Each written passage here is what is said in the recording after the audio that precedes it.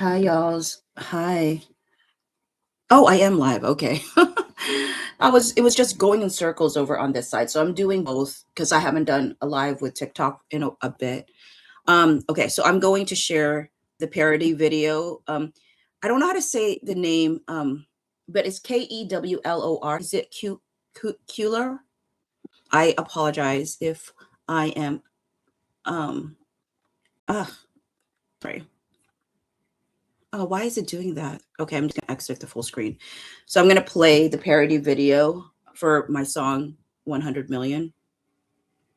With everything that's come out. If y'all have seen KELOR's video. My blood is boiling, you're a snake. You eat It's like Game of Thrones, but they put like Blake Lively and Ryan Reynolds and Taylor Swift. Good morning, Tiffany. You disgust me. I can't look at you at all. You're not that innocent. Not innocent at all. What did you promise them? What did you give, or was it blackmail? You have no shame, you use people for your own gain. You don't care if they lose it all. You disgust me. So as I'm playing this for YouTube, just letting folks know. Not innocent at all. Moomy, I don't think anyone has because they haven't put it in. Oh my word.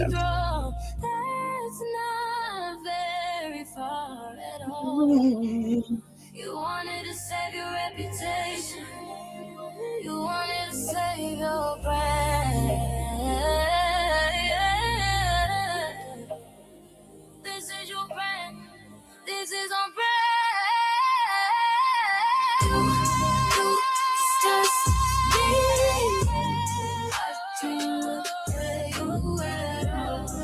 You're not that innocent. Not innocent at all.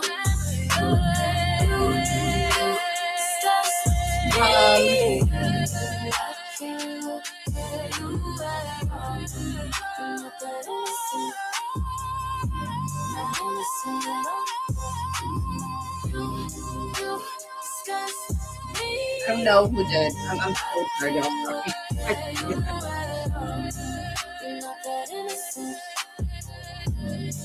Maya over here on YouTube from London, UK. Hi.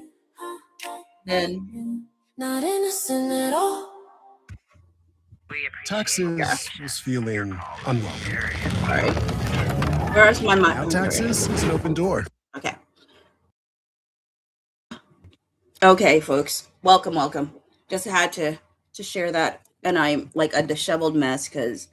Okay, so technically, I just rolled out of bed. Like I tend to do the rolling out of bed situation simply because there's so much. There's so much. I do not know how y'all have kept up because, I mean, I said these are the times when I wish that I had like this as my full-time job. But even if I had this as my full-time job, like I don't like there's so much. There's reasons why they have so many people working on this case at one time, right? And I was talking to Carol and I'm like, we're not going to pay, we're not getting paid like lawyers. We genuinely care about this for the pursuit of truth. You know what I'm saying? So, all right, y'all. So at first I wasn't even going to go live because I'm like, I have too much to do in this case. So but I decided, you know what? I'm just going to bring you along to how the sausage is made. If that's the right term. And I'm going to show you what I am doing right now. So the big thing that I'm doing right now is I'm trying to create a list of text messages, emails, so that I can put them in order. I can read them in order at some point to see what she was saying to Justin Baldoni and what she was saying to her friends. And Like we already know, like she was saying she was saying a lot of different things. Um so so all I will say is I realized, people have said, those from sorry YouTube, if I'm looking at this way, it's because I'm also talking to TikTok. There will be a day maybe that I can put both, like the phone here and here, so I don't have to do this side thing. But the way my thing is set up right now, that's not built for it, so I have to do a side because I don't want TikTok to feel ignored. I feel like TikTok has felt ignored by me ever since I found out that I could be monetized on YouTube. Sorry, y'all. Sorry I've left you since I found out I actually can make money out of the content that I do. And honestly, with the amount with the amount of work that it takes to do any of these things, any any feeling like I'm recouping any any time, because here's the thing, I work full time, right? So then the only stretch I have really is like to do it after work. And then I mean, obviously I'm making videos throughout, but those are like usually quick. But like the ones were concentrated, sitting down, researching, editing, all these different things, I do that after work. And then but then I have to wake up for work the next day. The only reason I was able to stay up until like 3 this morning was because obviously it's a weekend, and I was going through all of this content, and I was like, oh my word, this is like, there's a treasure here. um so anyway, so I have so far this is what I'm going to be doing with y'all's. uh and then maybe I'll make commentary as I notice things. So I'm going to be going through each of these documents so I could put it in my spreadsheet. My spreadsheet is not as pretty. I don't know if y'all saw that Katie in KC had done this one spreadsheet where she was looking at, like, I think it was um the sealing requests and which people asked for which exhibits to be sealed. Oh, it was such a beautiful spreadsheet. Like, I am a spreadsheet. I love spreadsheets. I mean, they just there's something calming to me about spreadsheets. But my spreadsheet is not as pretty as that at all. Um, so hold on. So I'm going to show you what my spreadsheet looks like. So my spreadsheet looks like that. Not very pretty at all, but it just says if it's a text or email. But that's what I'm working on today. So at first I wasn't even going to go live because I'm like, look, I don't know. I don't know if I can because I have all this work to do.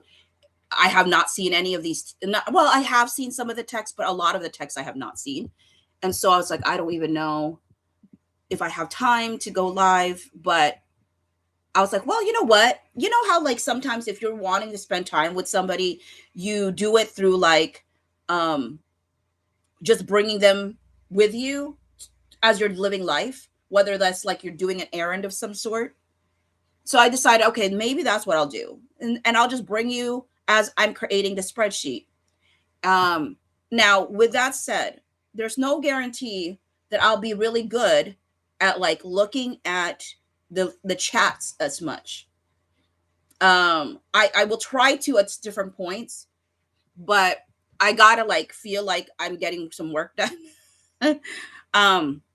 So the first one that I haven't seen yet or haven't looked at yet, and I'm gonna put it in my my list here. Okay, maybe I have seen it. I don't know. There's 2 things I already have for 7.3. Sometimes there's duplicates of things.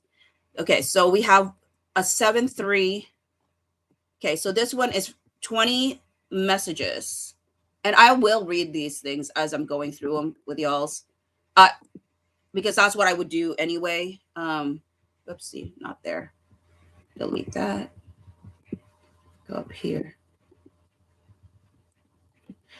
So this was 7/3/2020. I mean, I honestly, if I was smart, I would have written down who the text messages and emails were with, but I didn't in the beginning. So now I'm like, I'm not committed to going back yet. Maybe later I will, but this one's just between Josh Greenstein and Blake Lively.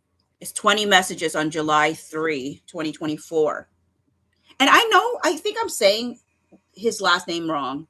Um, Sorry how disheveled I look. Like, but I don't think y'all care anyway. But I always say Josh Greenstein, but I think others say Josh Greenstein. And probably the way it's spelled, it may be that way instead. I don't know. So it starts off at 12:55 p.m. Can I also tell you, it's kind of interesting how many text messages Blake Lively actually sends very, very, very, very late at night, and her friends don't respond until the next day. But I'm like, so when people made a big deal about like Justin Baldoni sending a text at 2 a.m., she literally was sending texts that like late consistently. So I feel like it really is just him knowing that she's awake usually. Not always, but she might be awake. Also, I wasn't sure if they were on the same time period when he did send that, but I think they were. Okay, so at 12:55 p.m. Oopsie. I don't know how I did that. Oh, it's because that. Wait. Yeah, sorry. All right, so at 12:55 p.m. on July 3, 2024, Blake says, "Can you guys come meet at lunch so I don't lose time in here?" 12:30 praying emoji. Josh says, "Hi. No, I can't leave.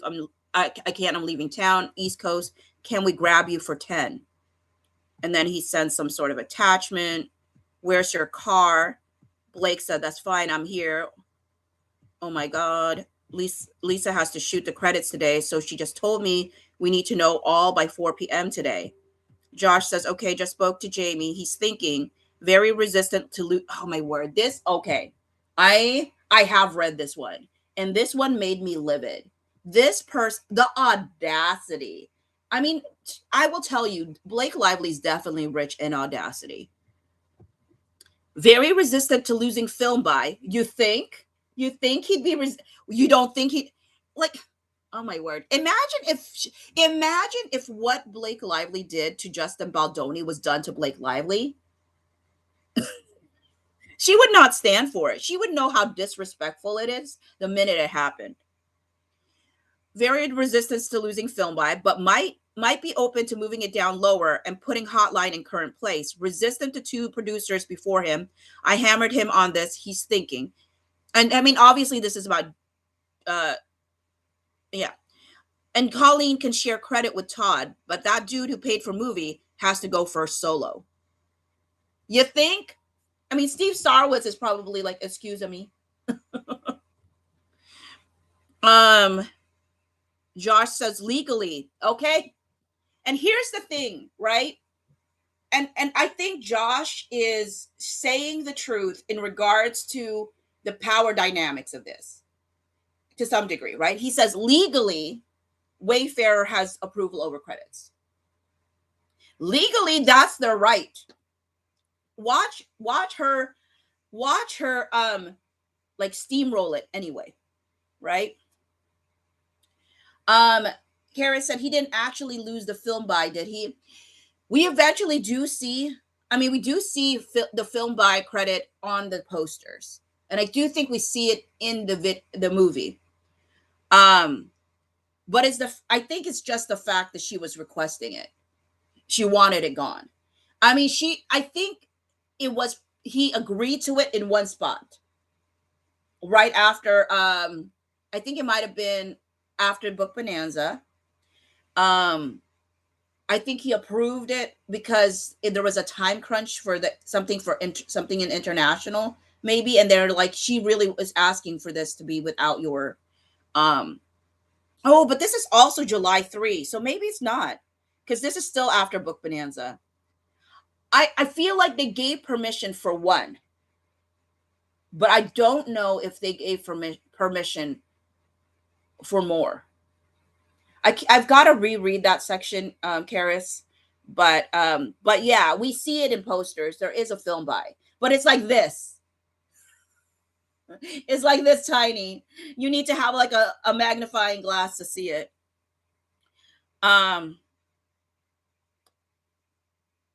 And then it says, and Colleen can, share. Okay, so no, okay, so Josh said legally Wayfarer has approval of credits. And Blake said film by is wild. Why she thinks is wild? Oh, okay, here's the reason. Okay, here, I think, you know what? You know what? I think this is the reason why the film by got put back. Just so as a reminder, y'all, she did her cut of the movie in July. I mean, in June, June ish. Okay, hold on. Let me actually make sure I verify this, because with the timeline, because there is definitely so like oops there. Did I do that? Cancel. Timeline. I want to see when they did the screening. Oh no, when the editors. I'm trying to look at when the editors had mentioned that 90% or the majority of Justin's movie had to be put back in.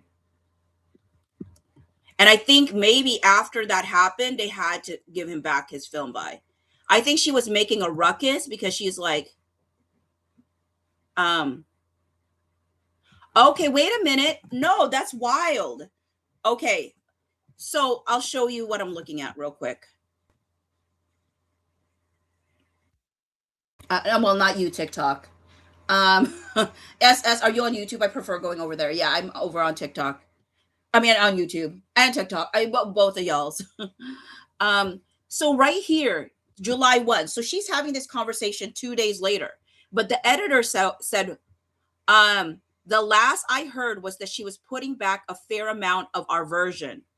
Just not sure what that entailed or to what extent. I guess you'll find out today. Hang in there and we'll all catch up when the wounds are not quite as fresh. Sending love to you both. So by that point, she is actually having to a lot of his stuff because she did so poorly. Hey, Umami. So for her to be like filmed by is wild.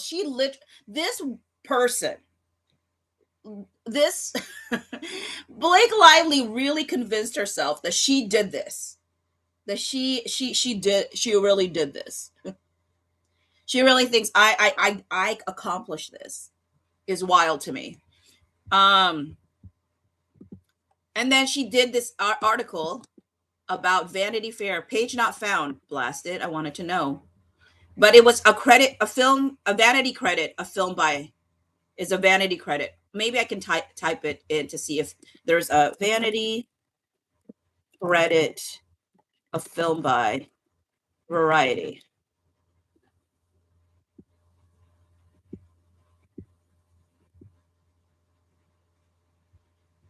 And I think maybe this says why she might not have liked it.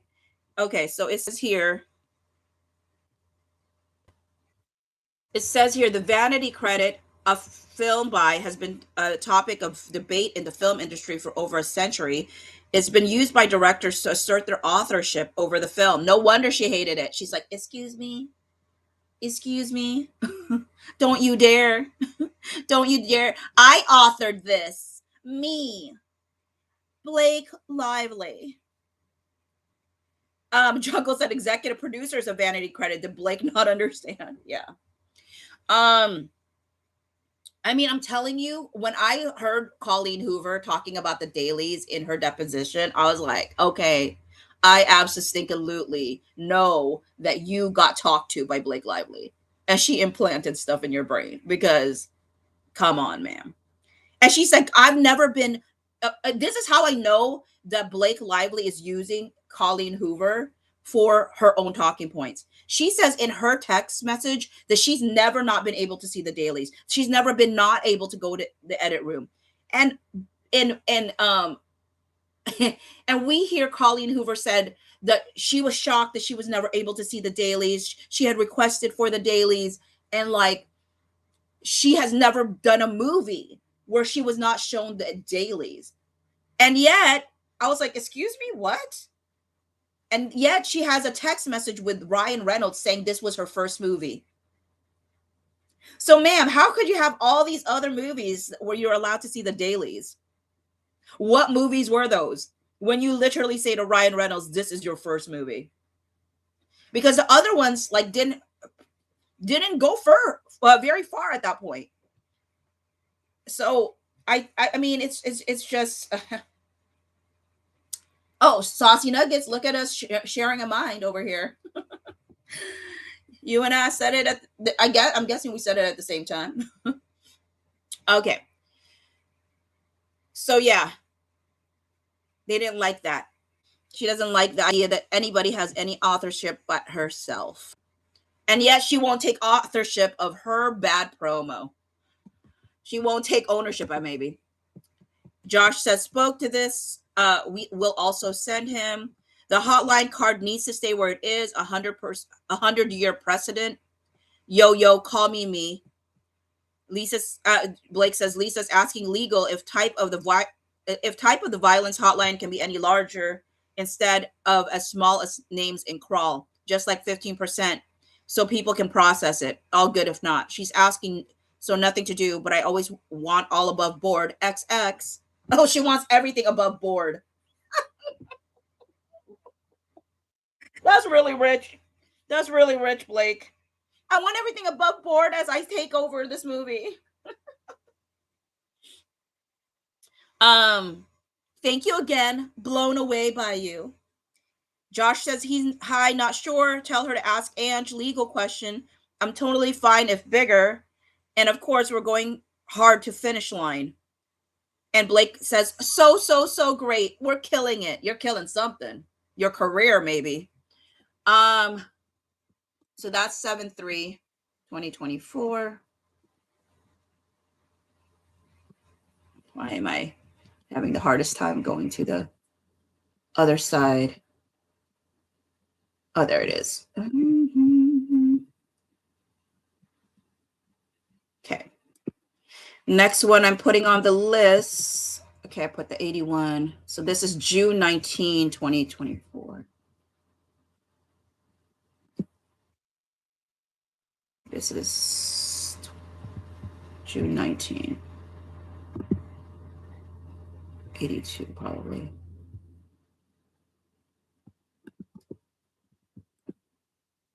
Oh wait, that's May. What am I done? Delete. June 19.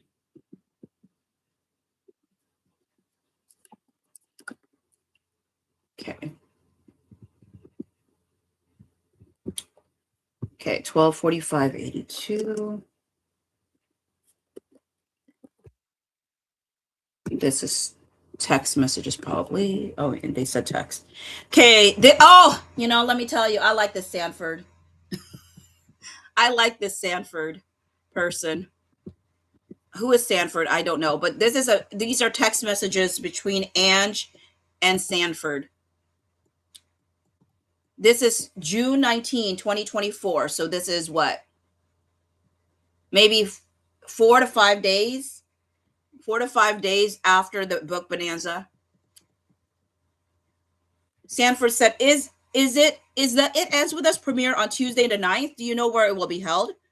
I can't believe they caved on the producer credit for her. And Ange says she wants to change credits all the order of prods. Her second position moving Jamie to third. EPs, cast orders, single cards, cut film by, move cast crawl before keys have been dealing with this since 9 a.m. Sanford says, well, I'm thrilled they did. Are they saying yes to that too? This is truly insanity. And Ange goes, this all in NYC. Junket, Sunday 8/4 and Monday 8/5, 4 seasons downtown. Premiere Tuesday 8/6, AMC Lincoln Square TBD. The pre-reception is now looking like a small after party. And Wayfair doesn't even know all this. And we cannot renegotiate cast deals so she can move kids up. No time. Nor movie cast crawl before keys, even though she wants Sony to call guilds to get. She can try for PGA credit. She expects Sony, aka me, to persuade Wayfarer to agree to remove a film by Justin Baldoni and move her producer credit before theirs. Getting them to approve giving her a producer credit was Herculean. She just turned over her editorial changes to cut after after Dallas. She's going to watch now. Report back. Sanford goes, I don't want us to ask them. Do that for her. She can ask herself. We've bent over backwards enough. This is getting now to the point of absurdity. And Ange like that. Jess, she's always thought every single person has been beneath her. That's why she's like, OMG. No, yeah. She's always seen them as beneath her. Somebody made a great point. They said that they believed, and I wish I could give the person proper credit, but I hope the person understands that I get so many messages that I can't keep in my brain. I only have an ability to keep the brain for the text messages. Everything else has to go. But anyway, someone mentioned that they think that the reason that they wanted to get Jamie off the set was so that he couldn't get the PGA credit. That the push to get Jamie off the set had nothing to do with SH, had nothing to do with feeling uncomfortable, and had everything to do with wanting the second spot for PGA. And you know what? Makes sense. Ellie, did Ange also unfollow Justin? I don't even know if Ange has social media. Does Ange have social media? Unless you're thinking Alex. Alex definitely did. But as we found out yesterday from the email, Alex was doing double agent duties for a little bit, which I think we knew. That, right? Okay, so this one is 619. And it's really fun to see what conversations was going, because I feel like there is a part of Blake Lively that's literally like unaware of anything except her like specific world. She's like so oblivious that she is a pain to work with. I mean, I think she's not oblivious. I think she knows because she said that she's aware of that. Okay, this is messages between Josh and Ange on 619. And Josh Greenstein is a big flip-flopper himself, right?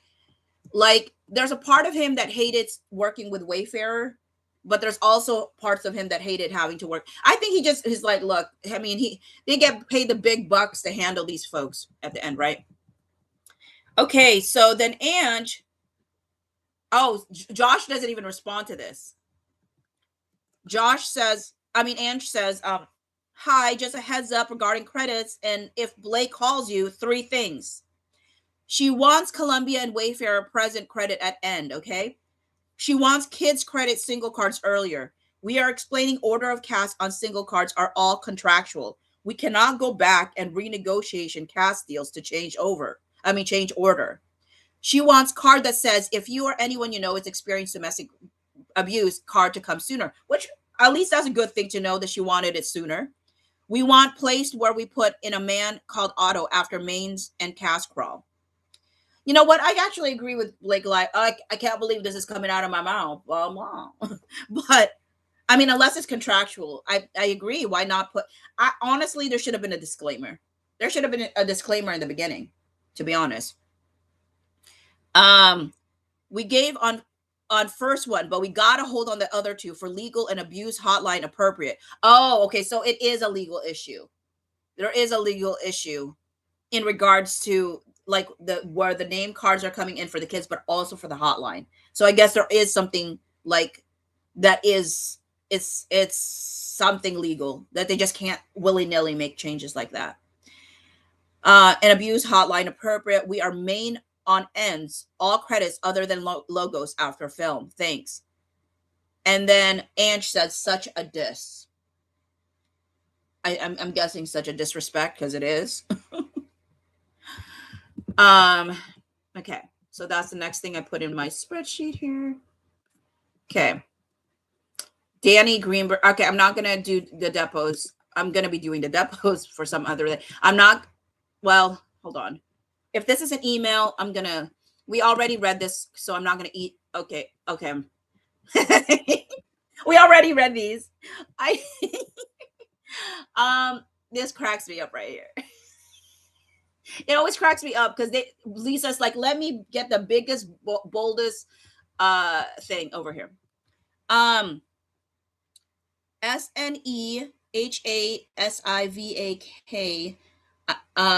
Oh, UMAR 9542. Thank you for the 200 rupees. BLRR had one strategy: create the problem, be the problem, then complain about the same problem, then use others' money pretending to clear the problem to only create more problem. that that is a heartworthy comment. I mean, maybe Taylor Swift was inspired. Maybe like every time, every time Ryan Reynolds and Blake Lively walk into a room, people should play the song, Taylor Swift song. It's me. Hi, I'm the problem. It's me. I mean, you know how you know that they're the problem? They don't see themselves as the problem. At least in Justin is Justin is the kind of dude that kicks himself so much, puts himself down so much, uh, is way sensitive that he's always thinking that he somehow failed. You don't see that. And you know what's really wild? What's really wild to me is realizing that anytime I hear how Blake feels, it's only from Ryan Reynolds. Really. I mean, kind of.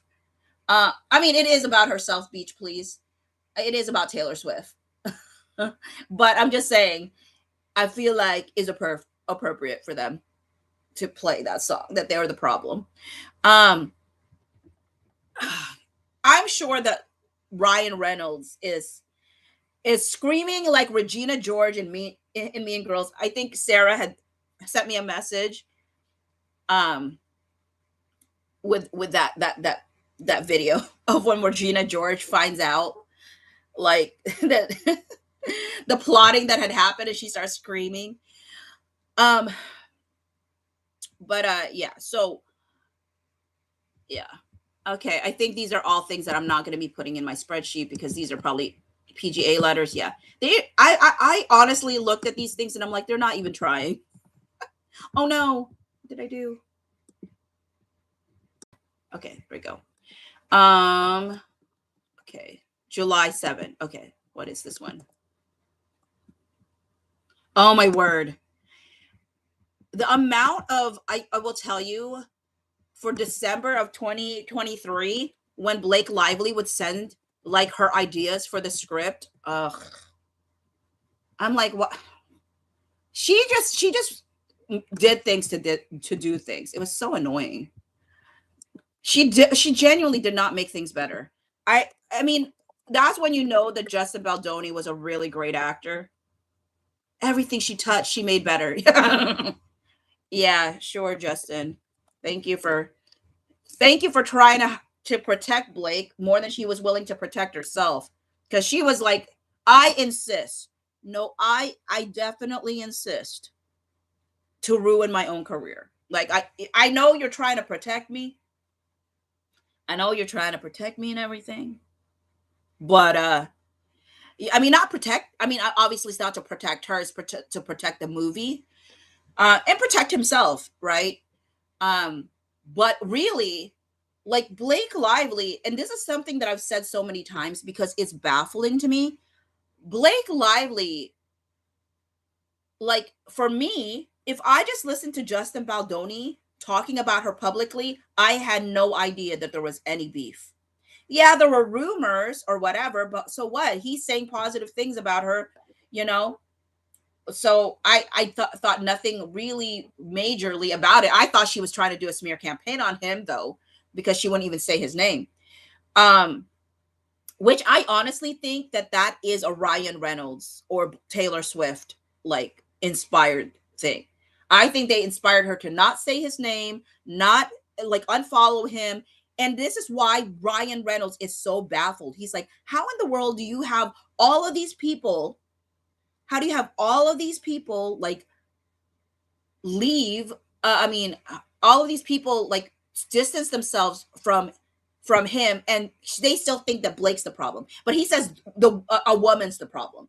I think it's much easier to say it's a woman thing instead of a Blake thing, but it's a Blake thing. Actually, even hearing Isabella say she got backlash in real time, I'm like, I feel that's revisionist history. I genuinely feel like this revisionist history because nobody was thinking about Isabella in real time in August. I don't think so. No one, because she did fine in her interviews. So she wasn't getting any backlash. It was Blake Lively. So why did Blake Lively put in the brain of Isabella Ferrer that she was being put down? That happened after. That happened after the lawsuit.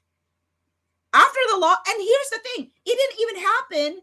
It didn't even happen against Isabella Ferrer after the lawsuit had happened until I think like maybe she did that stunt with her lawyer. I mean, maybe it happened earlier for her, but I think the stunt with her lawyer definitely did it in. But with Isabella Ferrer, we actually felt sorry for her. Do y'all remember that? I gotta show. If I could show videos to Isabella Ferrer, we were feeling sorry for you because we saw how much she dominated over you in interviews that you barely got a word in. So we were all feeling bad for you, feeling like you clocked it with her, felt like, whatever, felt like she railroaded you in interviews and all this stuff. And then all of a sudden, we realize, oh my word, this person's straight up in cahoots. she I don't know, but how many times did we watch interviews and we thought that Isabella Ferrer looked frustrated or disengaged? Like her and Brandon Sklenar would do this thing where they leave the moment through their eyes because she's just yep, and she really loves to do incredibly long. It's kind of like her text messages. Ridiculously long. Oh, by the way, let's keep our eyes open. Somebody had messaged me, and it's a really good point. And it's the misspelling of Jamie's name.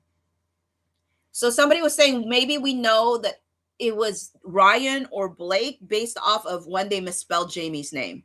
So Jamie's name is obviously spelled Jamey, but I guess there's been other text messages where it's spelled Jayme. And so people have already assumed that Ryan Reynolds wrote some of those texts. So, that's the whole thing. Christina, I know there's another Jamie. I think Jamie with a Jami. I've seen that, but this is specifically misspelling Jamie's name, like Jamie Heath's name. There is another Jamie, Jami. But you can tell definitely like it was written talking about Jamie Heath. So the context lets you know that this is not another Jamie they're talking about. Who spells it Jamie? Well, we'll find out. The one that I saw was supposed to have been written by Blake. So I don't know. Okay, so this one is July 7, 2024, 1245-87. I'm so sorry I have been under it since April, really. I was filming one movie when the studio took the film. Oh, wait, actually, hold on. Sarah says, I'm sure you've had a busy summer. Anxious to hear any thoughts you have. XO, Sarah. And she says, I'm so sorry I've been under it since April, really. I was filming one movie when the studio took the film from the director of the movie I was in post on. Took the film. Yeah, you took the film. It's a takeover. I don't know why anybody continues to believe her version of the story. Because if this portion, okay, here's the thing. If this portion wasn't the true story, you know how she tried to push that this is a side story. The real story is the SH. If that was true, you would just own it. You would just say, I was SH'd. It was an incredibly horrible experience, and um, I I felt like the only way to protect myself and the crew and everybody else was to do this 17 production, like 17 items for return to production document. And I had to feel like, in order for me to feel safe and in order for the cast to feel safe, like I had to take a leadership role, blah blah. I don't know what she could have said. But the fact that she actively denied this multiple times throughout her thing, and she's trying to say that the studio took it from him. But everything else says you took it from him. Here's the thing. Here's what Blake Lively supporters are hanging their head on, or hanging their hat on, in believing Blake Lively. I'm going to give Blake Lively three things that I 100% she believed that she felt a thing against, a thing about. Three things. Because these three things are the only things, they are literally the only things that they have multiple in-person, like multiple actual, like real-time proof. Three things. Everything else after the fact. Everything else a concoction of like everything else is like how Isabella tried to reframe her experience, even though she didn't feel it in real time. So these are the three things that I will give Blake Lively that she felt. She did not like her weight being asked about. We have enough real-time proof of that. She did not like the term sexy being used by him. We have enough real-time proof of that. And then she did not like the birth video being shown to her. We have enough proof of that. But anything else that she listed after the fact is an after the fact list, where she and her husband or someone else concocted, go back and try to see offense in every single thing. How do we know? Okay, let's go with the genitalia one first. When she says he describes his genitalia, how do we know that's a late addition? How do you know that she didn't have any real complaints about that? Because she claims that the first time she ever told them that that was an issue with her was on January 4th. Also, if there was anything that had happened in the birth scene that was inappropriate, that would have also been talked to with Ange. And that was not on Blake Lively's list. She did not complain about the birth scene. Now, she didn't like the first AD. She felt that first AD was chaotic, like didn't do anything right? Those three things are the only things that Blake Lively could present to me in court, and I would believe that she was telling the truth about those three things. Those three things are true. That is how she truly felt about those three things. Also, she says in her lawyer said in the November 9, 2023 email that these have been brought up repeatedly to you. Well, what is the only things that was repeatedly brought up to Jamie Heath and Justin Baldoni? The sexy comment and the birth video. Those are the only two things. She doesn't even bring up the weight thing a lot. Well, she did with her friends, but she didn't even bring up the weight thing after it had happened. So I'm telling y'all, like, even in the most recent hearing, and I don't know, Carol wants to do a live, hopefully at some point, if all of our schedules align, if it works out with Elsridge, myself, and her, I'm telling you, once the new year like turned, like our lives were so different. It's not, and we're also exhausted. There's all of these like filings, right? So it's much harder to make everything align. But she was at the hearing, and so she has insight, right? But I heard it from other folks where they were trying to bring up the severe and pervasive, and they're like, well, okay, it wasn't pervasive, but it was severe enough. And I'm like, which ones? The being called sexy and then the birth video, that is severe enough to be pervasive? Because they couldn't name anything else. Because the reality is everything else was written after the fact.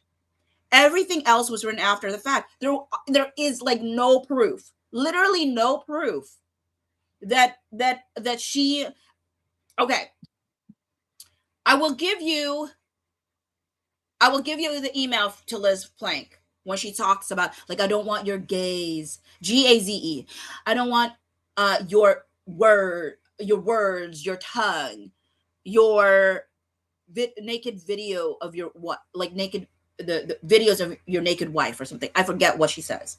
But we also have seen the context in which those things were being said. So we know that there is a deception in how she's even presenting that to Liz Plank. So I will always say that the three things I will always 100% believe Blake Lively on, and I don't know if, I know there's some people that say I don't believe Blake Lively at all. I believe her in three things. She was offended by the weight question.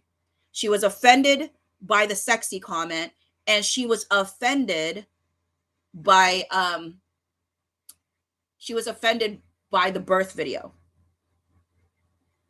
Now oh, I'm sorry, there's another one. Okay, four things I'll believe.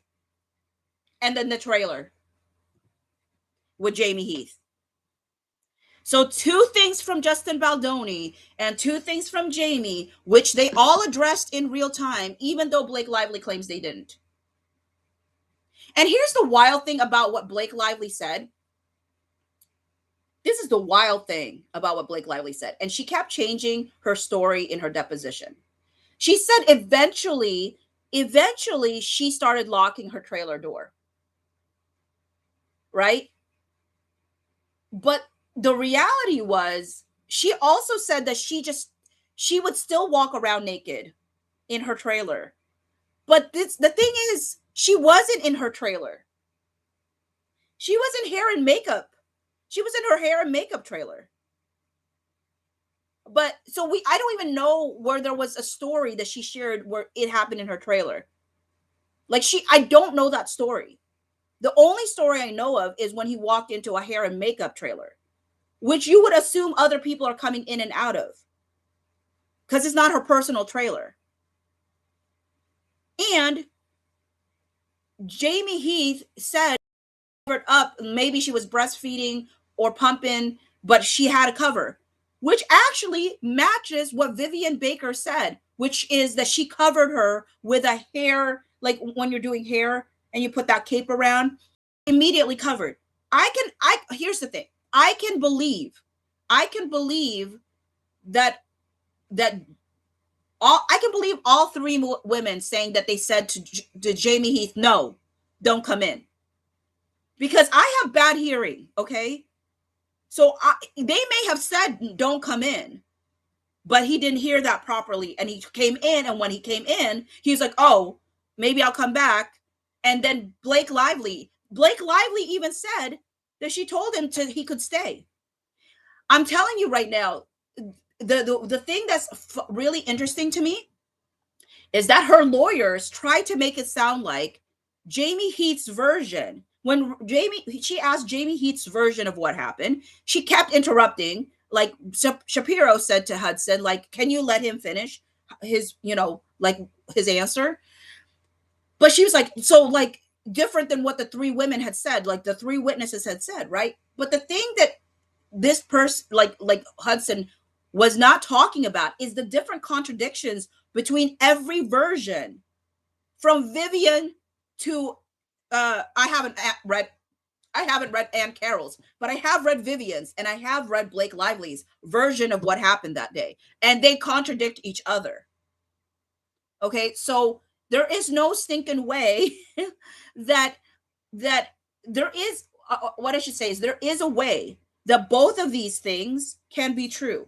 They could have said, no, don't come in. He genuinely could have not heard them properly, walked in, then realized that and went to turn around. And Blake said, no, go ahead, just as long as you keep your back turned. Because they agree on that kind of thing, right? Anyways, there are things that they agree on in their remembrance of it. There's other things that they don't, but it doesn't, even their misremembering or whatever does not mean that he was actively trying to like look at her. But now she's trying to change everything. Now she's trying to say he genuinely looked at my breasts. Like that was not how she was. Like, people could say, well, she always said that he was looking at her topless, but she said it was him looking at her, but like made eye contact, right? Anyways, so then she says, when the studio took the film from the director of the movie I was in post on and asked me to take over.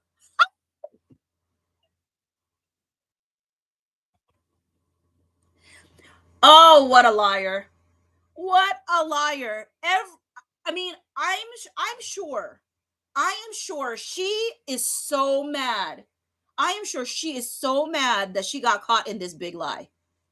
Because there's too many text messages from Sony showing that she was the one taking over.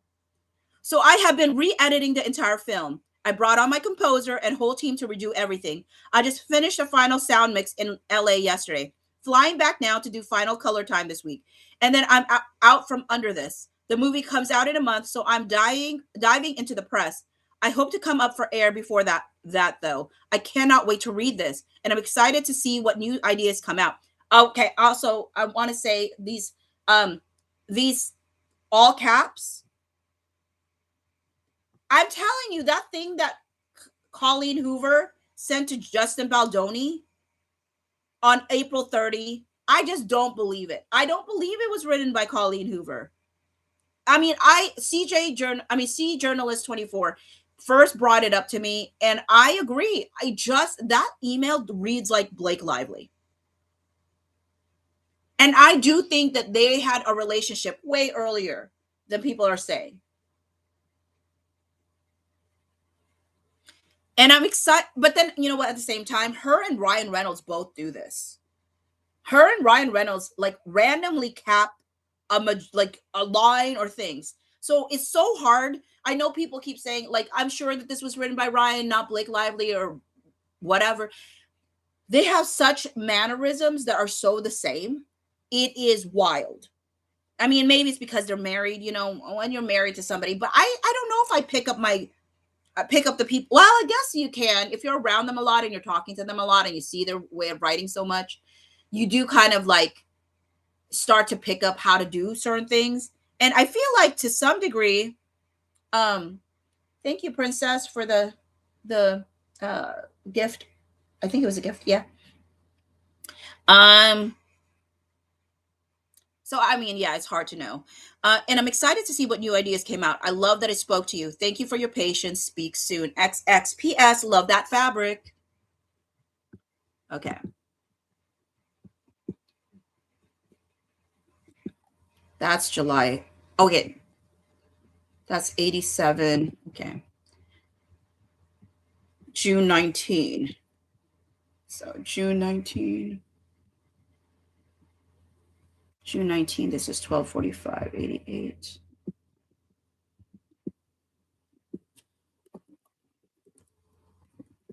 And Carol of Docket Updates fame is also working on a timeline of text messages, which will be very exciting. That it'll be housed on docketupdates.com. I think it's always very interesting to see what she's saying versus what she's saying to other people. It's very much triangulation, right? When I wrote my song Poison, the chorus of Poison says, you triangulate, you isolate, you're poison, you're toxic, I can't stand you. Because that was what she did. She triangulated. And I hope that all of her, I mean, I will call it all of her victims in a lot of ways, right? All of the people she roped into this mess read these text messages and have their eyes opened up to the way that they got manipulated to do her bidding. I hope it's an eye-opening experience for them, and I hope it's a wake-up call for them, and I hope they learn from it. Because if they don't, then that's on them. Like any grace left is gone, because it's like you saw the proof and you still chose to believe what you chose to believe. So this is on June 19, 2024. And Taryn Fisher says, I wish one of my best friends would send me Justice proposal video. Okay, so y'all know that there is a clip of Nice Pool looking into the camera and saying, the proposal. Okay, so I always said that was the biggest plausible deniability clip from Nice Pool, right? Because obviously Ryan Reynolds, one of his biggest movies, because not of him, because of him, but because of Sandra Bullock, was The Proposal. I actually liked The Proposal because of Sandra Bullock. And now I don't know if I can even watch it for Sandra Bullock. I apologize, Sandra. I don't know if I could even stomach it. But I knew that because Justin had this big proposal video, that was going to be a double meaning. That you know, there is still like a double meaning to that. Somebody had said, where was it? Oops. Well, sorry.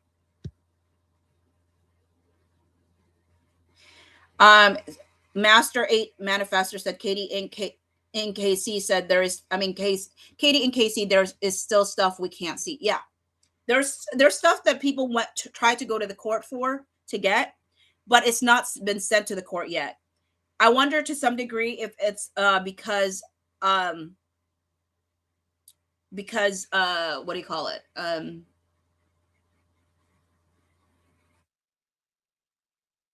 I wonder if it's because they have to redact a lot of messages. I think that might be it. Because I think that there is an exhibit. I feel like there was one exhibit that somebody gave me a heads up on. I don't, if she's fine with, yeah, I got a DM that said like one of it was like a year's worth of text messages from Blake Lively. So from like August 2023 to August 2024. So I don't know if that's one of them or if these are audios or whatever. There's stuff that's definitely not available yet. And people tried to get when they were in New York. Lily said, any new unsealed docs? Oh, Lily, I haven't even got through the ones that they did unseal. So I don't actually even know, because I'm going through it for the very, like, not the very first time, but it's been hard. Again, working a full-time job and then working this, it's like people say, when do you sleep? And I'm like, when do I don't really. So I do. I've been getting 4 or 5 hours of sleep, which is good, which is typical for me. Deborah said, thank you for the $4.99 super chat. I don't think BL will be able to resurrect her career after, though, but I do think RR can to an extent, just not to where it was before this. You know what? I think there's a lot of people that they've done this to in the past that might be secretly thankful that this has come to light, with the hope that they will never, ever do this again to anyone else. You know, Catherine said, I need your motivation. Well, I need my motivation to like take better care of myself, which I'm not doing. Like, if I could just transplant like my passion for this case into like taking better care of myself, you know, whatever. Oh, by the way, y'all, this is my other shirt that I got. People on TikTok can see it. It says Jed is a magician. Jed is the magician. But anyways, actually, I'll put the link to the shirts that I made in case anyone actually wants to purchase things. One is called, one says Jed is a magician, another says August 8th is a Thursday, and another one said it's PR, it's still PR. So I'll put that in the chat on on YouTube in case anyone wants to. And then let's see here. Colleen said, "I wish you'd learn how to Google," and then sends a YouTube link. As and here's when people were talking about, see, they were always trying to get the sequel. They were always trying to get the sequel. Because she says, she ends up saying, okay, sorry. She ends up saying, this video is going to be mine and Blake's inspiration for It Starts With Us. This video is going to be mine and Blake's inspiration for It Starts With Us. Why would you need an inspiration, Colleen? You don't have the rights to it. And you know that she's just taken over. What makes you think that you're going to get it back?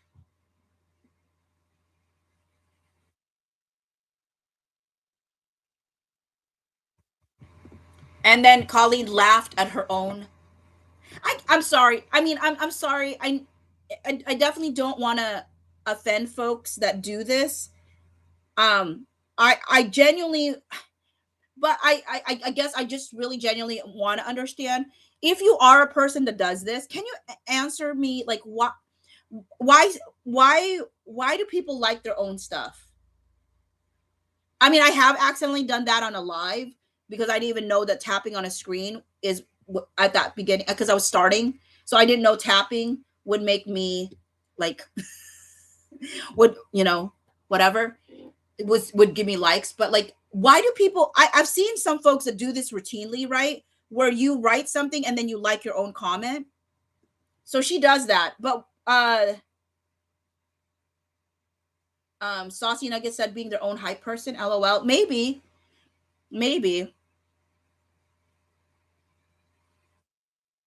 Christina said maybe it was just a way of being like, haha, I was so funny.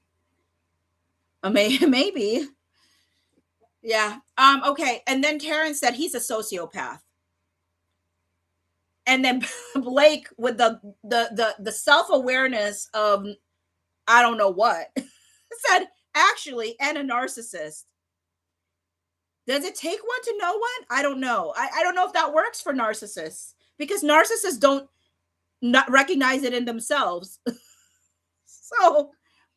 So you know what's so funny? I always told people that I'm not going to analyze whether Blake Lively's a narcissist, because you can't really diagnose someone that you're not, that's not your client, you're not a doctor or whoever like diagnoses that kind of stuff, right? But I'm like, but they're out here saying he's a sociopath and a narcissist. So like, okay, par for the course then, Blake. If you're going to go that way, let me say that I do think you're a narcissist. I do think you're a narcissist. I mean, you have narcissistic traits. I think you have, I don't think you have the same narcissistic traits that I think your husband does. I think you're a covert narcissist. And a covert narcissist is more so a person who feigns like they're almost like they're kind of needy for affirmation.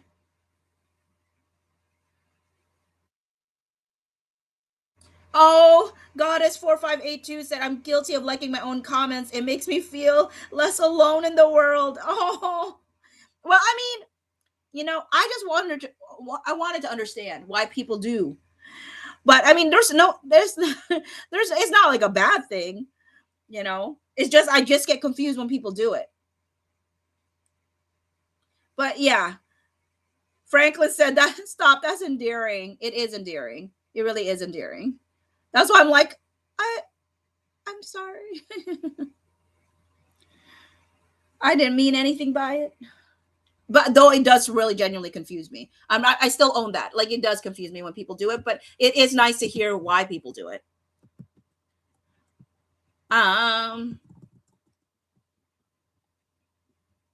And also, I guess to some degree, right? Like you have to be your first own fan, right? You gotta like what you do.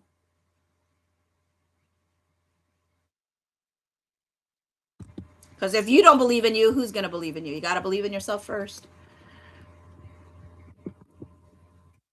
Oh, but sometimes people do believe in you earlier than you believe in yourself. But you can't really last on doing anything unless you believe in who you are and what you're doing. Okay, so let's see. 89 is the next one. This one is with Anna Wintour and Blake. What did Anna Wintour say to Blake? Or is it just Blake? Oh no, it's just Anna Wintour. Okay. This was on interesting. Wait a minute. Why did I put this on 6/19/2024 when this is 8/6? Oh, because they put the wrong date on here. But it is 8/6, so I'm gonna move that over. That's wrong. Delete. Okay. 12:45. 8/6. 8/6. 8/6. 2024. 12:45. 89. And it is a text from Anna Wintour. And she says, Blake, that was a very brave. Okay. Blake, that was a very brave and moving film, and the rooftop scene is brilliant. Anna Wintour. Brilliant. Brilliant. You're laying it on thick, Anna Wintour. You do know you're Anna Wintour, right? Like, you are. What is this laying on thick? What is this? And the rooftop scene is brilliant. Knowing how hard a situation it was for you made me especially proud of you. All my love, and the gold dress stunning, Anna.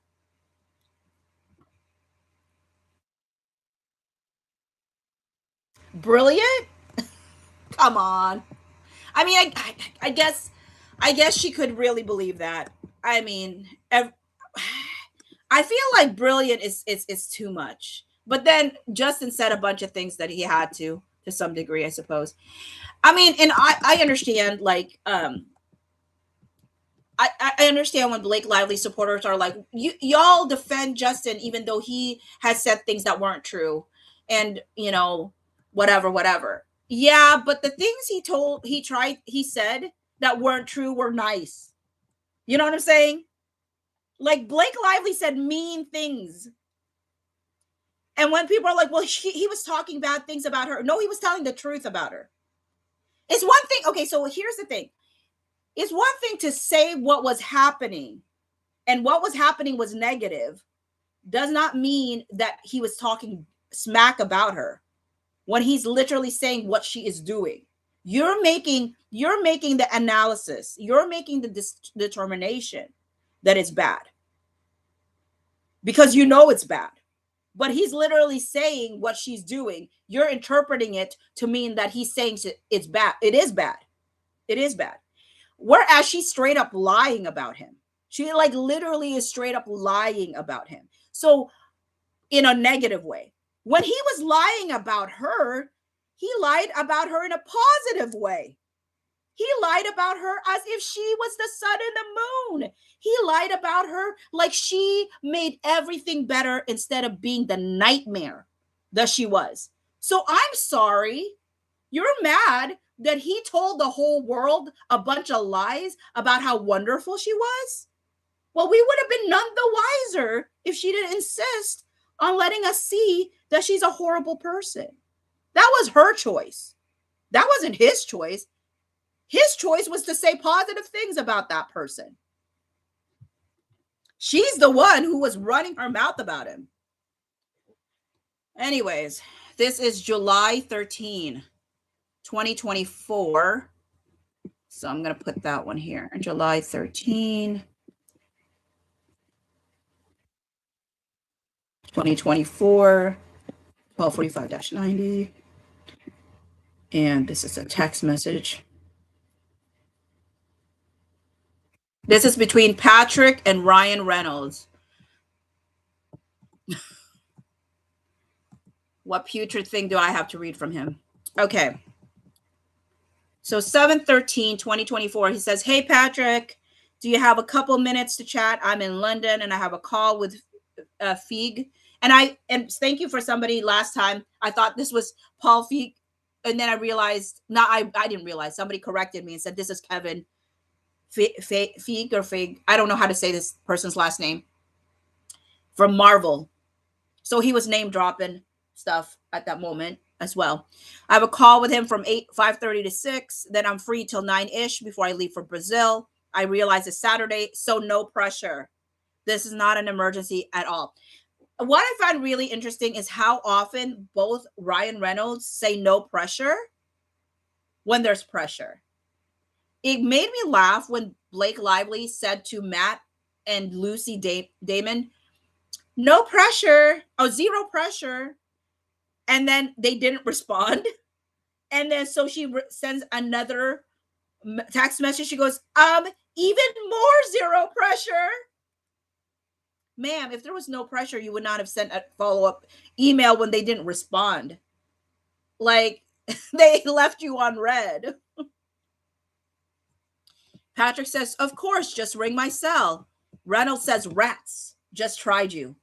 So rats is something that Liz Plank also says, which I'm like, what are we? How old are you? Because I feel like rats is like, oh, rats, but I don't know. But rats seems appropriate for them. So I'm like, more power to you. Keep using that term, because I probably associate this term with you at this point.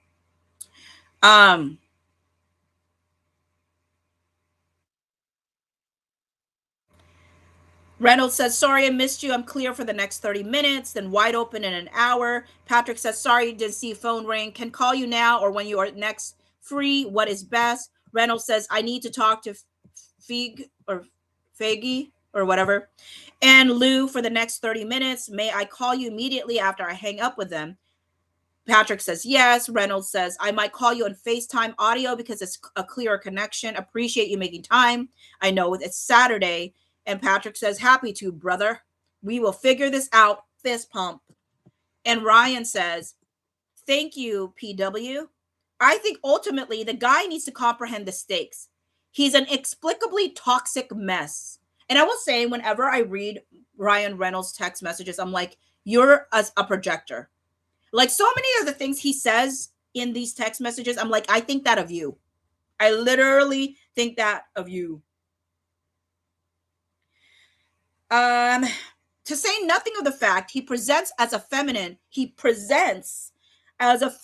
ally warrior when he's actually a thoroughbred predatory fraudster. And this is what you will notice about about Ryan Reynolds in these text messages. He consistently calls him a predator, a fraud, but he does not actually give any sense of why that is. He just wants you to take what he's saying as truth. And one of the things that I had said that I cannot stand about Ryan Reynolds is he does things opposite to what he says he's about. So anytime I'm like, look, Ryan, you got to stop telling us what to think about you and just be that. Just be that, and we'll think that about you. Stop telling us that we need to think this certain ways about you. We will think that if you act that way. But if you're not acting that way, we won't be thinking that. You know what I'm saying? So, all to say that, I think he projects a lot in these emails, and it is very telling. I think that he always thought Justin was plotting because he was plotting. Matt, Al Michelle Al said, "Which side uploaded the Jamila text?" It came from Jen Abel. Let me see. I'm trying to, if can people remember when, because I didn't put in my spreadsheet like the dates. the dates of these things. So, but let me see if I could quickly glance and see if I could tell. If it was like Jen Abel's text messages, maybe. Um,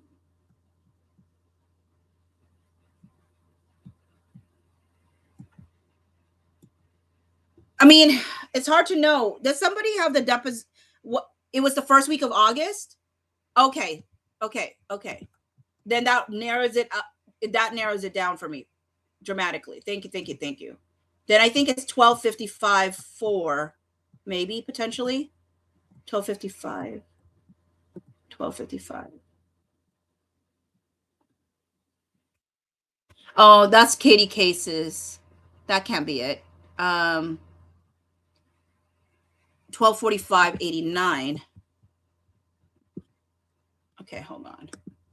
Maybe 12:45.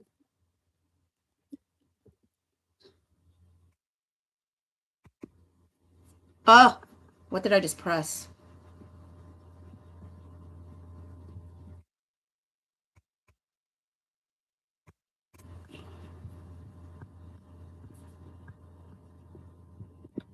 $12:45. 12:45:89 maybe. Let me see what 89 is.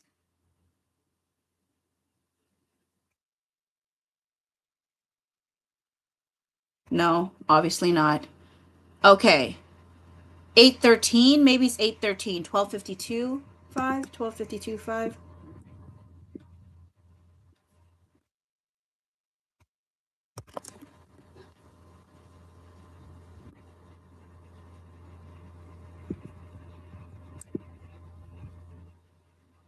Yep, 12:52:5. Okay, who put that in? Ezra Hudson. Ezra Hudson put it in.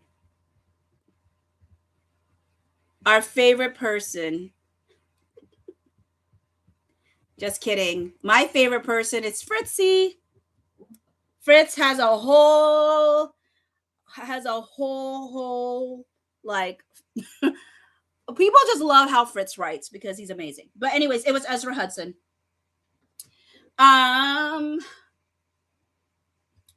So he calls him a thoroughbred predatory fraudster. He goes, talking to Danny will be helpful. I don't want to prescribe anything. Yes, you do. Yes, you do, Ryan. You like to tell people what. Here's the thing I've noticed about Ryan Reynolds. He likes to tell you what to think about him, and he likes to tell you what to think. Not only about him, he likes to tell you what to say. And he's so controlling. I can tell just from these emails how controlling this person is in regards to his image, in regards to how things should be. Because I'm like, then just come out, Ryan. He keeps saying, oh, y'all have to come out. You come out for your wife. I was actually genuinely surprised that he didn't just fully, here's the thing Ryan does. He does passive aggressive stuff. Like he doesn't just do it with his full chest, you know? Like, anyways. I want to enlist Danny to help. I'd like to present options. Justin should be writing 15-page apology letters to Blake and dozens of other folks from the film. Instead, he continues to attack Blake. How? Name one thing. Name one thing. It's going to be really interesting to sit like at 7 on July 13, 2024. Him saying that he's out here attacking Blake, and to see what kind of text messages Justin Baldoni was actually saying on July 13th. Like literally, Ryan Reynolds was having a fight with himself. I mean, he has this imaginary fight. Like literally, I think Justin Baldoni said it first. I said it somewhere. That there is no beef. It's a one-sided beef.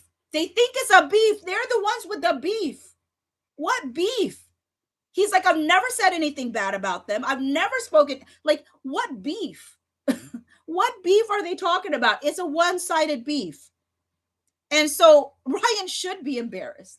He's out here writing fantastical stories about how Justin's doing all these things and they're doing it to themselves.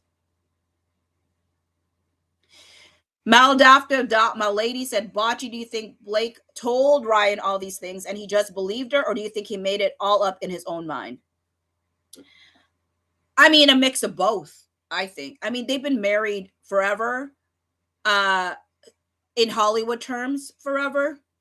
So he knows who he married, and she knows who she married. They both know what they're capable of. Denise, thank you for the $4.99.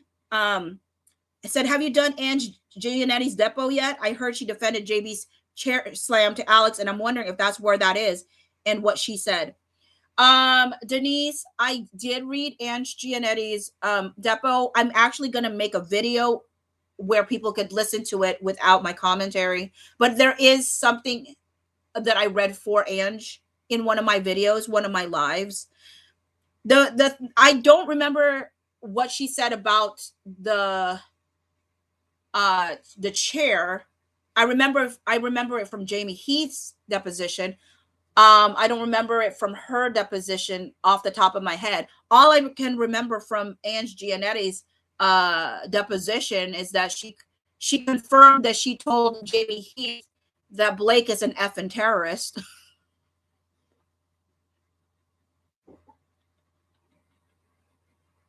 So that was probably the most memorable. Anyways.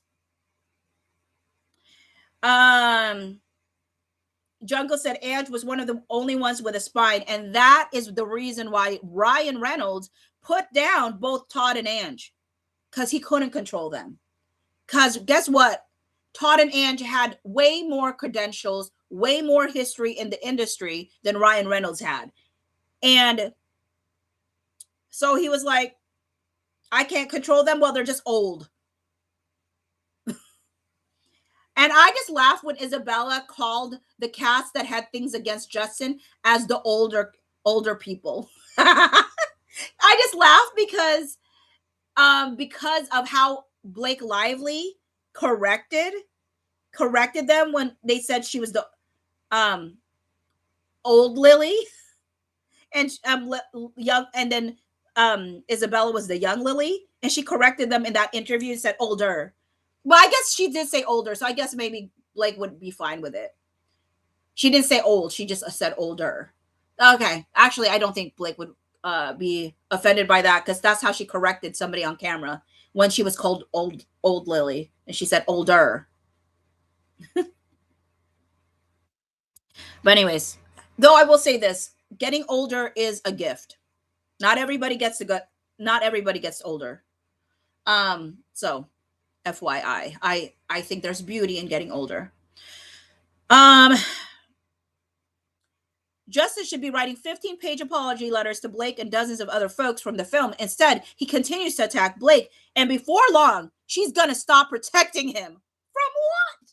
Protecting him from the other cast and crew who want to hold him accountable. Do they know that? Okay, this is when I know he's lying. Okay, actually, this is the tell. This is when I realize he's telling a story. None of these cast and crew had issues. They were just following Blake Lively. So now I know. See, I gave space that Ryan was being a protective husband. But now I know he was playing. He was playing. He was playing this game. He's a bit Trumpy in the sense that he just labels everybody else the very thing he is himself. Ryan. Where's my mirror? Somebody grab this man a mirror. Anybody got a mirror? Because I think this man doesn't know how to look at himself.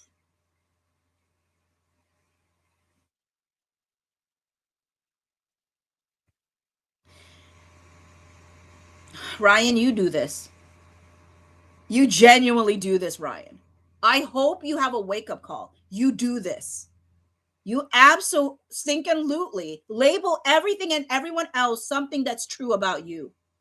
And this is why you try so hard to tell us what to think about you and try to manipulate us to believing all these things about you. That's why you can't let one bad headline sit about you without trying to get a source out there. And yet you let your wife flail for months and months without you really doing much of anything to help her out. And I think you didn't want to because maybe it would embolden other people you've kind of harassed to come out of the woodworks. And I don't mean like necessarily sexual harassment. I'm talking about like all the other people you've got gripes with. I'd put Blake's reputation. This is my favorite line. I read this before. He said, I'd put Blake's reputation on trial any day of the week. Well, good job, Ryan Reynolds. You did it. You did it. You did it. You put Blake's reputation on trial, not just any of the day of the week. You've done it every day of the week. Good job. Good job. You did it. How's that working out for you? How did that work out for you? How did your ego and your pride work out for you? How did her ego and her pride work out for her? She's worked with Oliver effing Stone and dozens of other mercurial and abusive people. Exactly. Exactly. And thank you for calling him abusive. Apparently, Oliver Stone. I mean, he has a reputation. Apparently, Saucy Nugget says, "I want money from that bet."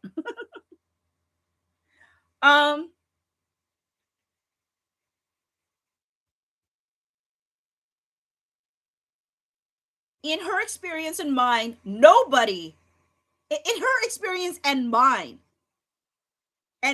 he says, nobody has ever reached the Empyrean heights of vile the way Justin Baldoni has. And yet he doesn't explain why. His complete lack of not only remorse, but self-preservation is a character study in malignant, lazy-lidded stupidity and darkness. He loves lazy-lidded. Where does lazy-lidded come from? But he loves saying lazy-lidded. Lazy-lidded origin. Is that British? No. It's German. Meaning feeble or weak. So he's calling him weak. In essence. No, that's lazy. I'm asking for lazy-lidded. Where does lazy-lidded come from?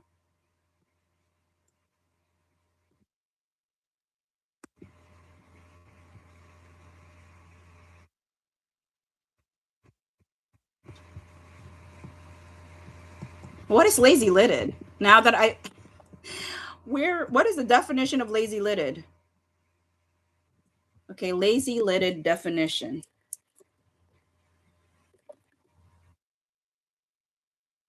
The term lazy-lidded generally means disinclined to activity or exertion. It refers to someone who's not energetic or vigorous. In a more specific context, lazy-lidded describes a person with partially closed eyelids, often associated with a certain allure or attractiveness.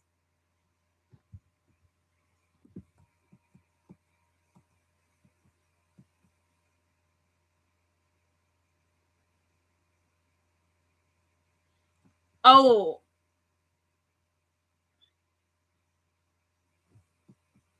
how come they say lazy-lidded is actually sometimes associated with attractiveness or allure? That's interesting. That's not what I thought it was going to mean. Anyways, I'd much rather focus on what's important, but this thing has to be dealt with, and I'm happy to jump in with Danny whenever you feel it's the right moment. I'll be very calm, diplomatic, and solution oriented. Yeah, yeah, I'm sure. I'm sure you will be, Ryan. I believe that as much as I don't know. I will say though, in the notes that they wrote, I don't think Ryan Reynolds was yelling for 5 or 6 hours. That was a hyperbole because technically, I think But at the very least, he yelled for an hour. I mean, I think it's hard to yell for 5 to 6.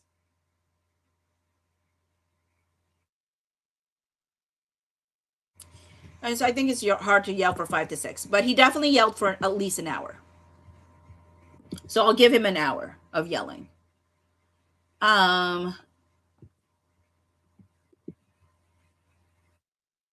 I put that one?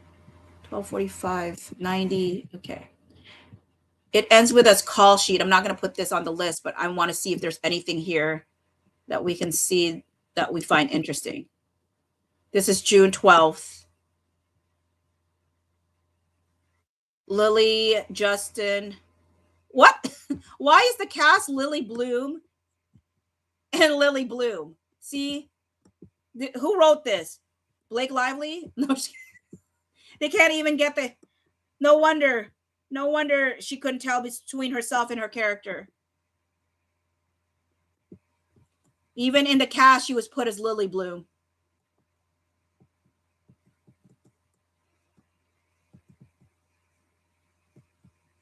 At this point, Alex Finch was the first AD with George Lambert as the second one.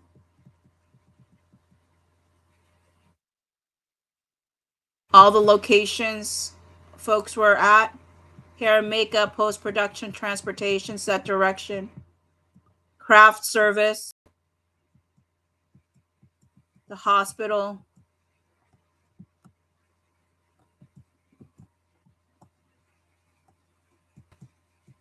health and safety.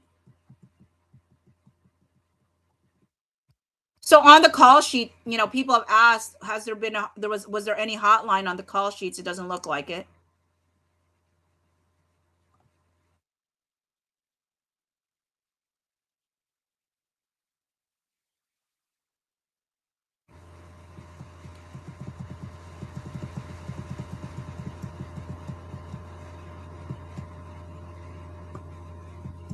Talent security, Kevin Moran. That's the dude. That's the bald-headed dude. Baldy. And I say that lovingly.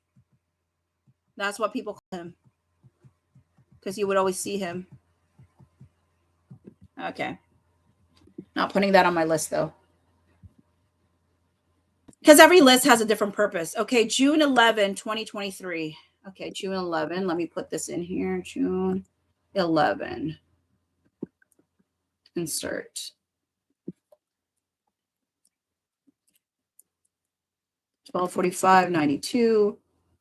And it is a text.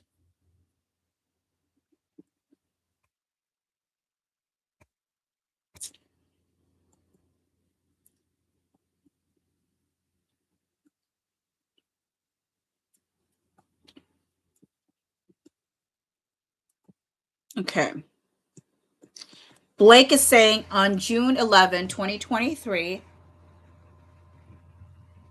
can you please send call sheet?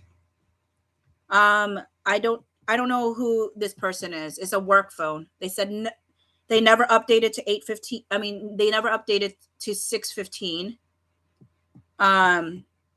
Then work phone.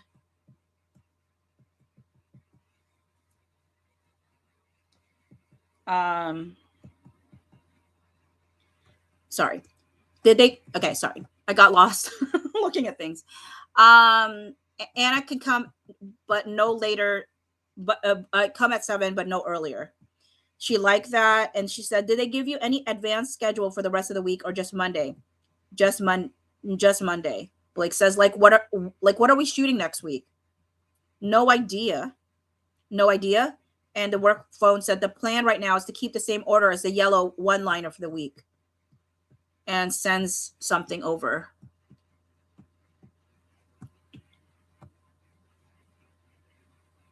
And then said Monday not cut off now in the second. And Blake said, did you flag to them that they didn't correct the call sheet? And the work phone said yes. And he said they aren't updating it. And I said, but then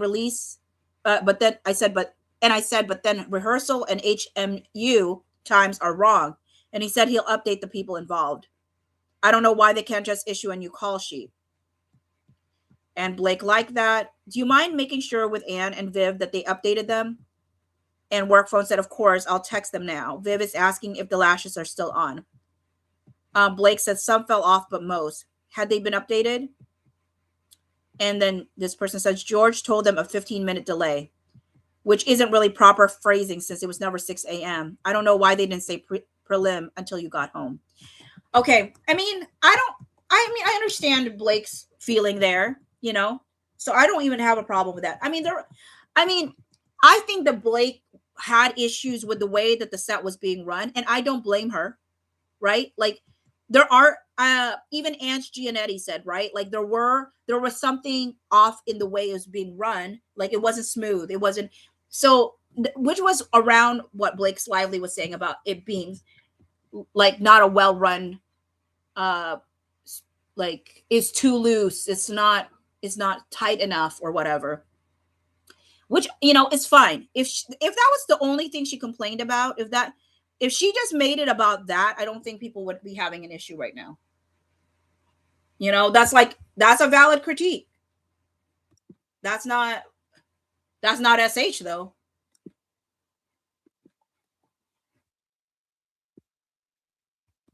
Okay, July 11.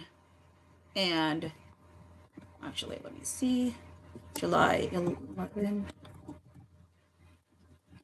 and 12. Okay, July 11 and 12. There's certain pockets where it is like, sorry, I'm trying to make, oh, there we go.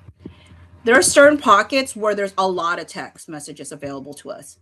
Like, they went through a time where it's like, oh, nobody's talking about something, and suddenly it's a slew. And there was a lot going on in September. I mean, in July.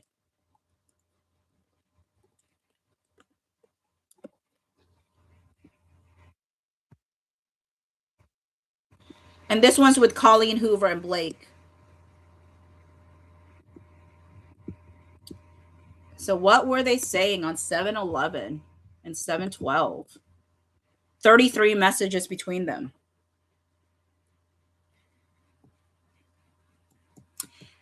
Colleen says, sorry, at dinner, we'll call you when I'm done. My phone died typing this from my laptop. Just have him call me whenever. I got you. And Blake said, we got each other. We got each other. You know what? You said the same thing to Justin. You said a lot of things to Justin in the beginning, didn't you? You love bomber. We got each other. The agent thing made me feel so crappy. And then she does a cry. I don't know what face. I don't speak emoji, y'all. I'm sorry. I don't speak emoji, so I don't know what those emojis mean. Colleen said, I'm sorry. I shouldn't have told you. She's a twat. What's a twat? Is that something that's not good? I don't think it is good. I think I've heard this, but I don't know what it is. A stupid or obnoxious person. Okay. Blake said, it's fine. I'm glad you did, because despite his repeated disturbing behaviors and acts, I still feel bad for him. To be reminded multiple times daily that he's smearing me for asking him not to be sexually or emotionally harass me. Emotionally. For making his movie better. For calling in all the favors to turn out all the biggest biggest musicians and entertainments to contribute to making his movie better? To leading a marketing campaign for free?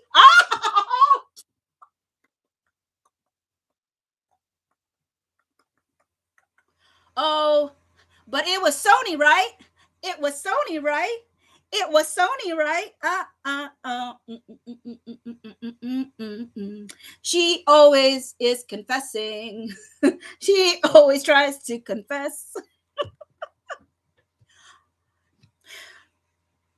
To leading a marketing campaign for free?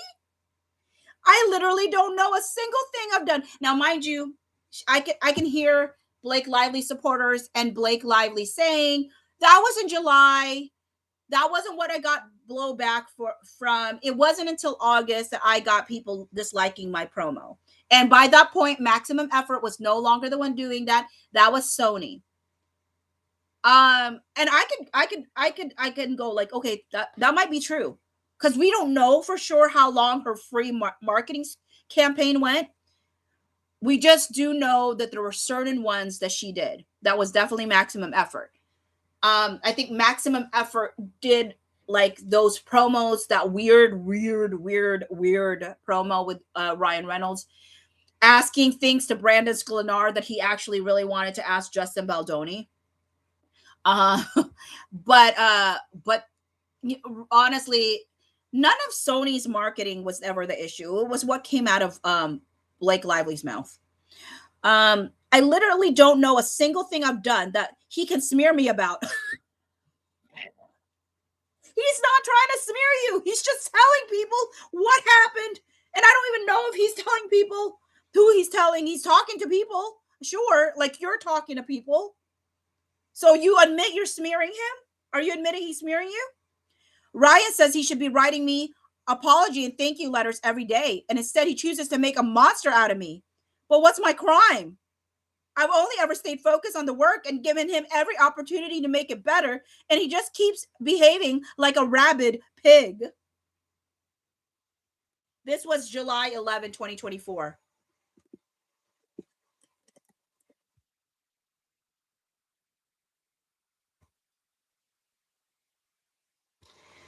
Okay, so she called him behaving like a rabid pig. So having or proceeding from an extreme or fanatical support of belief in something.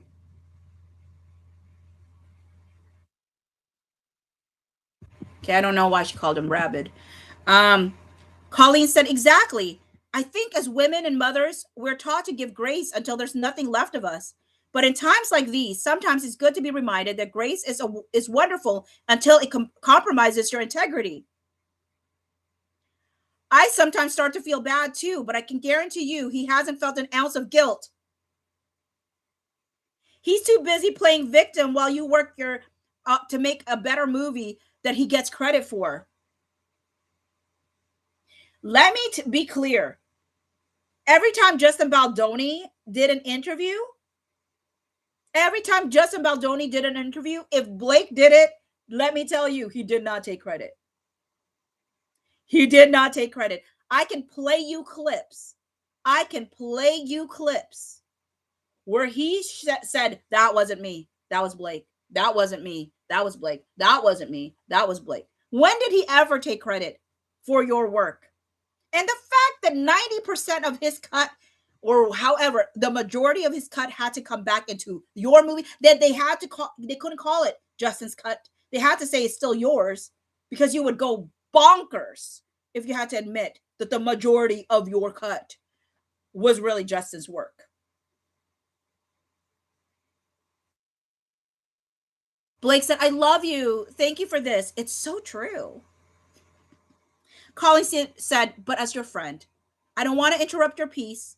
I hate it when people tell me negative things people say, and I try not to do it to others. I want to be a sage space.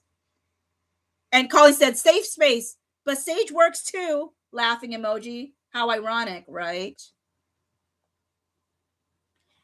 Blake said, it's okay. He saged Sophia while he was holding my baby, so it's appropriate.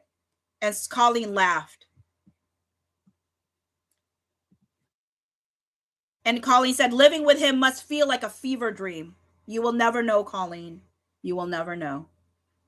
Blake said, I wish his agent knew that Blake said, I wish his agent knew that this is entirely about Justin. Not that it matters, but it hurts my feelings for me and infuriates me as someone who has been held within your immense strength, that she would say to your face that it's me and not you asking for what's right and fair.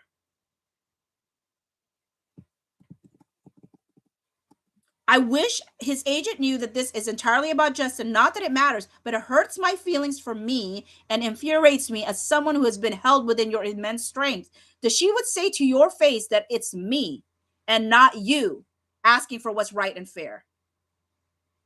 Colleen said she texted it.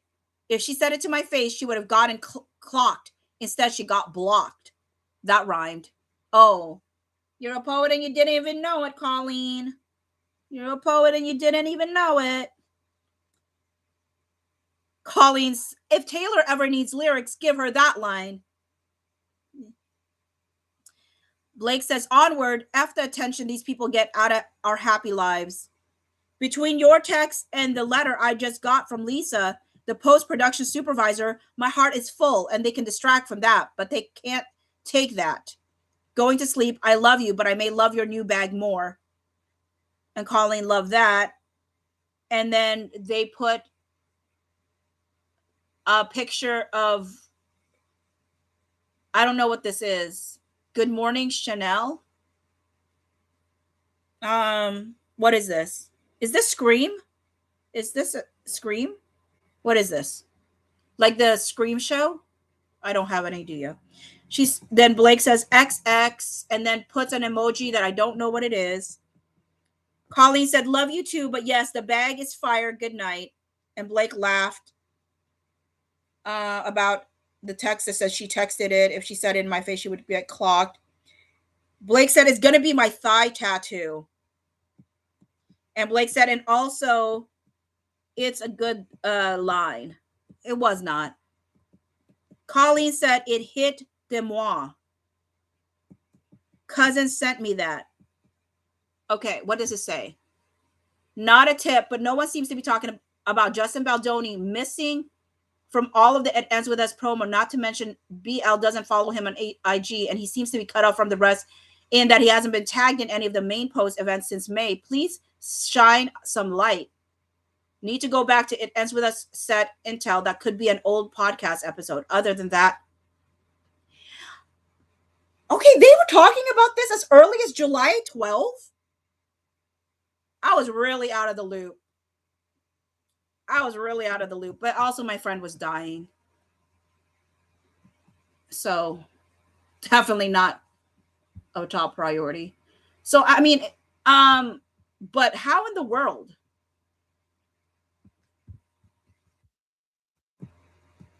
How in the world? Did y'all know this was happening as early as July?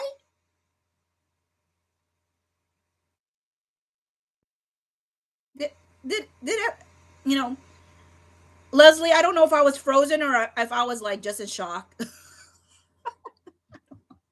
But I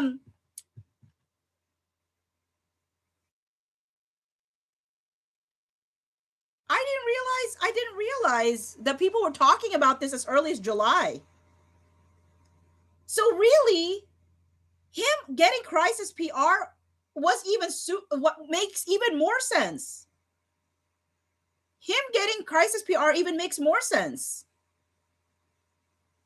I didn't realize that this was all happening this early.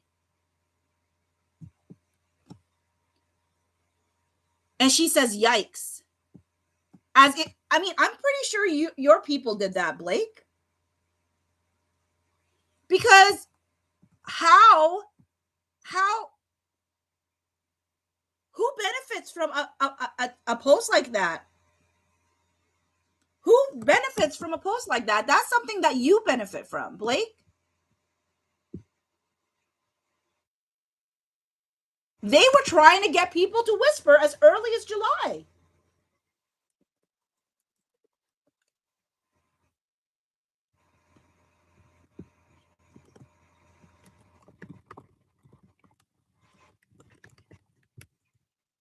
I feel like they were trying a whisper campaign as early as July.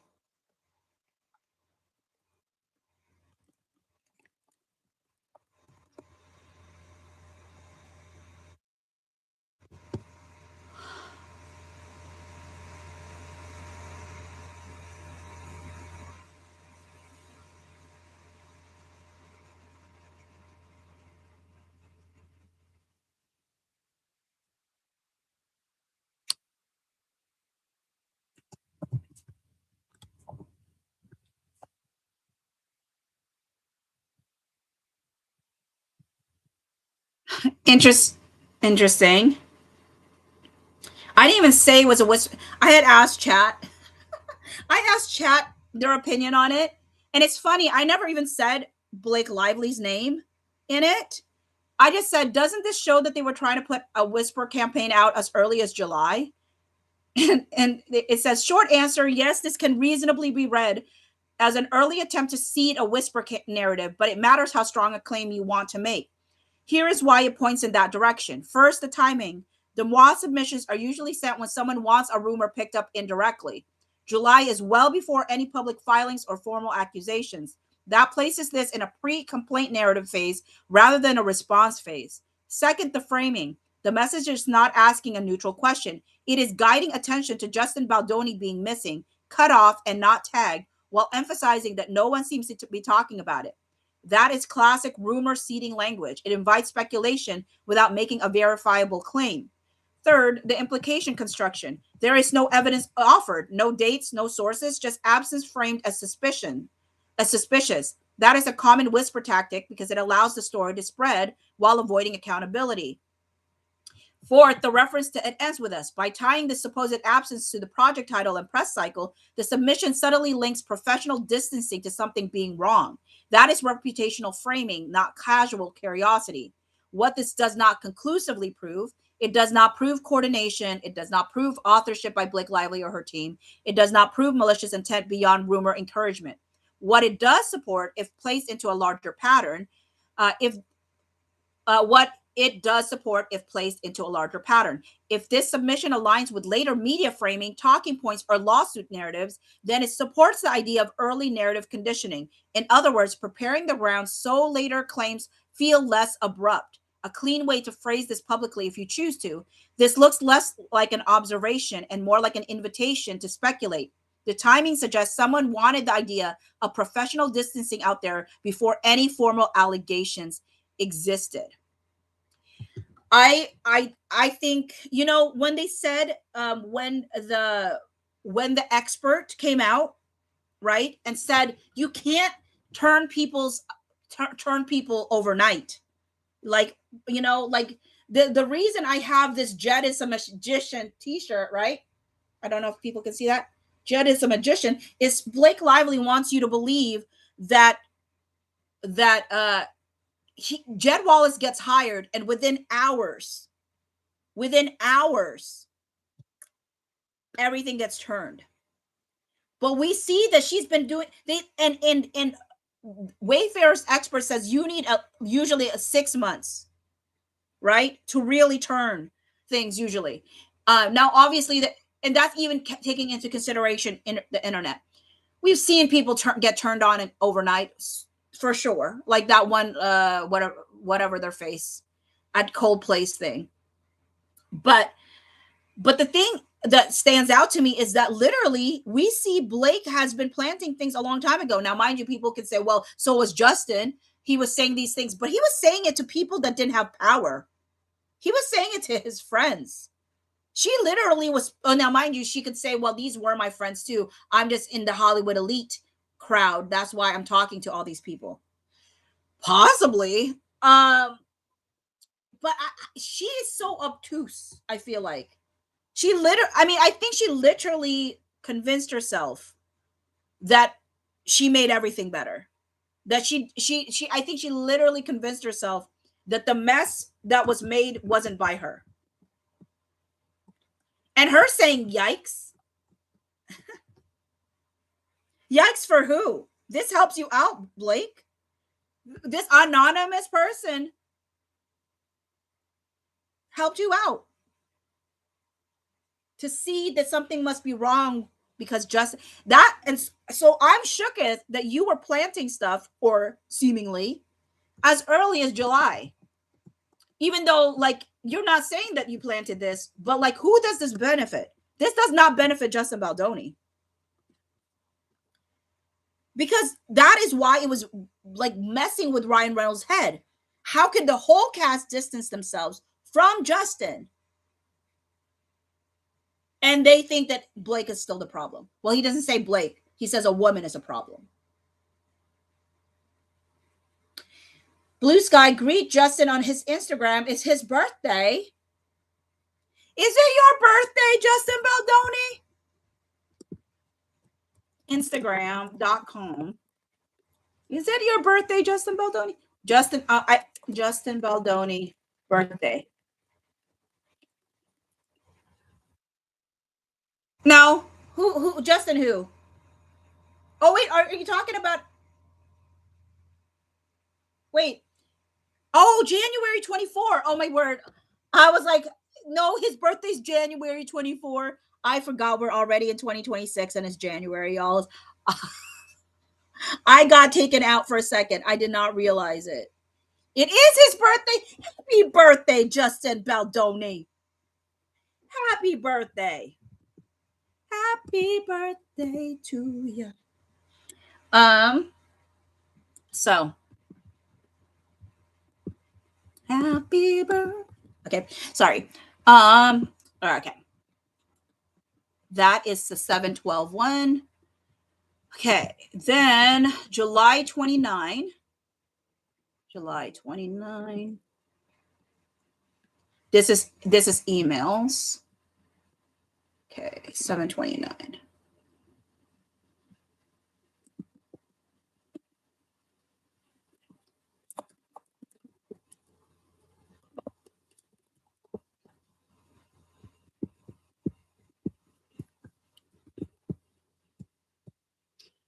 All right, so we'll start from the bottom going up. July 29. Hi, Danny. I wanted to flag. Let's see here. So Omar says, hi, Danny. I wanted to flag that this is the top comment on Blake's latest Instagram post posted 1 hour ago. It currently has 24 likes. It was posted an hour ago and it had 24 likes. It has 24 likes after an hour. Oh, but I guess maybe it's because it's her page. I'm like, that's little, like very little engagement. But I guess if it's negative, you don't want to elevate it by liking it, I guess. Jungle said, it's his birthday. I won't be snarky for the rest of today in his honor. Okay, does anyone find it odd that Justin has been in like zero promo? Some additional ones are beginning to pop up. Is Justin Baldoni doing any press for this movie? Not to be demois, but does anyone have tea on why Blake doesn't follow Justin Baldoni? Where is Justin Baldoni on this promo tour? And from yesterday's post with the baking video, why are you not following Justin Baldoni? Where is Justin Baldoni in all your interviews? Why is he sidelined?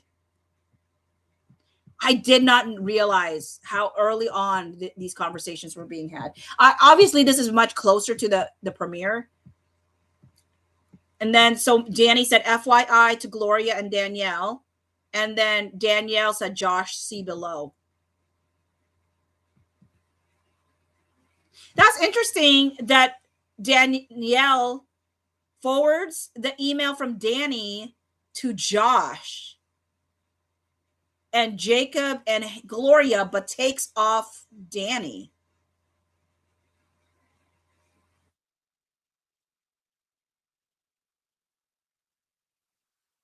I'm trying to understand. I'm trying to understand that dynamic a little bit because there were well, maybe no, it wasn't Danny who said it. It was Leslie who told Josh to say something to Stephanie Jones. Okay, I'm getting sidetracked. Okay, I'm gonna stop talking about that. I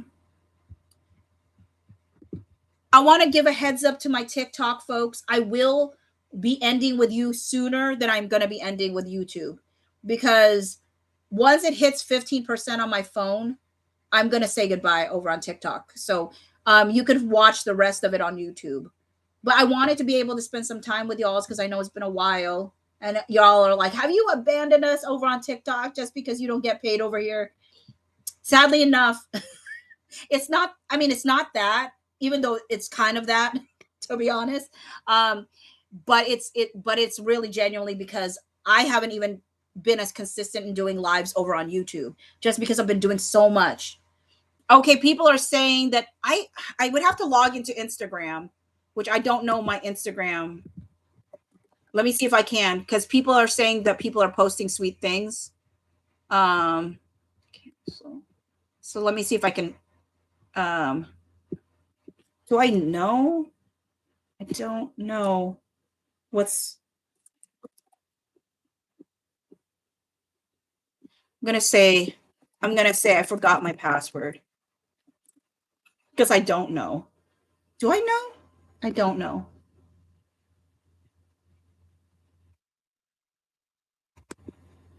What? No account found. I have that account exists.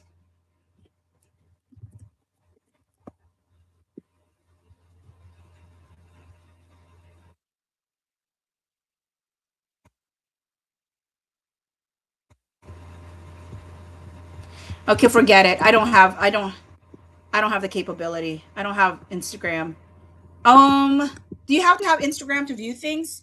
Okay, Instagram.com Justin Baldoni.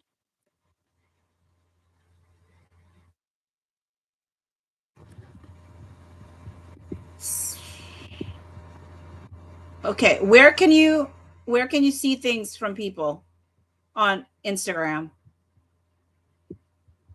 You said Jamie Heath put something, so let me see. Jamie Heath Instagram.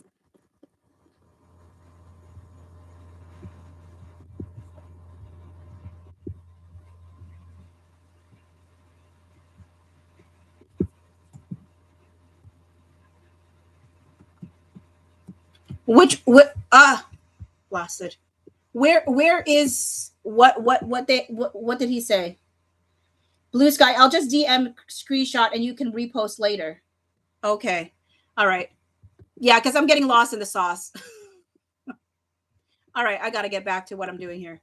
Um okay, July 29, 12:45:94. Okay.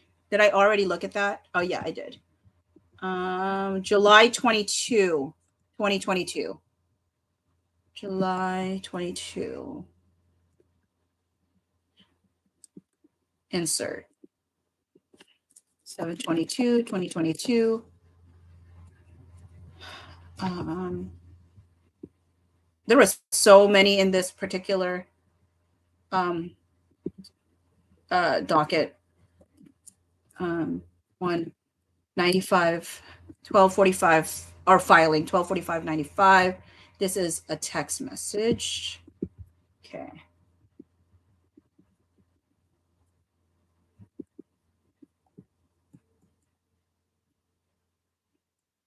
All right. This is between. This is July. Oh, they said 2022. This is 24. Okay. I'm gonna have to move that and over down here. July 22, 2024. Insert row above and okay. I don't know why they put 2022. 24. 7/22, 24. I wonder if I've read this already because sometimes people do the same one, but let's see. Danny, yeah, I already read this one.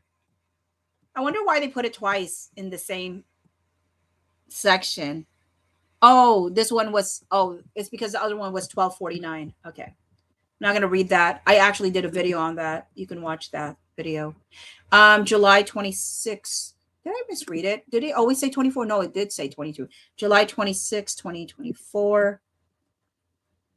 This one. You DM me. Unfortunately, I can't see DMs, saucy nuggets on my computer. But I can send, if you email it to boccegohawks at gmail.com, I can see it there. But for some reason, when I'm on my laptop, if somebody sends me a picture, it just does not let me see it. 720, oh, okay, 7/26, 2024. This is text.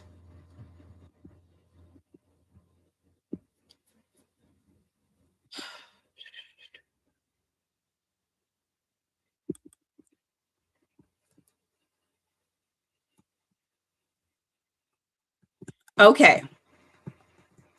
Oh, I've read this as well. I've read this as well. So I'm not going to read this. Okay.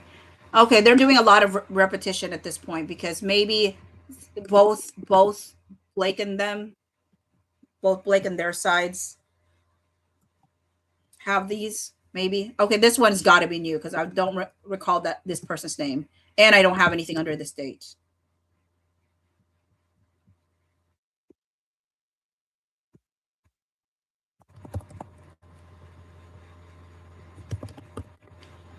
Um,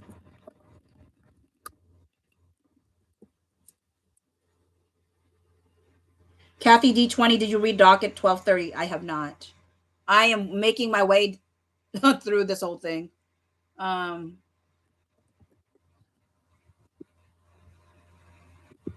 Text.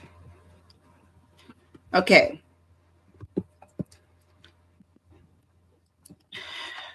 Jason says, "Hey Josh, at the premiere, you told the team not to include Justin in the premiere sizzle. Danielle wanted me to double check since the conversation about him not being involved is getting louder and louder. Okay, get some rest."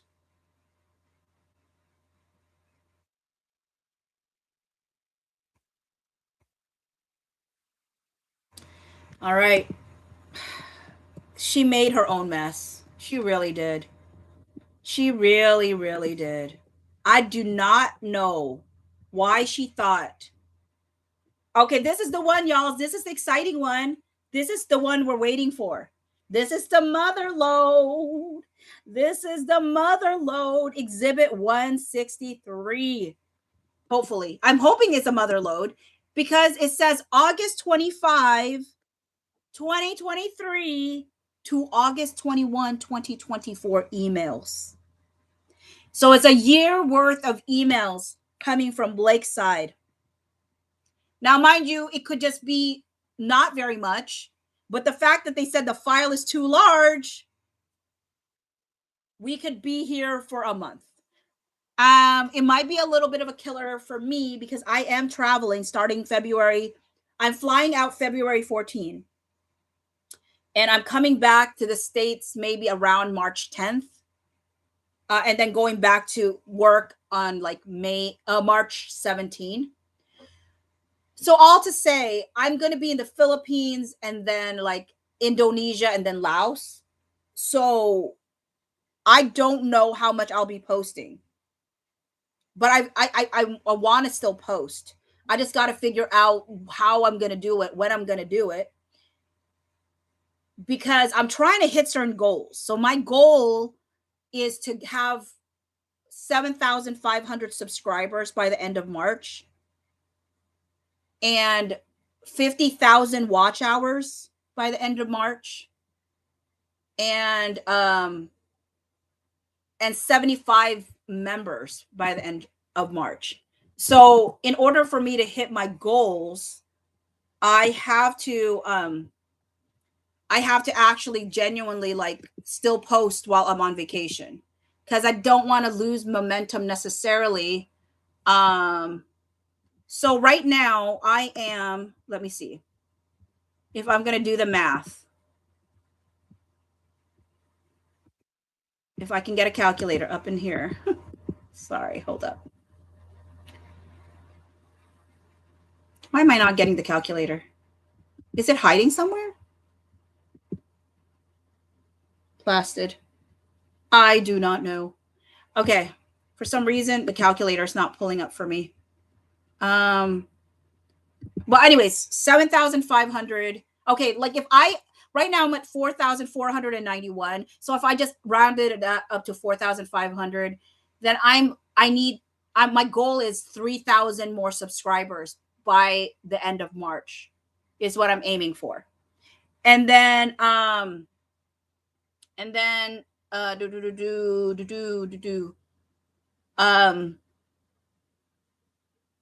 right now my watch hours is 39.2K. So in order for me to reach my goal by March, I would need 11,000 more watch hours. per month. Yeah, and then I have 26 members. So I need about like 50 more members. And I'm trying to, and I was saying like maybe what I'm going to do is like if I do get 75 members, that what I might do is give the option for my members to have like anything I upload from that point forward once I hit that goal is to offer like my long form stuff without ads, because then their membership almost like their membership covers those ads kind of thing situation.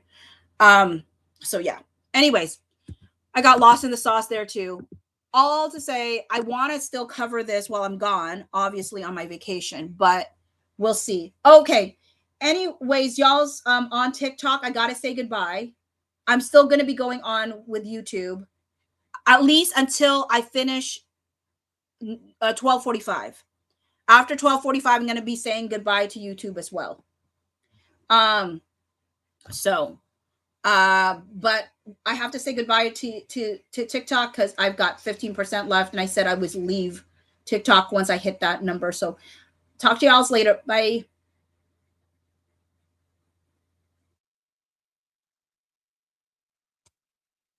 I made 19 cents on TikTok.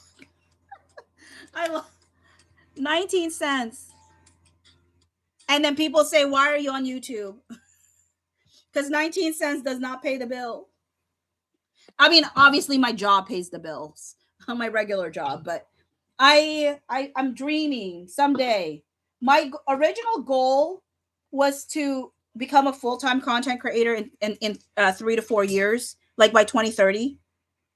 But then I'm like, well, why don't I just dream big and say like in a year and a half, like by 2027. I don't know if that's like pushing it, but I want some stretch goals. Like I want to stretch myself to push myself. Okay, but I'm so excited once this exhibit 163 is made available. Okay, then let's see. Katie Case, Notes of Call. We already have this one too. We already have this one. This has been put in the docket 3 different times already. Actually, there's certain ones that we see multiple times, like exactly the same one. So I'm not going to be reading this. I actually did a video on this that you can watch. Okay, so what else? July 30, 2024. Okay, these are emails, July 30.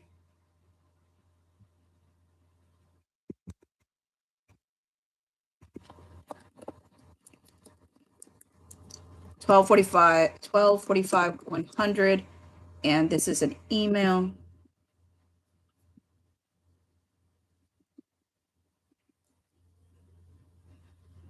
Starting from the bottom,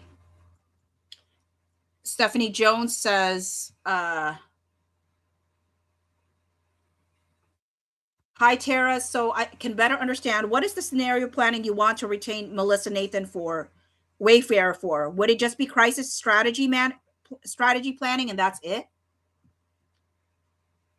Tara said, hi, Steph. Yes, it would be for yes, Steph.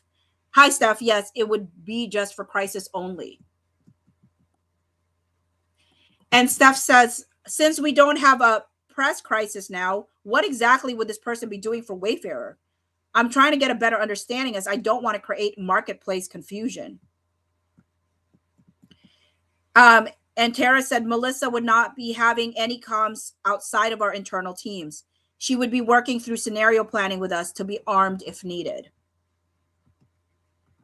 Okay, so you could kind of see the friction between her and Melissa Nathan. Like, she's like, what's she doing? She's stepping on my toes. Kenny Vixen Music said, I aspire to get to where Bocce is now someday. LOL. You know what? Honestly, like, what has helped me do anything, Kenny, is just to know what my goals are. And like, I am such a data nerd, right? And so I just put out a lot of things, to be honest. They said that the amount of views that I get, because right now I'm at 500,000 views for the last 28 like days, which is like they said that's not typically for a channel that has less than 5,000. That's actually less than even 10,000. So usually they said that kind of viewership usually happens if you're like at a mid-sized channel, 10,000 subscribers on up. I think partly it's because I'm really consistent and I just keep doing videos over and over and over and over again. So there's options for people. So there's not like just one video they can watch. They have a multiple choices of, like, if one video doesn't hit for somebody else, it will hit someone else. You know what I mean? So I think that's what it was. But just having goals in your brain and going like, what do I want to do and how do I get there? What's my baseline right now? Like what works, what doesn't? That stays. But the biggest thing for me, honestly, Kenny, is like, who am I? Like, and how do I stay consistent to who I am? Because there's things, I always say there's things I could do that could potentially make me grow faster, but I'm not willing to do it simply because it would be in contradiction to who I am as a person. So I have to, I want to grow quickly, but not so quickly that I sacrifice who I am as a person. I'm not willing to do that. I want to keep in line with my own integrity, and stay true to who I am. So, um, and that sometimes means slower growth, and that's okay. Okay, I'm not gonna put this one. I'm just looking for texts and emails, really. But sometimes I just want to look and see what they are, even if they're not texts and emails. Okay, Exhibit 170, 93 messages between Brianna and Katie Case. Okay, so this is 8/4, 8/4, 2024. 12:45. And this is a text.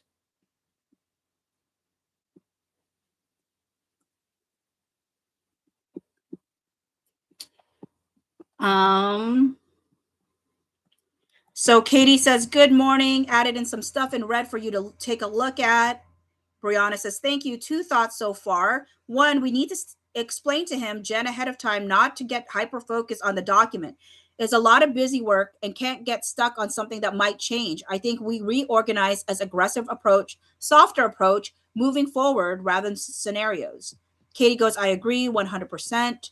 Brianna said, I may just need help drafting the line for tomorrow as I have to call, and there's redactions there. And Katie said, I think we just focus them on the one like for his junket tomorrow. I'll draft it if I already have it in my head. And Katie disliked that I may need help drafting the line for tomorrow. And Katie Case, I wonder if, and then redacted. And then Brianna said, yes, only need an on E-line or online.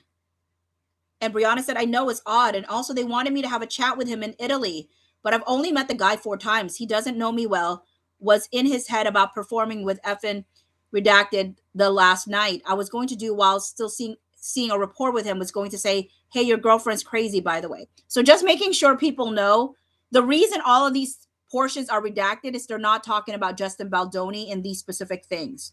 So when Brianna's talking, she's not talking about Justin. But obviously anyone with context clues ability knows that because he doesn't have a girlfriend, he has a wife, but it's not about him. A lot of the things that they're talking about in the beginning are not in regards to him. Katie said that's super inappropriate. They're kicking the can down the road so they don't have to do it. Brianna said, lastly, for the JB doc. So now they go back to the whole Justin Baldoni. So they're talking about multiple things at the same time. Lastly, for the JB doc, I want to say that there are angles we can focus on to show the risks presented when an actor is given complete control over a film, pushes director out was a clean way to say that. And Katie Case says something that's redacted. Brianna said essentially as a warning. Katie said, I'll work on this. Katie says there's a process for the purpose of maintaining the film and crew's integrity. When that gets interrupted, it causes job loss, confusion, and disjointed final products. Given the amount of love the fans have for the story and the importance of telling it, JB and Wayfair fought to maintain this integrity to present the best possible outcome. Unfortunately, BL wanted to turn this into a passion project to suit her own needs and career. Brianna said, yes, I like this. Katie said, because this is kind of what happened. Brianna said, I don't know what else to include for moving forward. I think only like a line or two. But do you agree that document is cleaner now, less back and forth of what if that I feel he was too focused on? Katie said, I think so. I'm going to do a bit more work in it so that he doesn't focus so much on it. Katie says, I think today is really about hearing his side of things, though. Brianna said, okay, thank you. I agree. Like, we know what to do if and when needed. Katie says, God, I can't wait to be trapped in a room with Jen Abel and Matthew Mitchell for 6 hours. I don't think we share this with him today. I think we send the messaging points for tomorrow to Jen and the team, but I think we send this doc when we have all the details from today. Otherwise, he'll get bogged down and freak out. Brianna said, no, we don't. We can send agenda of a few bullet items. Go over contacts of other complaints his side. Go over draft statement for tomorrow. Go over any other questions he has planned for premiere. Brianna said, I'm so pissed about this. I'm going to have 2 screaming kids at 6 p.m. in the middle of dinner and bedtime. I love that he's so anti-patriarchy, but then does the most man thing. Katie's case says, I'm so sorry about this. Also very typical of Jen, who has no children, to try and show value, but suggesting this meeting at this time is so inappropriate. Brianna said, whether you have children or not, we all have husbands, family, personal time on a Sunday night. Nothing is breaking tomorrow. 8/4/2024. I guess that's true. Nothing broken on 8/5, but like little did they know. Little did you know, Brianna, this was gonna take the way that you had.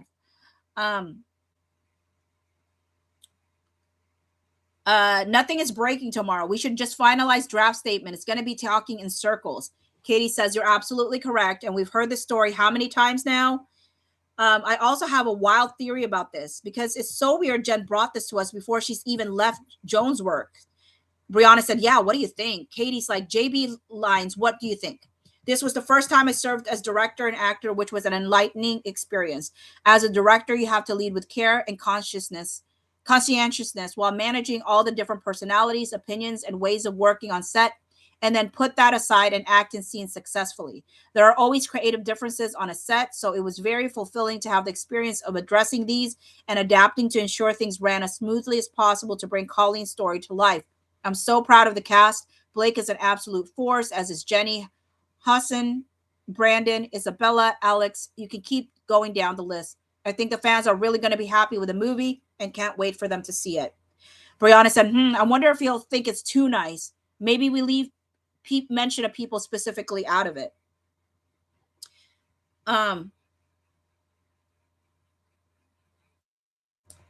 Brianna said, JB lines, what do you think? This was the first time I served as director and actor, which was an enlightening experience.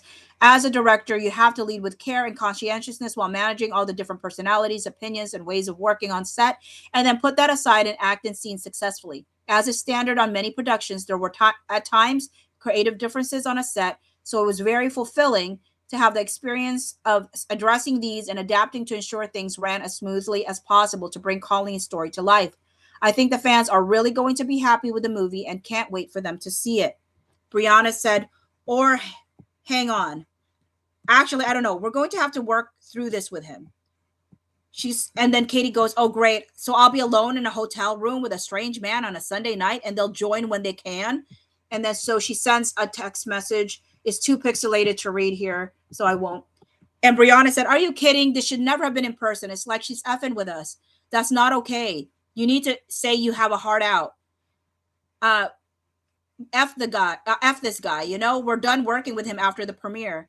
Katie said, this is weird, right? I'm sure he's a good dude, but this is so dumb. I'm going to have a heart out at 8 p.m. That's 2 hours. It's Sunday night.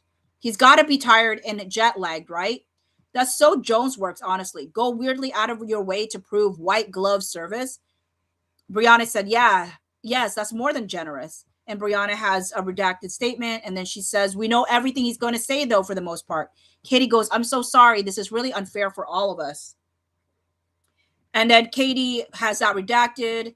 And Brianna said, Katie, you're a hardworking woman with a husband. And Katie said, yeah, ha, ha, ha. Brianna said, it doesn't matter unless a complete crisis. This is not appropriate. Brianna, it turned out to be a complete crisis. You just didn't realize it then. Katie, you're correct. I'm not joking. This is textbook Jones works. Thank effing God. Brianna said, I'm pouring myself a glass of wine to sneak off camera. What? And KDK says, okay, then and then Brianna said, this was dumb oversight. If they knew they'd be landing around now, were you already in transit there? Katie said, I was literally just about to leave. And then she said, just in full effing glam in my kitchen, and then laughing. And Brianna said, I'm dead. And Katie said, legit, I ironed a pair of pants for this, and I'm so effing happy. Well, she said shoot and then happy. She changed it. But also she probably was like, Justin, this random girl you just met is coming to your hotel room. And he was probably like, no. Yeah. That yeah. So somebody had asked, didn't he not want to do it either? That's right. He said no. And remember how like they asked him in his deposition, have you ever had a random woman be in like your in a hotel room with you? And he said no. He's like, I can tell you I never had one before my wife or after my wife that wasn't my wife. And this proves it, right? Once he found out that it was going to be just like, he's like, no, no, thank you. I'm a stinking lot. I will not be okay with this. So he said no. He said no, no, thank you. Let's reschedule. Brianna said, what an idiot she is. Also, did you get my text in that thread? Does 7:30 work for you? Brianna said, ugh, I mean, yes, LOL. And Katie says, I know. Brianna said, I didn't know you were waiting for just Jen and Matthew to confirm. Katie said, I don't think this went through. Okay. Yeah. It's kind of interesting because when they had asked him, so you've never had a woman come up to your hotel room before you were married? And he said, I don't think I was ever that confident. Which was an interesting. He's like, no.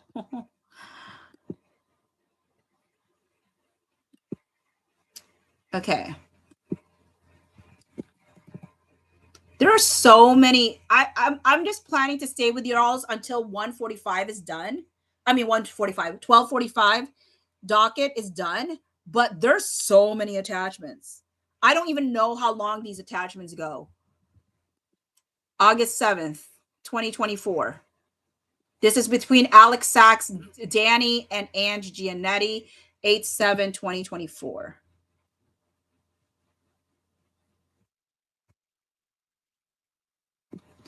Let's see here. 8/7/2024, 12:45, 03. It's already been 2 hours and 27 minutes on this thing. Sorry, y'all. Okay. So she says, Alex Sachs says, just got this from our hair department head. And Ange says F. Alex says, this is now realer. Danny said, ugh. The unfollowing has really picked up today. Ange says, Rolling Stone, yeah. Alex says, okay, more intel. These are my hair and makeup department heads. Okay, let's see if we can see these ones. How bad is it? Oh, that's really bad. Really can't see it very much, but we can see a little bit. Thank you so much, Rob. Let me know if you choose to speak with her. Really helpful to have this. Maybe it's not my position to do so. My loyalty is to you and the show. They sent the same exact message to an additional artist we hired for a few days on job just now. So they must be going through IMDb. I told her there was nothing to say, and she agreed. Appreciate that, Rob. Thank you both. What does that mean?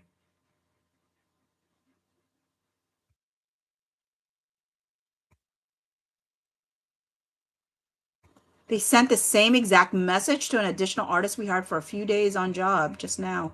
Interesting. Okay.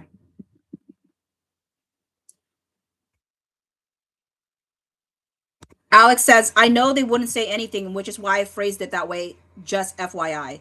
Ugh, why did everyone have to effing do that?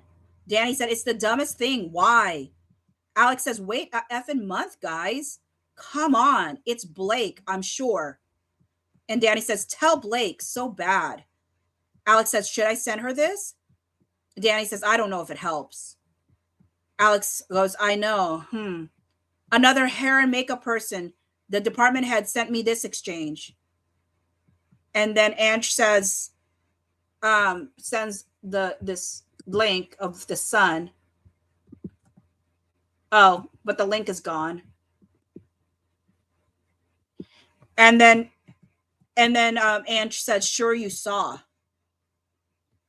So again, they said that Alex Sachs for a while served as like almost a double agent.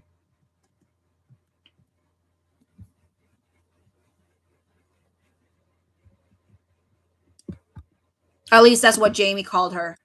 Like she played both sides.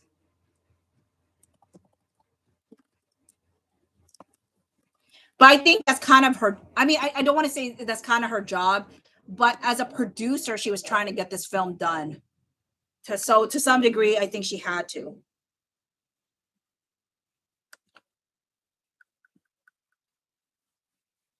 Do you hear how low that plane sounds? Literally, it sounds like it's over my head. If this plane crashes on me, I know that's morbid. That sounds way too close for my comfort. Why is it that close to my head?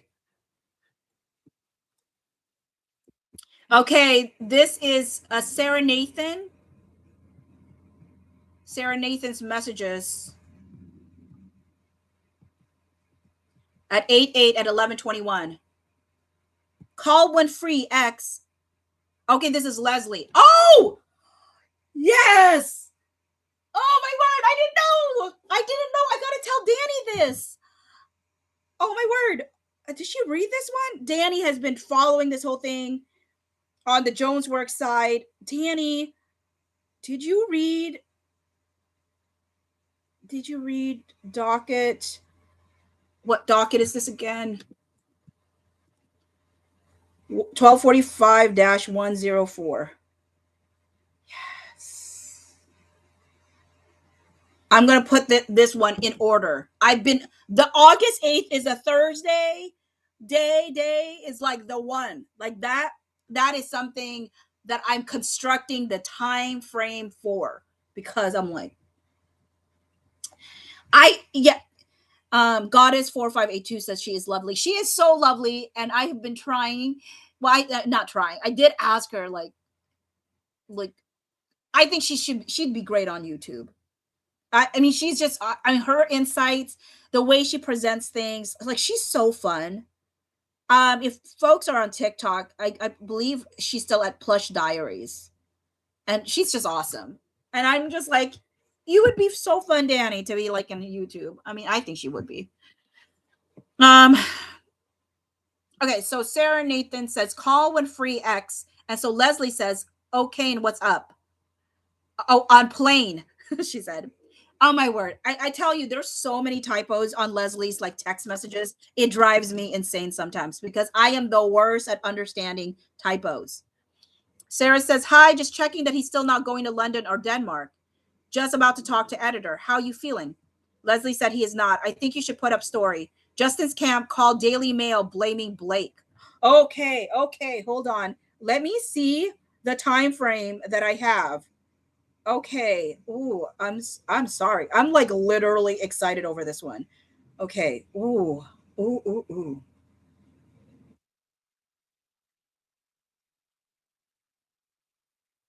I want to line it up with what was happening on the other side of things.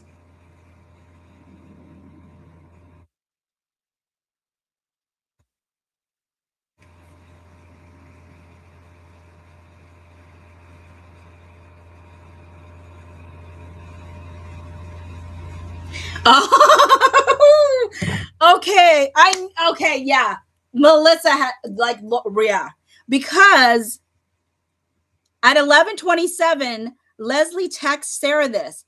I think you should put up story. Justin's camp called Daily Mail blaming Blake, and Sarah's like on it. And literally, when she's texting Leslie Sloan saying on it, she's texting her sister. What in the world did you just do? That's when the sibling fight happened because Melissa was so offended that she thought she did it. She's like, excuse me, I would never. um That is so wild. So she literally, the minute that Leslie said that, she's off texting her sister, like, what did you do? Why did you break? Why did you say that you, why are you blaming Blake to the Daily Mail? And Melissa's like, as if. Why would I do that? That is stupid. Yeah, anybody who said that they concocted this, that Sarah Nathan was pretending, no. I said there's no way. It has to be Stephanie Jones that leaked it. Because and the reason I'm sure of it is because of all the texts happening at the same time. Like you can't, and plus keep in mind folks, they never thought these text messages would see the light of day. They never thought that the world would see it. So like Sarah and Melissa were talking about this way after she had stopped talking to Jen Abel about it. Cuz she was still really mad at her sister. She was still mad at Sarah for thinking that she did that. She's like, that's so stupid. Where's the strategy in that? Why would I do something like that? That doesn't even make sense. Now I have to talk to Daily Mail. So, Mary said, yes, need texting overlap laid out, please. Someone with skills, I'm begging you. I mean, I already have, Mary, but now I have even more texts to show truly the overlay. It is wild. It is wild. It definitely, I mean, and now I have more things, Mary. Like now I'm so excited. Like I literally am like super, super, super, super. Hey everyone, did we send Baji chicken nuggets or not yet? Oh my word, you know what? You're not wrong. Maybe I should because I genuinely am hungry. And I did love the chicken nuggets last time that I did. Okay. I told folks that I'm only staying here until I finish 12:45 and it's like they have so many things on this docket. Okay. So then it's okay. She says, I need Leslie says, I need artist sauce. Whole cast isn't speaking with him. And they had spectate screening rooms. Oh my word. Separate. It's separate. Okay. Separate. I cannot. I cannot with her misspellings. They had separate screening rooms at premiere. Everyone but him was with the cast. His cult. She said his cult had their own room. His cult. Stephanie is a lion C word. Okay. So she texts that at 11:29. And let me see when Jen sends that to her sister.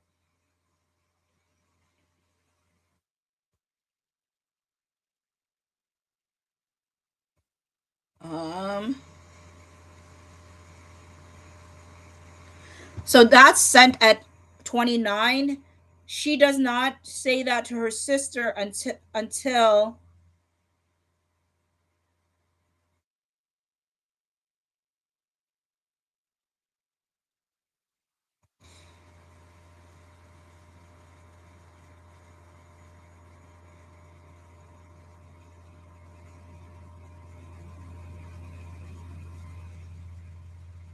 interesting. She's texting with her sister a whole lot, but she doesn't bring up the fact that Leslie brought up Stephanie at the 29th mark, 29-minute mark.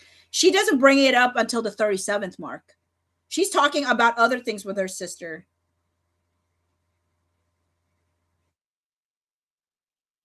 That's interesting. Okay.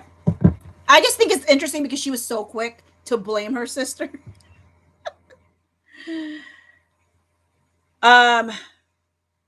I think she was working through that with her sister first before she was able to say, okay, I guess it's Stephanie. Maybe she didn't bring it up because she felt bad that she accused her sister. Maybe, I don't know. They have a funny relationship. I mean, they have such a sibling relationship. You know what I'm saying? Sarah said, yup. And then she liked that I need artists sauce, whole cast, or something. I don't know what it's saying. Then Leslie said, Blake is a producer on the film and she has put her heart and soul into this. She has said this to everyone. Please find quote. The film is so important and needs to be seen. And Sarah liked that that statement and said, "Any, am trying to hold off for now. Let's see." And Leslie says, "Thank you. Let me know."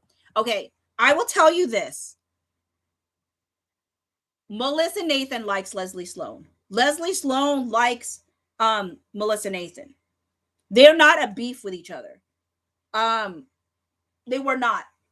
Now, Leslie's main focus is just Blake. She just wants Blake to always look good. That's her job as a PR person.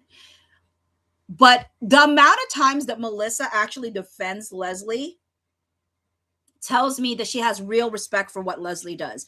But who she does not have respect for is Stephanie Jones, and neither does Leslie Sloan. Mary said, "You are so epically heroic." Thank you, XO. M. Thanks, Mary. Thank you for the super chat. Okay, so then it says, Leslie says, Daily Mail holding. I scared them. Okay, let me see when. I know that Sarah said that too. So let me see when it says, when she says that to him, to them.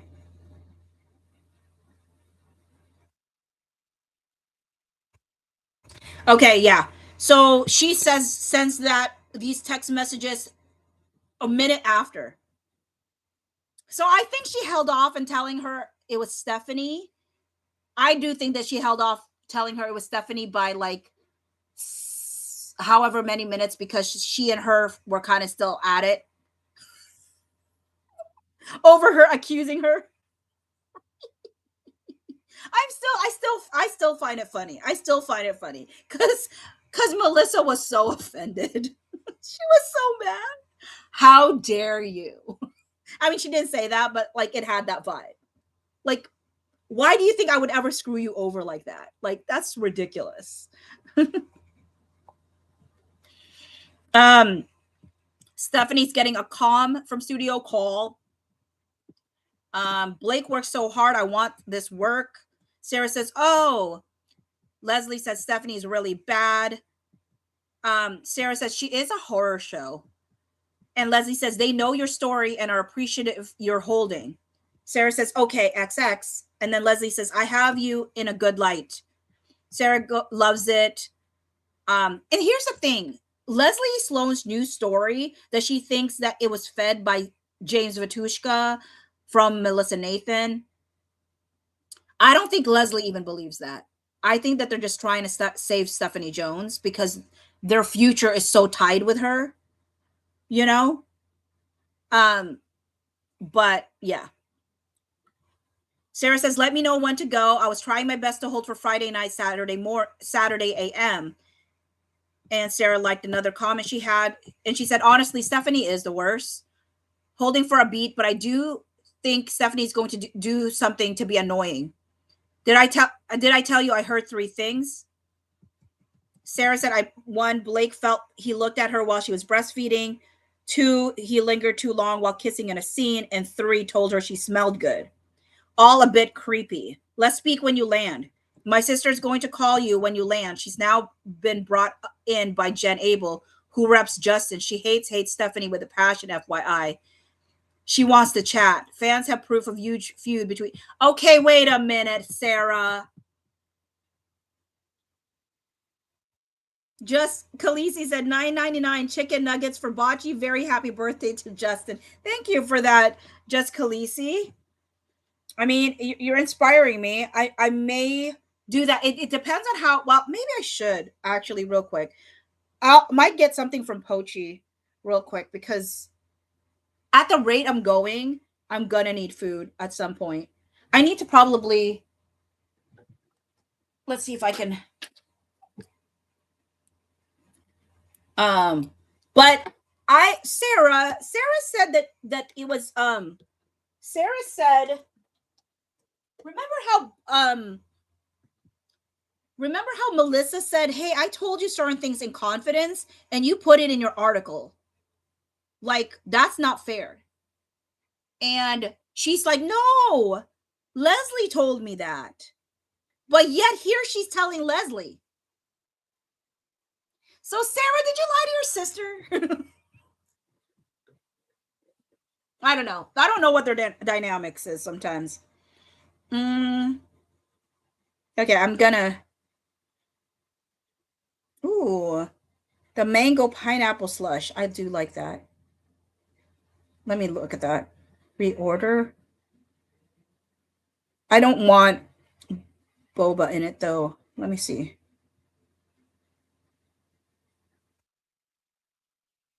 Hey, let me go in. Whoopsie. Edit. I don't want any boba on this one. No toppings. Okay, sorry. Um. Oh, perfect. Okay. Okay.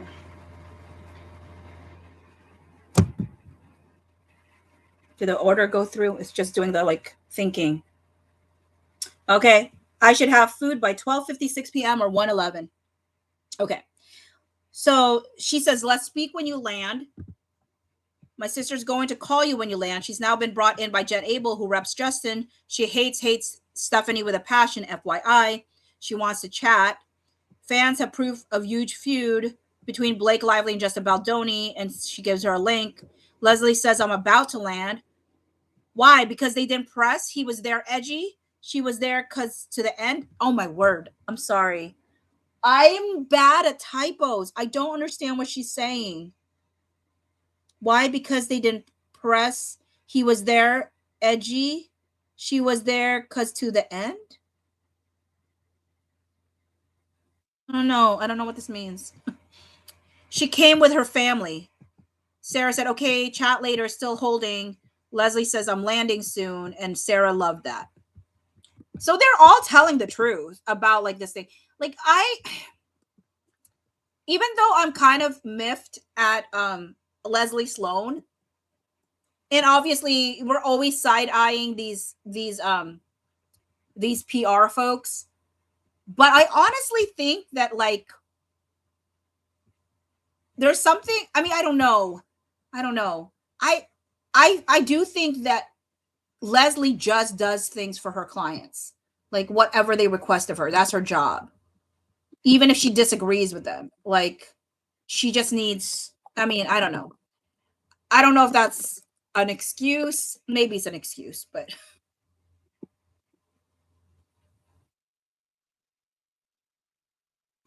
yeah, this is the day that they were telling Stephanie Jones to to to not speak, to not whatever. Okay, this is yes, yes, yes. This is the piece I was waiting for, y'all.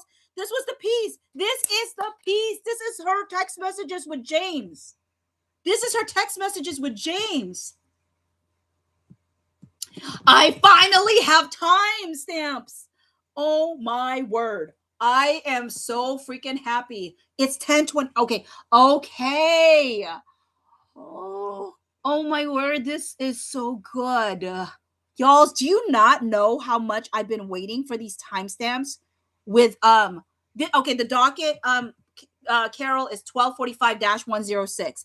I am so ecstatic. Oh, I got to say this to Danny too. Also, docket number 1245-106.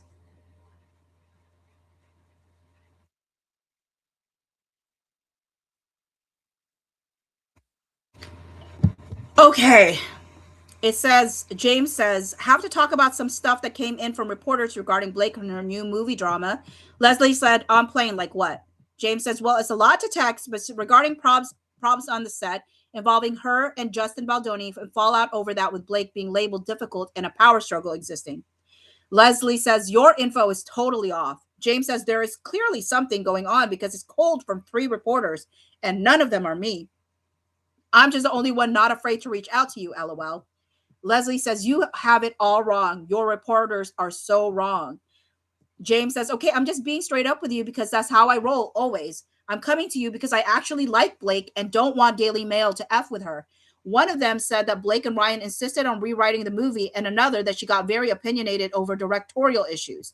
Do you want to ring me when you land and I'll tell them that they need to hold off on anything for a few hours because her rep is unavailable and need to at least get no comment? No one knows that we speak, just that you would read emails from me and respond.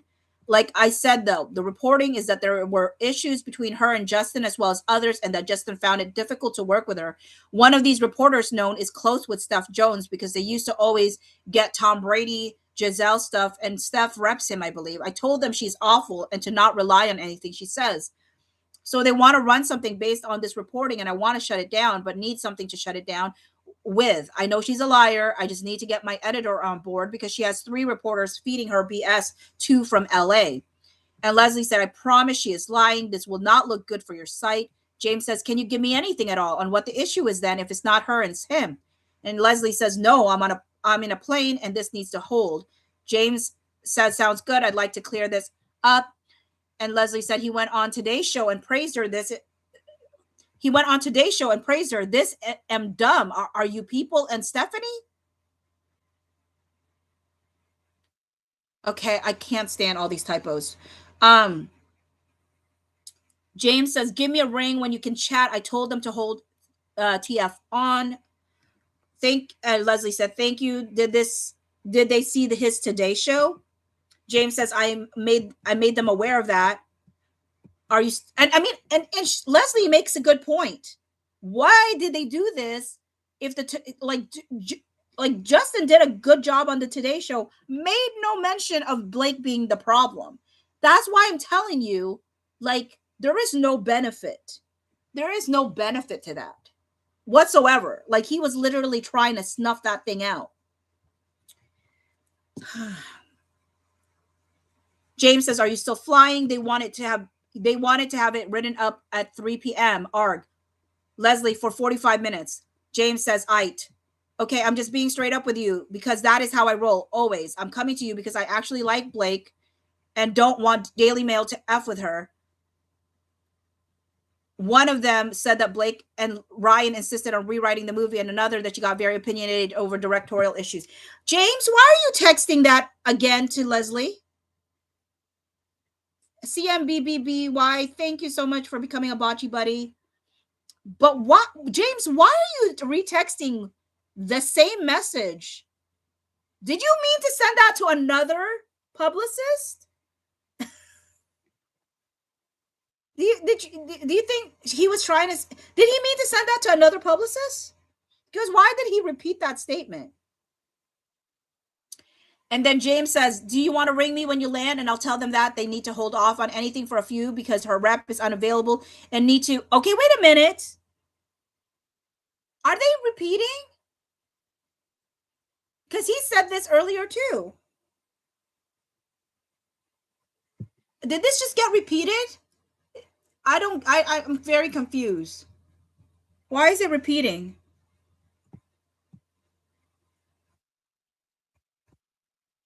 James says, okay, now over here is new stuff. Okay, can I just say no comment? I'm over dealing with this today. And James says, not you, but I've had a day. Not sure how we got disconnected. Okay, wait a minute. Okay, I'm very confused. Who is he writing? James says the sweetest voice ever. Little guy 12 is the black and white one that just and redacted with a heart. The other is little buddy. He's 5. I'm convinced Emma to kill the reporters BS Blake info, and she asked them to reveal to her who their sources are and how they would be privy to such info. I shut it down, and we're going to discuss tomorrow what we're going to do since Steph Jones fed us lies. Okay.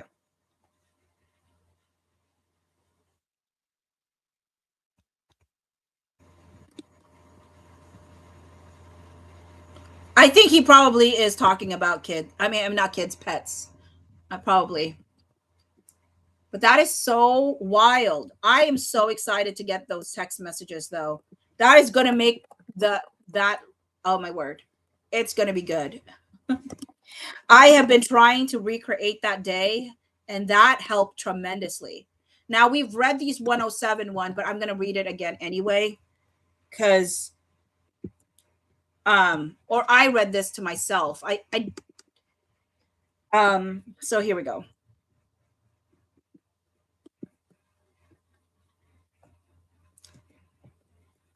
So Leslie says, "Hey, my emails are funky, jealous, about to open. Page 6 is going as they know about Daily Mail. Supposedly Stephanie Jones is planting stories about against Blake. I got calls, well, text. Danny said, no, they're going today. No, they're going today. And Leslie said, yep, like now. And Danny was like, mm. And then Leslie said, Stephanie has been calling around saying Blake stuff. Danny said, what is the Daily Mail story? I haven't seen. And Leslie said, not up yet, but saying that Blake and Ryan insisted on rewriting the movie, and another that she got very opinionated over directorial issues and that Justin found her difficult, blah, blah, blah, blah. Page 6 is now going as they heard about this. I'm so pissed on a Justin. Oh, Justin posted the trailer. Okay, I still have page 6 holding. Please call Stephanie and tell her to cut it out as if the Daily Mail runs it will not good. I texted Josh to shot get down as well. Danny said, I told him too. Leslie said, my existence now is having page 6 hold. Stephanie is an a-hole. Danny said, LOL, huge a-hole. Leslie says, how's it going? Danny said, good, late, but not unbelievable. Leslie says, KK, I got Daily Mail to hold. I'm losing my mind. Danny says, you're doing the Lord's work. Leslie says, LOL, I want this film to work. Why is she running cats, food, or outfits? Did we make up the lost? Did we make up the ones we lost? In New York. And Danny said, glam and talking delayed us. Well, yes, clothes, but not as much food today. She's totally fine, making it work. Agreed. Leslie said, not clothes and food. LOL, how Jamie doing as she's not used to this? The best. Okay, here's the thing. This is the reason why I am side-eyeing Josh Greenstein. Or, however people say it. This is why I'm side-eyeing Josh. Look at this. At 12 p.m., they're at GMT -4, right? Leslie says, I asked Josh, explicitly read what this says. I asked Josh to call Stephanie and say, I would just say you were informed that she was speaking with sites about the bad blood between Justin and Blake. Say this will hurt the film if true, and that you are sure is just a rumor, but your team is totally on top of this. You can't yell, scare her with kindness and manipulation. I want you to remember the words she used. She said she asked Josh to call Stephanie. I asked Josh to call Stephanie and told him to say these specific words. Now, I want to read something to you from Stephanie Jones's lawsuit. And actually, hold on. Stephanie Jones lawsuit. Stephanie Jones versus Abel.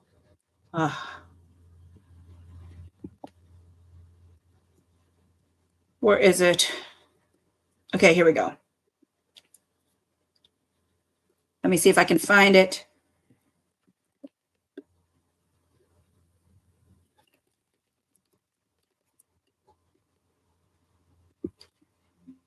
Okay. I hate it when the pictures are not what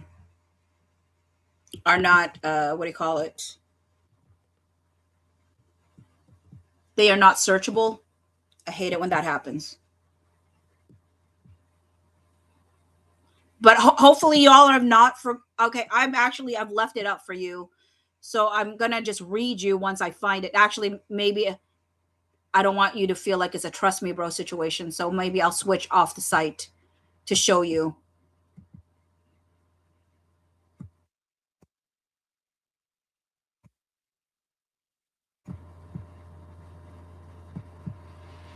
And to me, it's the timing.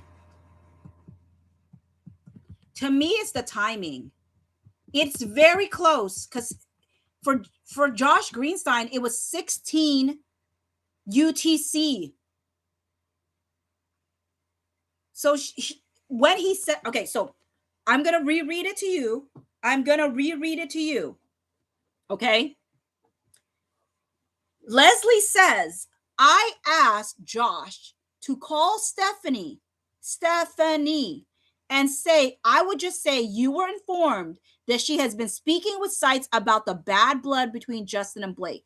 Say this will hurt the film and that you are sure it's just a rumor, but your team is totally on top of this. You can't yell, scare her with kindness and manipulation. And yet, look what Josh did. Josh Greenstein texts Jennifer Abel and said, hi, Jen. Been informed you have been speaking to sites about bad blood between Blake and Justin. He was good on Today's Show. If a negative story breaks, it would hurt the movie. Not Josh Boswell, Josh Greenstein. Or Greenstein. I don't know the proper way of saying it. But do you notice that? Do you not think that's weird?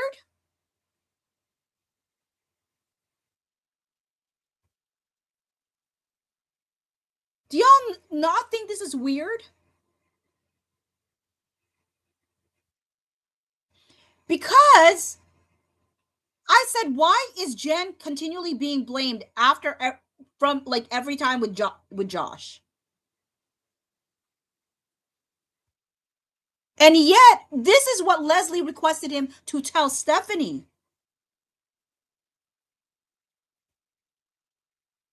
He probably confused them. How could he confuse them, Carol? She literally said Stephanie. She literally said Stephanie. She said Stephanie. Why would he say Jen? Docket updates. Carol says Jen Abel was the lead person. She's the lead person internally, but she is not the lead person in the directory. The lead person in the directory was still Stephanie Jones. The lead person in the directory was still Stephanie Jones. And she even says that. Stephanie Jones even says that, right? I'm telling you. And mind you, it could have been a fault in him, but okay. But Stephanie Jones comes back and said, Josh never told you that. And then later on says, well, maybe Leslie, maybe he did, whatever. I don't know. I just think I just think, I don't know.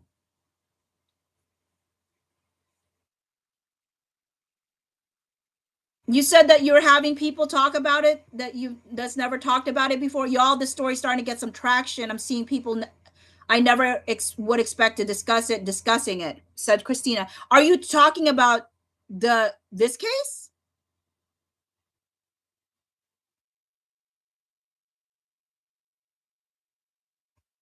I don't know. I just wondered if he got to talk to Stephanie and Stephanie accused Jen, because she says in her lawsuit, Josh rightfully accuses Jen first.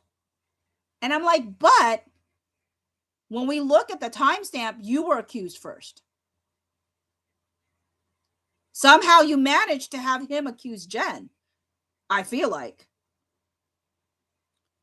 Shannon's 4999 said, could be collective you meaning Jones Works. But the thing that gets me, Shannon, though, is literally like Josh was requested to speak directly to Stephanie. Now, mind you, again, it might not be a big deal, but I always found it suspicious. Like, why is he coming at Jen that way when it's clear that the directive was to talk to Stephanie Jones? But then maybe they didn't want to speak to Stephanie Jones. Maybe that would be it, to be honest. Okay, let me see what it says here about my food.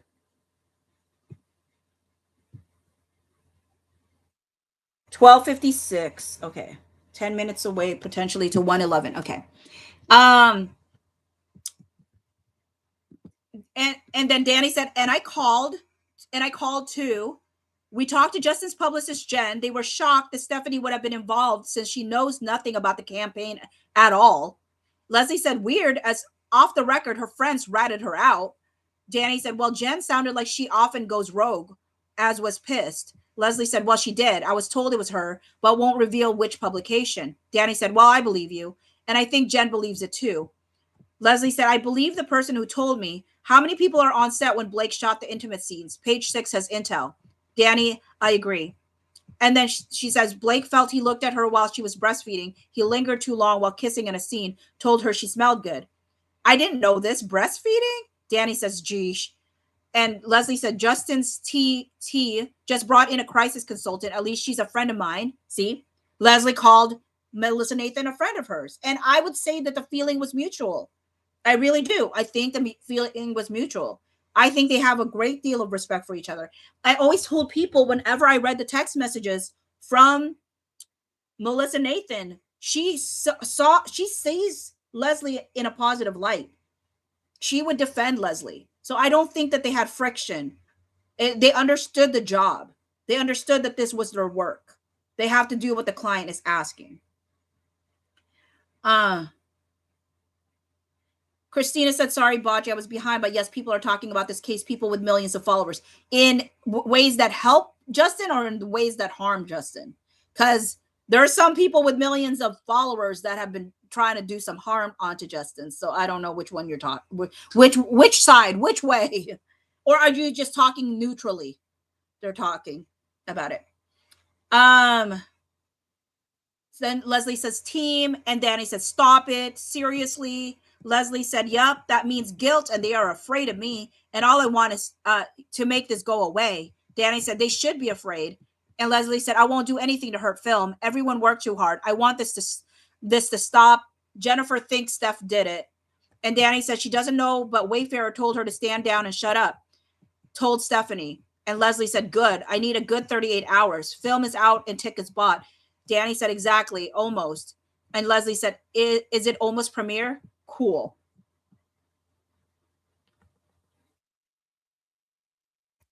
I do think it's got to be Stephanie, because I think none of these folks wanted smoke. Like, none of them. Everybody was just trying to get paid and move out. Like, and people who said, well, Melissa Nathan did this because she was trying to secure a job. And I'm like, look, she secured it. She already secured it. And you could see her team didn't even want to do the job. You know what I mean? So that does not fly. They weren't trying. They had no desire to work with Jones Works. Okay. They already were hired. They're already at a retainer. This is not Melissa Nathan's doing. This is not Jen Abel's doing. This is not, I don't think it's Leslie Sloan's doing. I think it was Stephanie Jones. She lit the match because she thought she was losing her employee and her clients. And she wasn't wrong. But also this beef and this tiff that she has with Melissa Nathan, I think, like, made her go bonkers and do something stupid that ended up harming Wayfarer in the end. And I had a video early on in my TikTok days around this part of Stephanie Jones. Because when I read Stephanie Jones's lawsuit, I made a video and I said, Stephanie Jones is the villain. If there was going to be a villain, I'm saying Stephanie Jones is the villain. I said, because I read her lawsuit and what she said in her lawsuit does not match the evidence she included, like the screenshots. I said, if you put the screenshots, if you put the text messages in the order that it was actually said, her narrative does not line up. Her narrative does not make sense. So I don't trust this person because I think she's a liar. Because there's no stinking way that her story of what went down and then using the text messages the way that she did makes sense.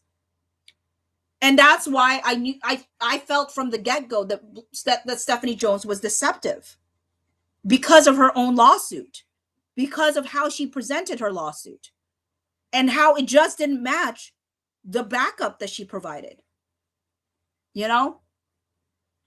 So, um, okay. I'm at, let's see, exhibit 176. Okay. This is on 8-9.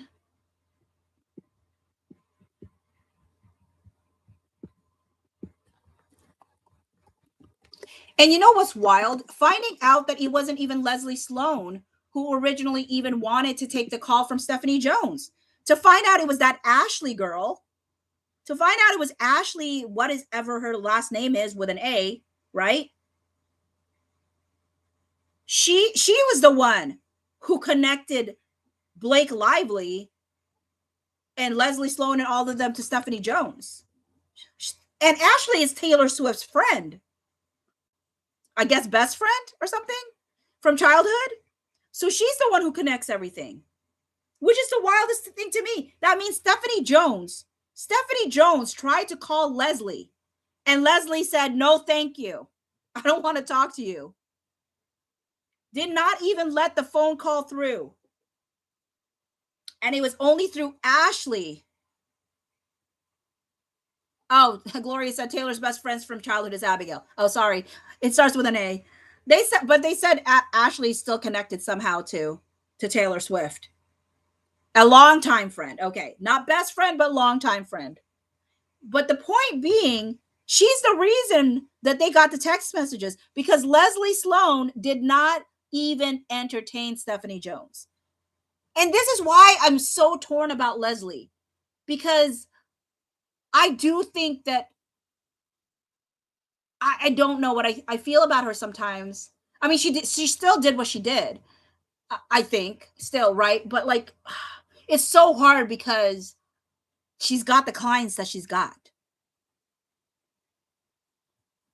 And I don't think I could ever be in PR if it meant like selling my soul. You know what I mean?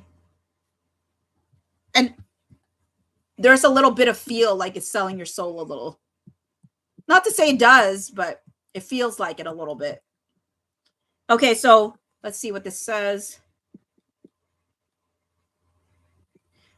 On August 9th at 9:53 a.m., Stephanie goes, "Good morning, Jamie and Tara. I've sent several incoming press requests we have received last night and this morning, my time in London. I'd like to have a quick call to align on our Justin Wayfarer communication plan this morning. It's crucial that we all share a unified understanding. While I'm not engaging with the media regarding Justin or Wayfarer per your direction yesterday, I do need to reach out to Sony and Leslie Sloan. Your note yesterday mentioned false accusation involving my name, and it's imperative that I address this. I cannot allow a misleading narrative to take hold. For nearly 8 years, I have fiercely protected JB, and I won't stand by while any suggestion that either myself or Jones Works is acting inappropriately gains traction. Please let me know when you're free to discuss. My goal is to ensure we are all on the same page moving forward. Thank you, Stephanie Jones."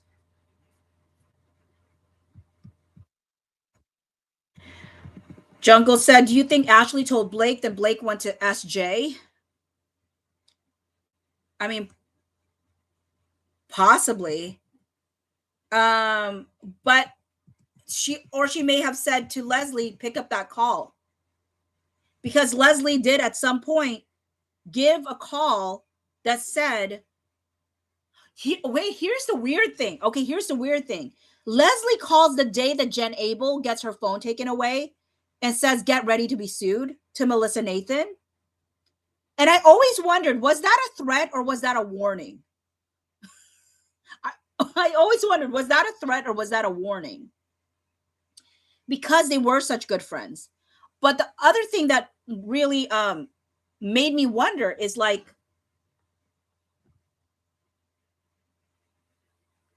that day that happened like, so did Stephanie Jones reach out on the same day to Ashley? Because why would Leslie Sloan call on the day that Jen's phone was taken away? Unless the offering for these text messages happened prior to even taking away Jen Abel's phone. because Blake Lively was saying as early as August 9th that she felt like her and Warren were talking as if they had inside intel already as early as August 9th, which makes me think that Stephanie Jones got all mad and went scorched earth and reached out already somehow. I feel like reading Warren's text messages and seeing what Blake Lively was saying on August 9th, I feel like Stephanie Jones had already reached out at that point. And it does prove, it could potentially prove Jen's point that she was already looking at her stuff way in advance. So on April 9, August 9th, it said, I'd like to set a call today for us to talk, please. Tara, would you mind facilitating a time that works for us three today? In the meantime, I remind us all not to contact, respond, or reply to anyone under any circumstances, including Leslie Sloan and Sony. Thank you, Jamie. Tara said, absolutely, we'll get a call set. And Stephanie said, I'll make myself free. I'm on vacation, can talk whenever works. Now, some people said, like, why was Jamie Heath so adamant that she couldn't talk to Sony and Leslie? Like, people are like, it makes sense for her to not talk to the media, but what's the harm in talking to Leslie Sloan and Sony? And frankly, I think that's a great question. You know what I mean?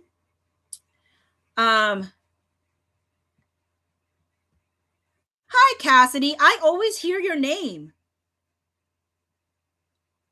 Cassidy OC. I always hear your name, Cassidy. I don't know if we've ever formally met, but hi. I always hear your name. People comment about you in my messages. So I'm excited. I'm excited as well because I hear great things about you. Oh, we were on CJ's show together? Oh my word. Wait a minute, am I bad? Did I not realize that?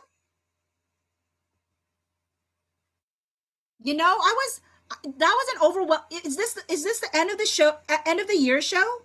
Cassidy, was that the end of the year show? The Brady Bunch special. Okay, well, sorry. I have the worst memory apparently. Also, not gonna lie, like that was really intimidating for me because there was so many people that were like bigger content creators. So I was just trying to like be normal. I was trying to be normal. I was just like, just be myself. But it is kind of intimidating being in spaces where I'm like, you know. Yeah, I'm a baby content creator. I just started like November. Well, not technically, because obviously on TikTok, I've been following this case since the beginning of it all. I'm one of those people who was nerdy enough to go on a TikTok live and read the lawsuit word for word because it was a page turner for sure. It was such a page turner. I was like, dang, this is good. Some good stuff. So yeah.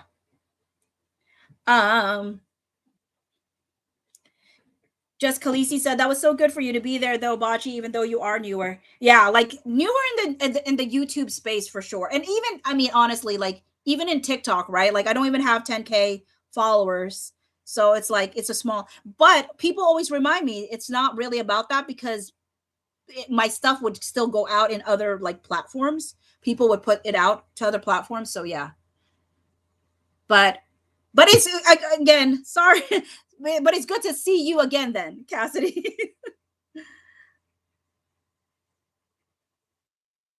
Cassidy OC said, I just had the thought yesterday that maybe Stephanie had found a way to access Jen's phone before she took it. I do think so. I mean, I think she did, honestly, because I'm trying to line up what Ashley said with Leslie's like phone call on August 21st. And it was very close, right? Like, I think I need to look at when she called because they put the call log. They put the call log between Melissa Nathan and Stephanie Jones in their lawsuit. So I got to look at how close it was before they took away the stuff and when she got a phone call from Leslie Sloan. So I find that very, very interesting. Okay. This was 108. Okay, perfect.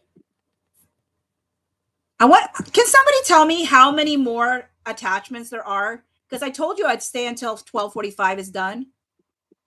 Not the time, but like this document.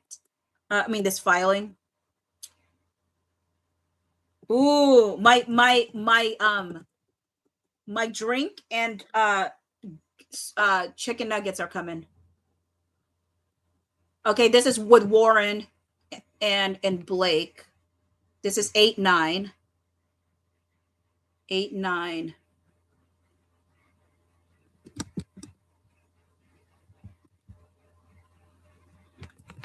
Okay. Ooh. Well, no, this is the day after. Text. Okay. What was she saying? Because this is going to give us I'm genuinely hoping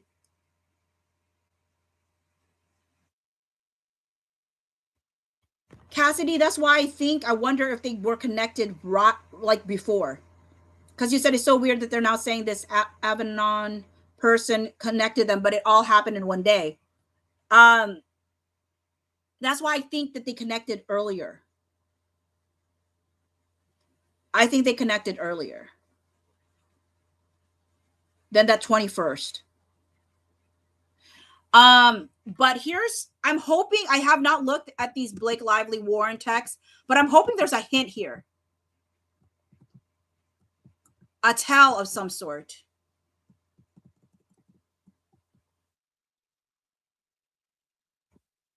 Warren said, I just read the Daily Mail article. I feel it puts enough out there. How are you feeling? I'm sure you're exhausted thinking about you. I feel it puts enough out there. And Blake said he hired Johnny Depp crisis management team. They literally have boys going after me and propping him up.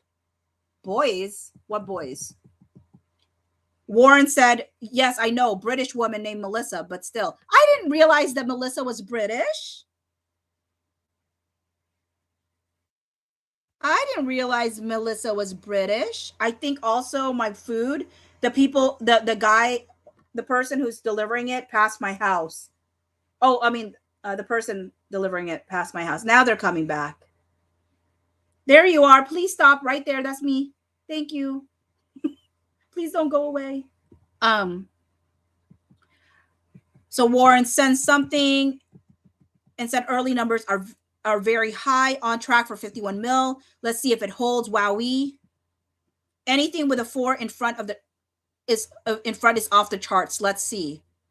And she says 5. And then Warren says, ha, ha, ha. Oh, no. Oh, no. Do you not know where you're going?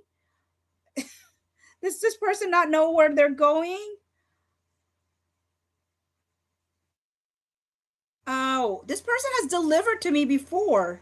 How in the world do they not know where to go?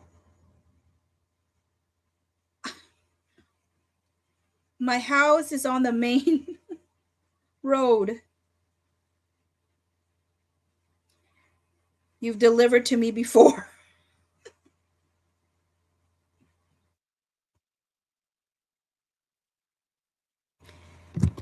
Okay.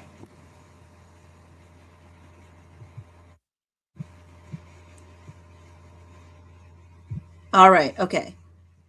Interesting. But what do y'all think about this line that he says? I just read the Daily Mail article. I feel it puts enough out there. How are you feeling? I'm sure you're exhausted thinking about you.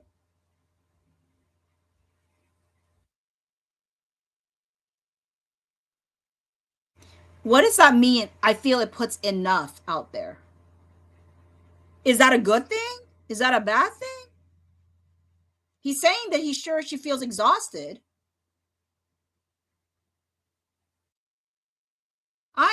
That article was horrible towards Justin.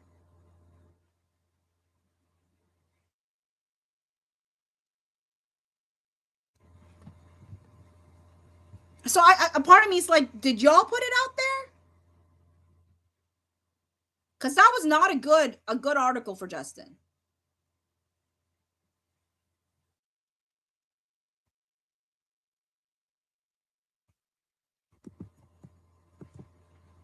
Okay. You know what? I haven't gone through the text messages, and hopefully it's going to come out in the big one, you know? Okay. Okay, my food is here. Hold on, I'll be back.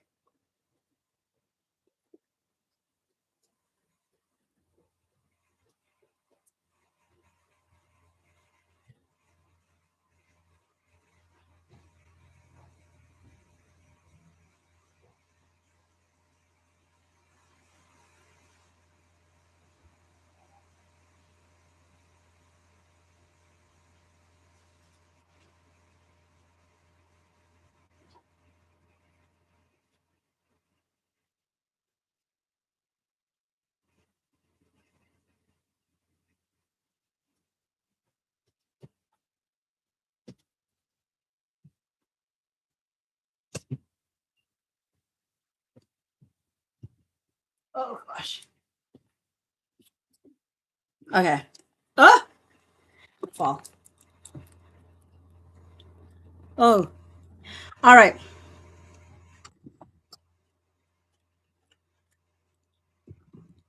Let me see. It's always hard to eat and do a live at the same time because I don't want to be rude, but I'm also hungry. But here's the weird thing to me is I'm hoping, you know, that big honking one that's about a year's worth of text messages from Blake Lively that we're hoping will be unsealed. I mean, not unsealed, be provided soon. I mean, people have been trying to go to the courts to get it, but they still don't have it available yet. I'm wondering if that's when we finally see all her garden variety folks. Because we haven't I haven't heard of anybody talking about text messages with America or Amber or uh, Alexis or Emily Blunt or John Krasinski. Like, why did we hear about these other ones first? We don't see text messages with Bradley Cooper, who was so instrumental. Or at least I don't know if we have, because I haven't gone through everything. So I find that very interesting. Also, thank you. I think it was just Khaleesi, right, for the chicken nuggets.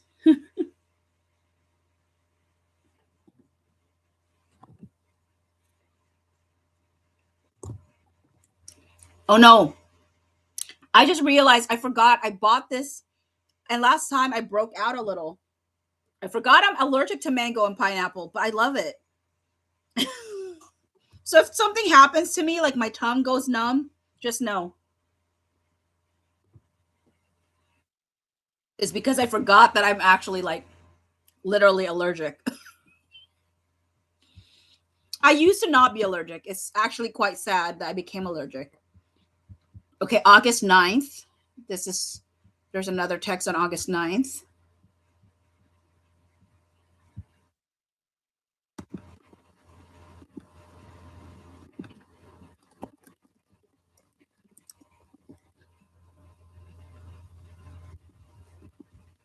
So who's that with?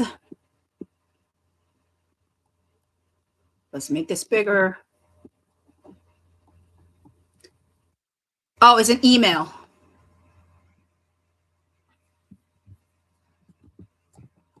Why? Why? Okay, hold on. Okay, this is emails. Email.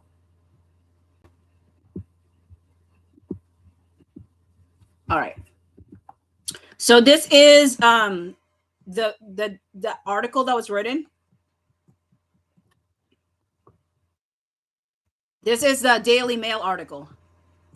So Luis sends the article to Tom Rothman and Josh and Ange.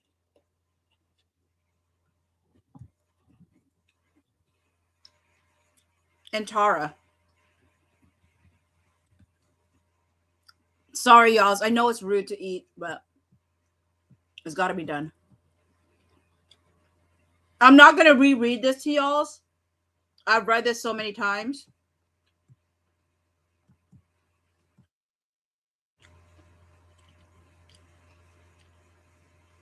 Oh.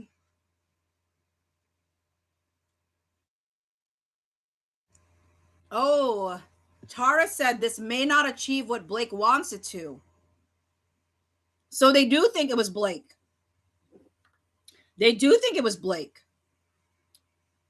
This may not achieve what Blake wants it to, with the one source, Leslie, sounding defensive in response to people calling Blake a bully. They make Justin sound much more measured and reasonable than I'm sure Blake wanted. Which is really interesting because that was a horrible article for Justin to be called borderline abusive. Actually, let's read the article. Let's read the article. Let's read the article to refresh y'all's memory. Rumors of a feud between Justin, 40, and Blake, 36, have been swirling for weeks. A source told DailyMail.com Justin was unprofessional and chauvinistic on set. They claim he focused on what he believed was the abusive male viewpoint. Justin Baldoni was chauvinistic and borderline abusive on the set of It Ends With Us and sparked fury over his refusal to consider the perspective of co-star Blake Lively's character while filming scenes that depicted abuse, insiders have claimed. And I tell you right now that this is very intentional when they say Blake Lively's character instead of saying the perspective of Lily, Blake Lively's character. It's a mind thing. Because it makes you think that Blake Lively is the one that he was not considering her perspective, which we know in the behind the scenes that was the case. But by choosing to write saying Blake Lively's character instead of saying Lily, and then in parentheses Blake Lively's character, that's an intentional thing. Rumors of a vicious feud between Justin, 40, and Blake, 36, have been swirling for weeks, with online sleuths highlighting how the on-screen love interests were not pictured together at the film's U.S. premiere, while some cast members have blatantly swerved questions about the director. Now, insiders have revealed the concerning truth about the tensions, telling DailyMail.com that Blake and Justin clashed over his dismissive attitude to her input while they were filming scenes that involved abuse. The movie, which hits theaters today and is based off of Colleen Hoover's hit novel of the same name, follows Blake's Lily Bloom, a floral designer who falls in love with neurosurgeon Ryle Kincaid, played by Justin. But soon after they start dating, the romance turns toxic. The insider claimed that Justin only focused on what he believed was the abusive male viewpoint and had a very chauvinistic approach to the topic. During scenes depicting abuse, Justin failed to consider Blake's character's perspective, instead focusing solely on what he believed was the abusive male viewpoint, they said. His approach was very chauvinistic, creating a tense atmosphere on set. The source claimed Justin was borderline abusive on set and said he almost became the character. Justin also almost became the character in the sense that some women on set felt he was borderline abusive to them and that he was unprofessional and unapologetic, they said. Directing a film so serious and so important about domestic abuse without allowing the women to be included in this process is disturbing. The insider alleged that the actor, who also served as director and producer, failed to recognize both Blake and Colleen's roles as a fellow producer and writer. And they said he took it very personally when the pair asked for some script rewrites. Without Colleen's book, none of this would have been possible, they pointed out. Parts of the film were rewritten under the instruction of Colleen. They had to be. He took their script decisions very personally, even though they weren't intended that way. They said things only got worse once he began to feel ganged up on by the women on set. His behavior extended beyond the main players, the source continued. Once he felt ganged up on, he became even less empathetic. Now he's speaking praises, likely out of fear that they'll call him out. He knows it's coming. and might try to blame his actions on being a method actor. DailyMail.com has contacted representatives for Blake, Justin, and Colleen for comment. Earlier this week, Justin spoke about the difficulties of portraying a domestic violence relationship on screen with CBS Mornings. He admitted that as a man, he came with his own biases on the topic, but insisted he made sure the film had a female gaze.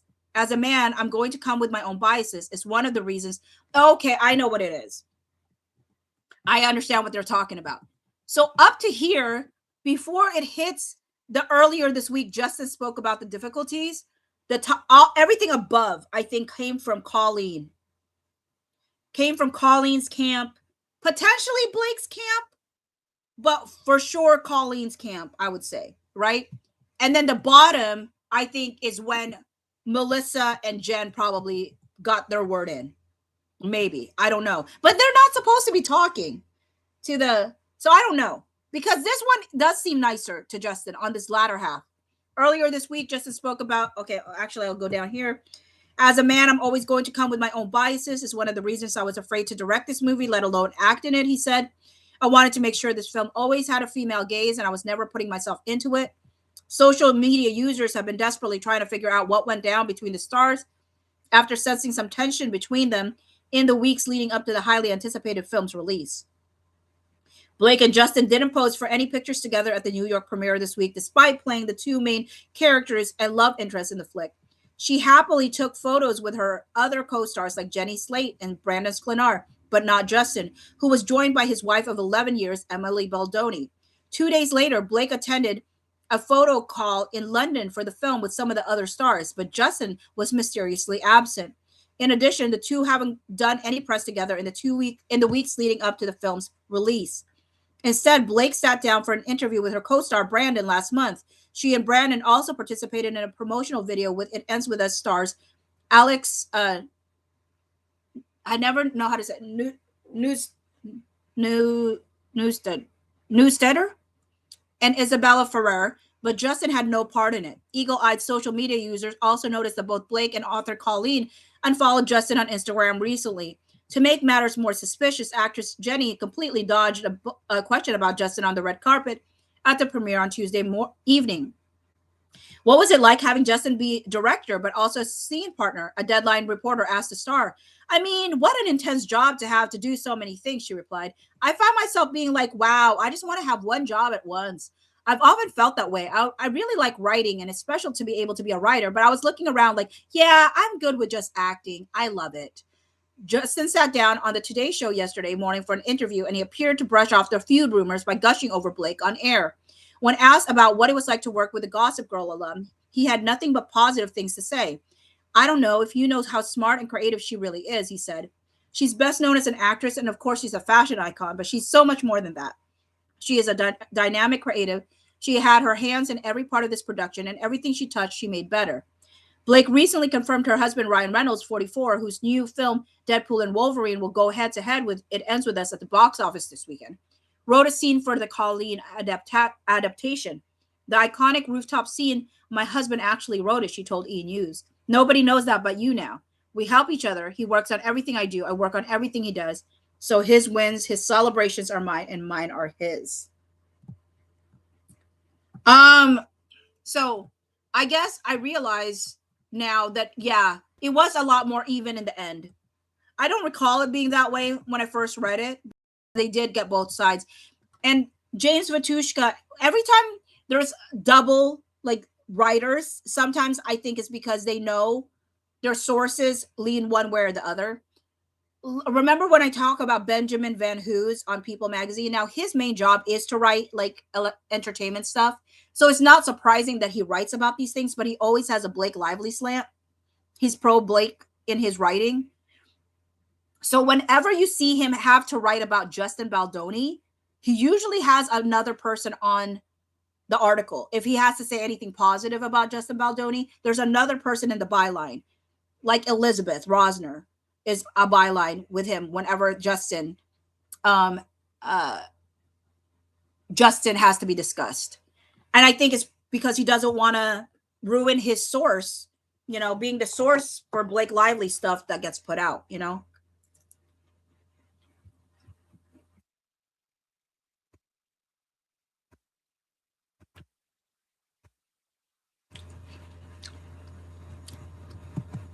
Tom Rothman says it's all a effing disaster.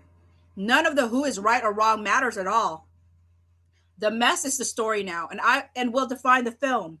No one can watch the film the same way. Tragic. I agree.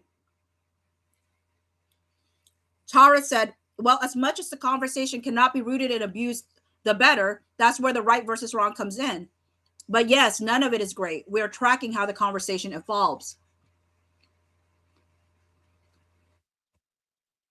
Interesting. Well, as much as the conversation cannot be rooted in abuse, the better. That's where the right versus wrong comes in. That's an interesting statement.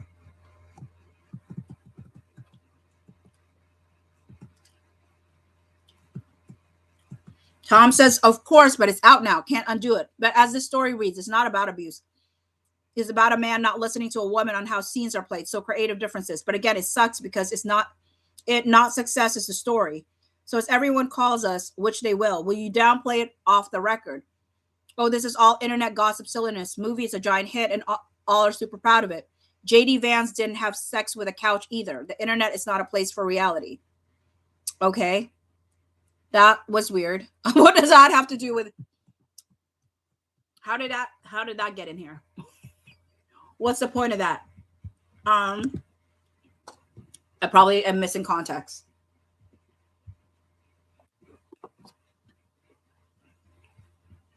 All right. Okay, I'm sorry. I had asked folks how many attachments there were, and I forgot to look if somebody responded to that. How many attachments in this 12:45? Because we're at 3 hours and 41 minutes.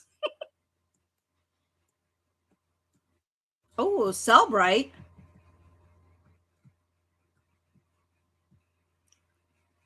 This was 8/15/2024.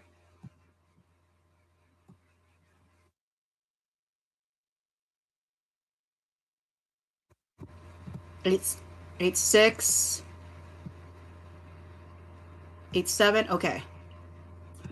Let's see what this says. Okay. Sorry, I'm going to put this here. 8/6.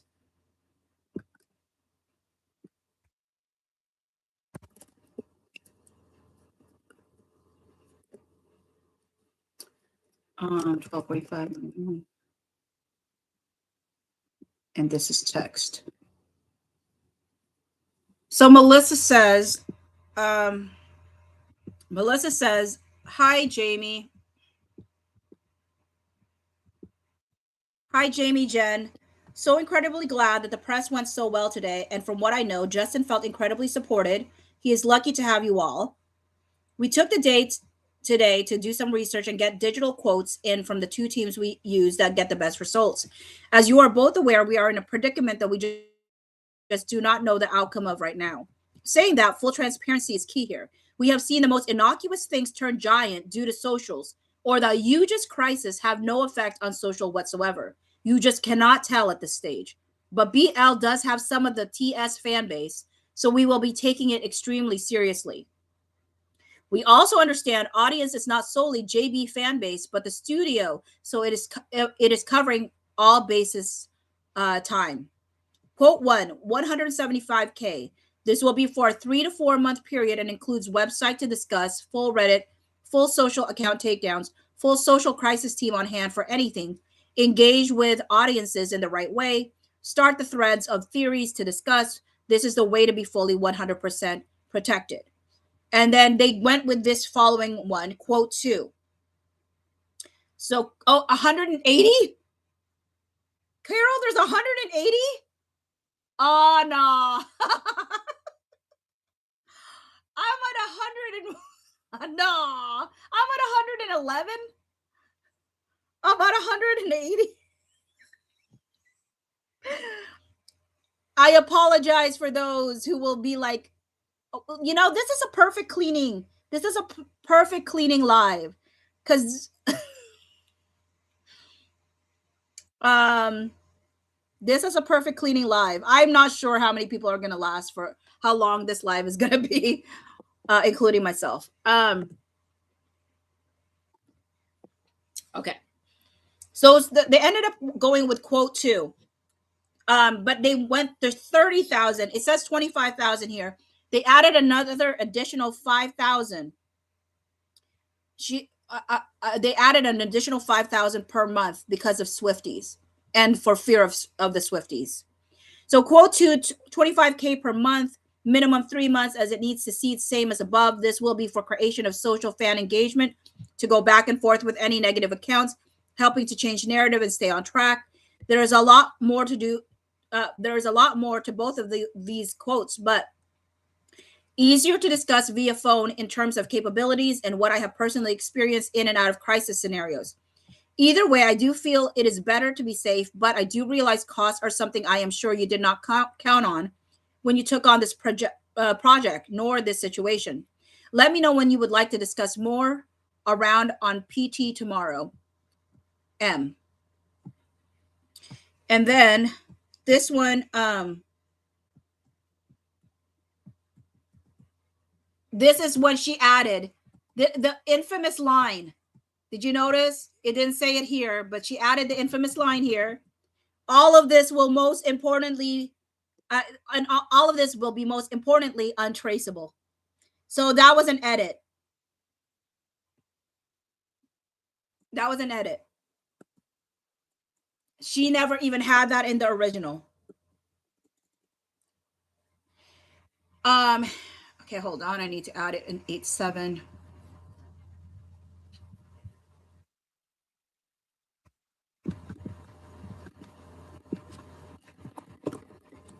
Well, 45 111 email.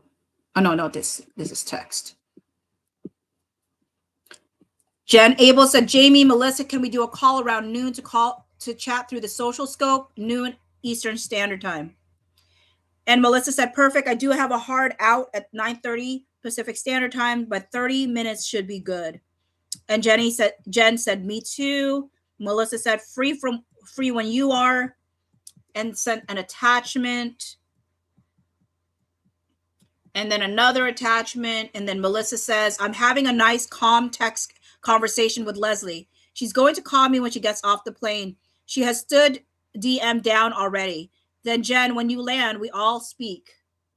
Okay, this is 8-8. This is 8-8. 8-8.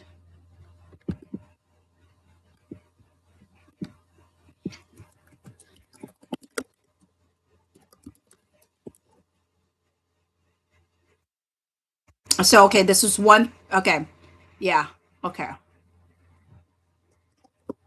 I love all these August 8th texts because it puts everything into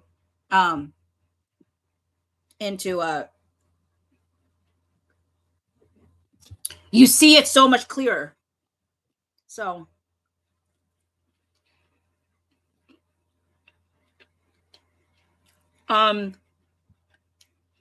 she's gonna call me when she gets off the plane. She has stood DM down already. Then Jen, when you land, we can all speak.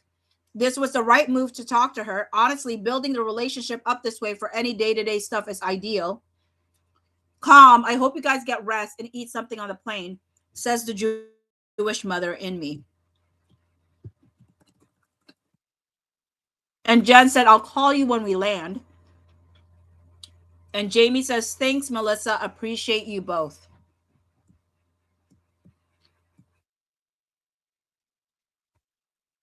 Then Jamie sends a bunch of text messages. I mean screenshots. And so does Jennifer Abel, some links to articles. Jen says, Christy Hall gave an interview and says, Jamie, just FYI, I'm ignoring but flagging that they also emailed the Wayfarer email. So let's make sure everyone leaves alone. And she said, just FYI, Luis from Sony called, and apparently per Tom Rothman, they spoke to Kathy I mean, they spoke to Carly on background trying to shut this down, saying that everyone had agreed that this is the final cut of the movie and everyone loves it and how it's usual to have multiple cuts, etc. Just so everyone knows, when you see that sourcing, that is Sony and is being directed by the top.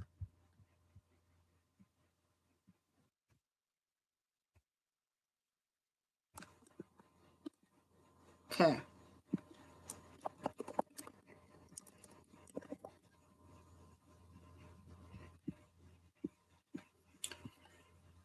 And said this was new info to me because as of today, everyone was on the same page to not respond and lay low, but this just came down the pipeline. And then Melissa says, "Thank you. What a day." And then they sent an attachment of Jenna Redfield's TikTok. I think it might be a TikTok or it might be something else. I think it's a TikTok. Could be Instagram. I have no idea.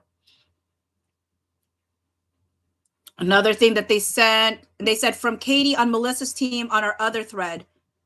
Jennifer said, I'm assuming this is not true in the slightest. This girl is on a very dangerous crusade to more followers. Either way, we flag to Jen and his team for more serious action on the social side. We'll monitor heavily for any shift in narrative seen based on this narrative regarding My Last Days and any other commentary on it. Melissa said, completely unsolicited story from TMZ. Blake has a huge ego. JB was liked by many cast and crew, and this is her ego being bruised, etc. Okay, that one's on 8/13. Oh, I'm so glad. Okay, so this is one where I can get more, because I've had this also. Like gosh, I'm glad that these have timestamps now, because I've always wondered when things happen for certain things on this one. So I'm glad that we have timestamps on these now. Okay. And Jen liked that. She goes, the post has a similar tip, not from any of us, of. And she goes, and Melissa said, totally not from us. Jen says, they are clearly people on set coming out to defend JB, which is good. And we just let them do their thing. And Melissa said, the reporter told me her rep is working overtime. Oh, I wonder if it's not Leslie. I wonder if it's Warren. Is are reps different than PR? What is a rep? Is it Warren? Was Warren doing this stuff instead?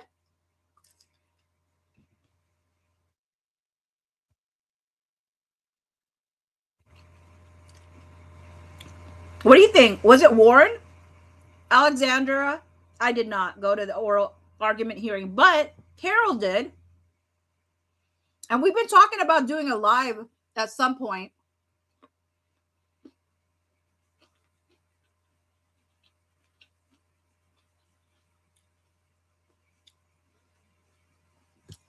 Somebody has been talking.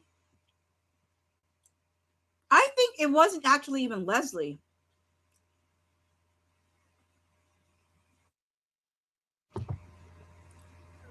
I guess the more I see things, the more I'm not sold that Leslie's the one who did. I think that they were fine. Sorry, that went down the wrong pipe. Something went down. Okay, 8:15. So this text thread went for a while, but with gaps. Okay, 8:15, 2024.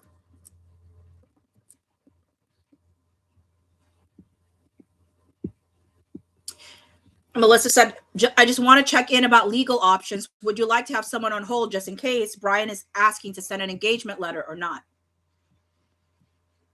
And Jamie said, give me a few. Let's chat in just a bit. Melissa says, of course. And that's it. And that's probably why Justin said that he thought that they might go to, might sue. That legal stuff was potentially happening in August. And we can kind of see that with Brian.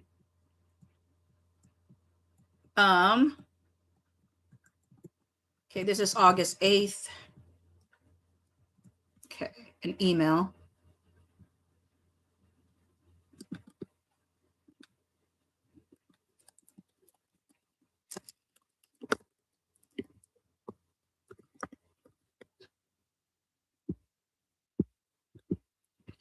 This is the email where they say, Melissa says, "Hi, Jamie, please meet Jed, who will be having his team assist on all social activity based off of our own conversations, as well as their digital plan you are in receipt of. He is aware we are going for their quote 2 option for 30,000 PM for 3 months. Jed and team has worked on some of the most monumental behind the scenes projects globally, and I'm extremely happy to make this intro between you two both. Jen, Matthew, and tag team will be working alongside them, of course, but you should find a few minutes to connect around the project as well as payment. And then Katie says, to quickly follow up, as I know we want to work as fast as possible. I've attached an invoice from Street Relations as discussed. And to echo Melissa, Jed and his team are truly the best of the best. So happy we could make this connection.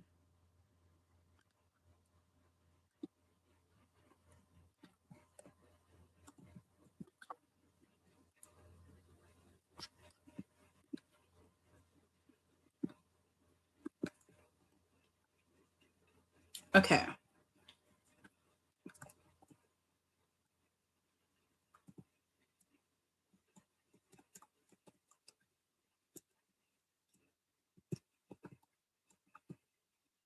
Okay, hold on.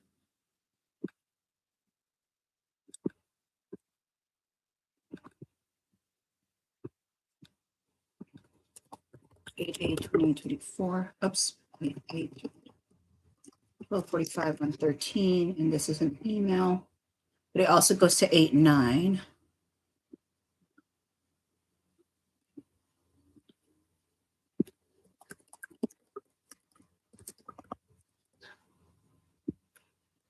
Email. Okay. So I'm not going to read the ones there, but for Melissa and Katie, but Jed says, thank you for the connecting point, Katie.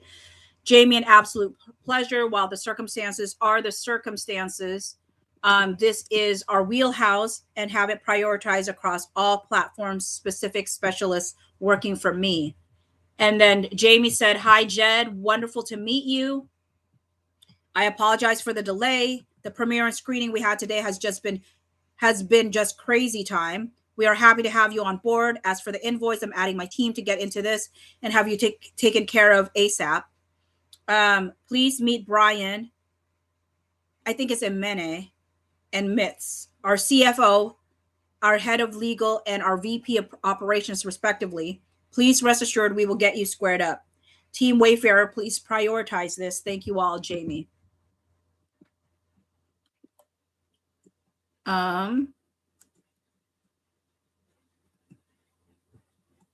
Oh, wait a minute. Was that 114 or 113? Already forgot. It was 114, wasn't it?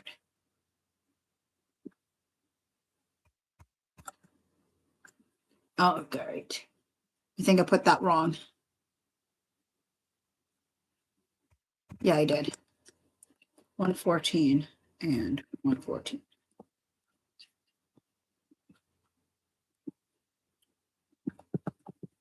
Okay, Jed Wallace Depot. I'm not going to look at that. Baldoni Entertainment Tonight. I don't know what that is. Let me see briefly. Okay. Okay, Jones Works, August 11th.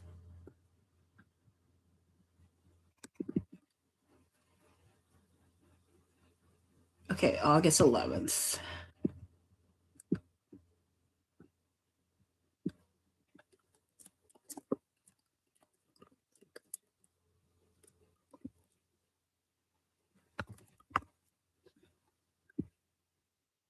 This is text.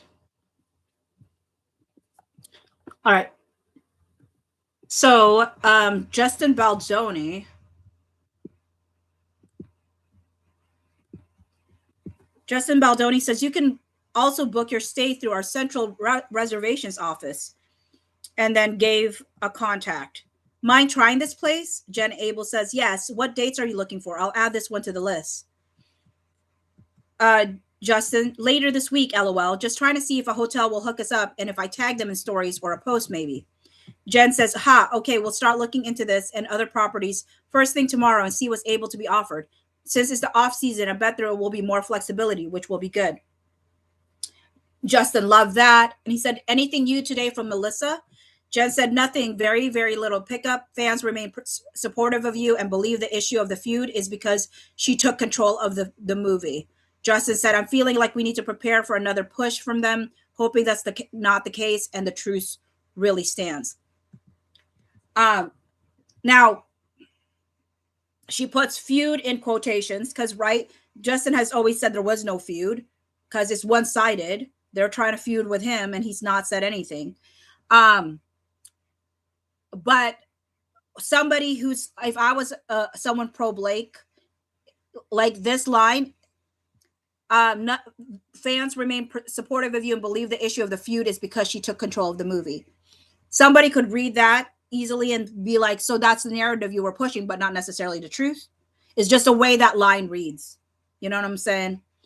But I think her point was like, there's no feud. I think that's actually the main point of her thing.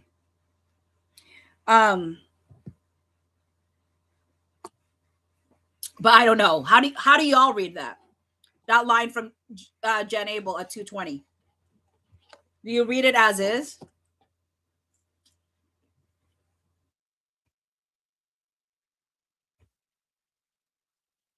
I'm asking you a question so you could put it in the chat while I eat. But what do you think about that 2:20 statement?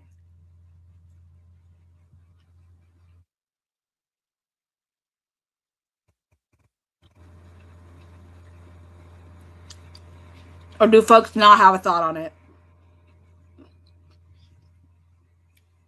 Do you just read it as at face value? Maybe you do. But there's something about that line.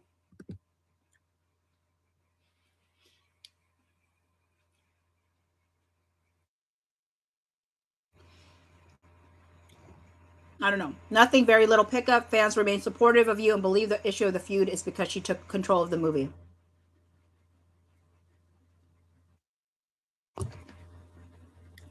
And Justin said, I'm feeling like we need to prepare for another push from them, hoping that's not the case and the truce really stands.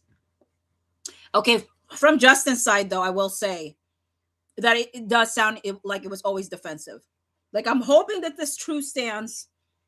I hope nothing more happens.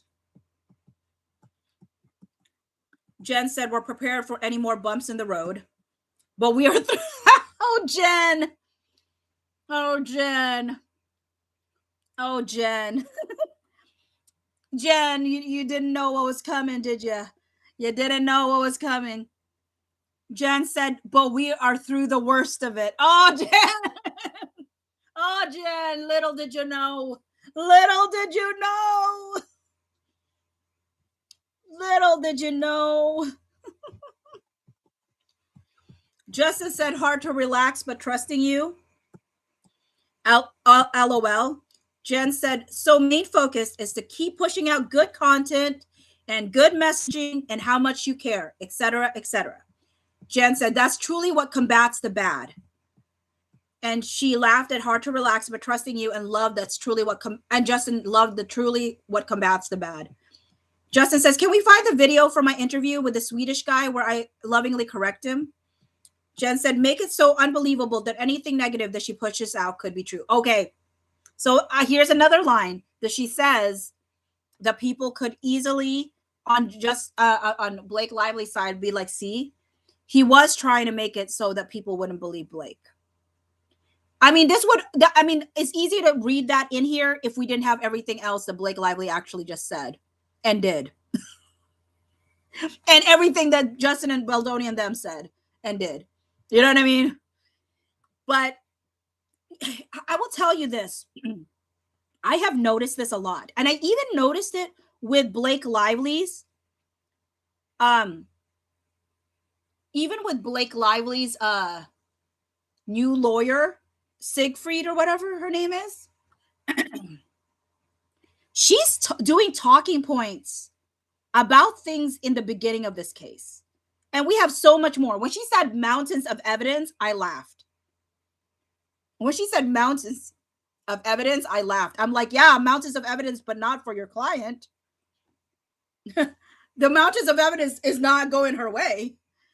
But it's really interesting. Sometimes I engage with folks and they give me things that would have worked in December of 2024 when we really didn't have any actual information available to us.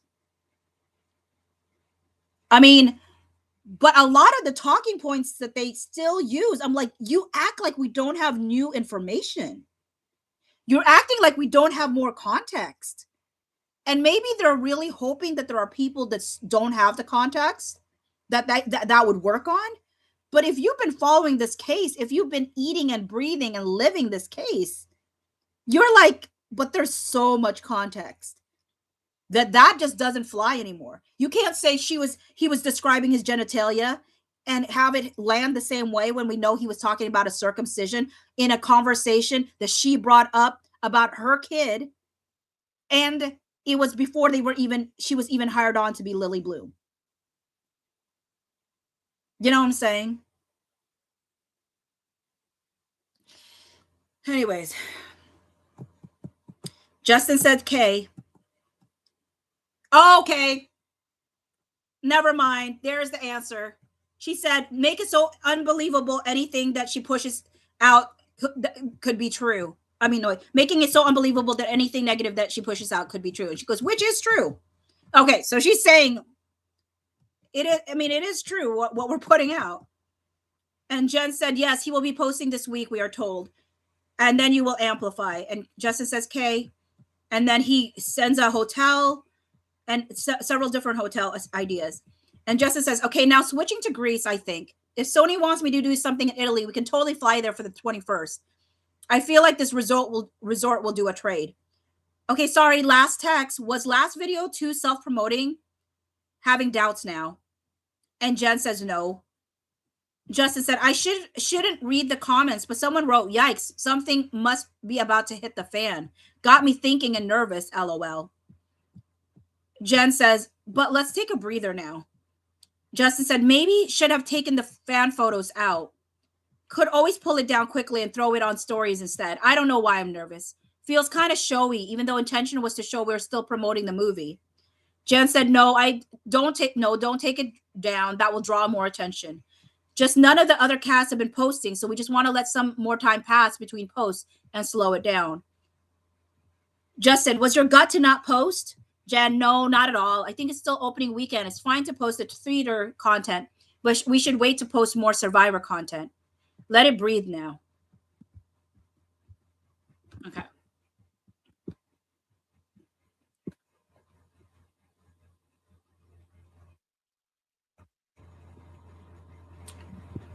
Did I put that one down? August 11th, 17. Yeah, I did. Then we got August 13.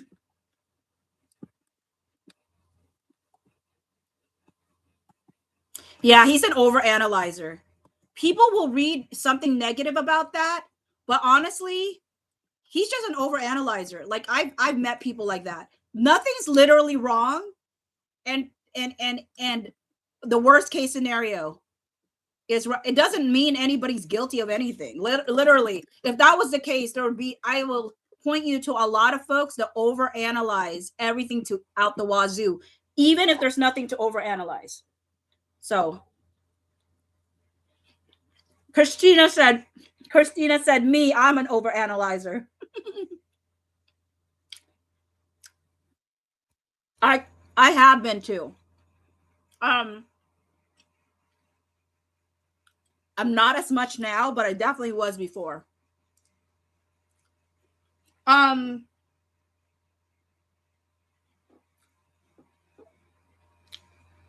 The most freeing thing for me, two thoughts that has been very freeing for me. One, nobody's thinking about me more than I'm thinking. I mean, like, I've realized one, nobody's thinking about me, really. Like in the way that I'm thinking about me, you know? And then two, someone's always gonna hate me. Like I can be authentically who I am, which I am, and I can genuinely be kind to people, but someone will still hate me, and it's their right to, and they're free to. It's, I always say people's opinion of me is none of my business. I really believe that. It's none of my business. It's like you're talking smack about me, you know? Well, guess what? Probably someone's talking smack about you. Someone's talking smack about me, somebody's talking smack about everybody, everybody's talking running their mouth, right? So you can't live in the fear that somebody's talking about you, because if your name is in somebody's mouth, that means they know you exist, and that means you're probably doing something with your life. um you're going to be criticized because you choose to live out loud. That's just the reality of things. um so I've tried to remember this because I'm also a very sensitive person. People say, "How are you a content creator if you're so sensitive?" And I'm like, because I don't think being sensitive should be enough to keep me from being able to speak my mind. Like, of course I'm gonna get hurt. That's why you get blocked very easily. I can take constructive criticism. I cannot take meanness, and I won't take meanness. I should say. Sometimes people think you're somehow stronger if you take abuse. No, you're not. I think it's self respect to say, "I'm sorry. Where did you get the idea that I would ever allow you to disrespect me in that manner in my own space?" So most people find that they, if they disrespect me, find that they're like hidden from my channel. Meaning, if they're continuing to say vitriol to me, I don't even know, because in my life they're muted. I don't hear them, because we already have, it's already difficult to live this life as is, to have someone who just wants, who just wants to just tear you down. So yeah. Cassidy OC says, so true, Katie of Arc. Why did Justin know that and Jenny didn't even know that? Blake was obviously oversharing. You're probably talking about the bed. Is that what you're talking about? Because I did a video on that actually, Cassidy, where I said, I thought you weren't supposed to be talking about anything personal. So how did he even know your sleeping arrangements, Blake? Like, yeah. Yeah, she definitely was telling him too much for Ryan's taste. And he's like, why are you telling that man our business? I caught you on the cameras we have all around the house. Cassidy said, I do the same, Bachi. We put art out there and some just come to criticize. Imagine going to someone's art exhibit and telling them how their art sucks. Yeah. And I mean, honestly, it's like I've had people come into it and you can tell that they actually genuinely care, right? And they give such great insight and such great thoughts. And they really make me become better at what I'm doing. But then there's people who are like, I'm here to just tear you down. And it's like, oh, you get this one chance and then you're gone. Because I don't take that disrespect in my real life, let alone in social media. Which makes me grow slower. It does, because sometimes people are like, just let the haters stay, because that helps the algorithm, because the social media is built on outrage. And the more people actively can like be mean to you and whatever, they're putting comments in your section, it's increasing the algorithm, and it's bringing people I don't want that energy. Like, get that energy away from me as far as possible. What are you talking about? I will grow slow and be surrounded by good people than be grow fast so a bunch of like haters will watch me just for I mean haters can watch me for funsies. Just don't mess with the energy in the space. Like you can talk smack about me in your like corner of the world and say horrible things about me. I'm never going to go visit your space. So, and then you can portray me to be someone that I'm not to your followers, and they'll believe you because you trust your friends just like they trusted Blake Lively. And I can't stop that. I cannot stop the defamation. I can't. And it's not my deal. It's not like my, I could care less. I couldn't care. I could care less. I couldn't care less. I could care less. I could care less. I couldn't. I forget which one is the right one. But I'm just saying. Anyways, I don't mean to get on that soapbox, but honestly, I will rather grow slow and have people be respectful of the space than have a bunch of people overrun it just so I could say, "Oh, look at all these people following." Nope. Keep that keep that negativity keep that negativity elsewhere. Oh, Carol said you don't want there. Yeah, just like Blake Lively said. Yeah, quality over quantity, Bachi. 100%. 100%. I'll take that any day of the week. And obviously, y'all, as a channel grows, it's not like I can see everything because there's a lot of comments I don't see. So if I'm not responsive to you, one, it's either I don't see it, or two, I'm overwhelmed by the amount of comments, or three, your comment was so good and deep and has a question that I don't know how to answer at that moment, and then I don't know how to respond. So I think about it, and then by the time that I think of an answer, I don't know how to find it again. So, anyways, well, there's many options, but I do care very much for folks that come into the space that I'm holding for folks. Anyways, so this one is David. It says, Josh, per your conversation with Elias, below is a high-level look at both the social and press response to the reported controversy between Blake and Justin. Thanks to Glow's team for helping on the press breaks. Importantly, response to the movie itself was very positive across platforms. 81% overall from 460,000 K mentions, with audience praising its emotional impact and urging others to watch it with friends. On social, the controversy drove 260,000 mentions, about a third of overall movie-related conversation. Very little of this seemed to impact people's interest in seeing the movie. However, much of the online response was more supportive of Justin, 89%.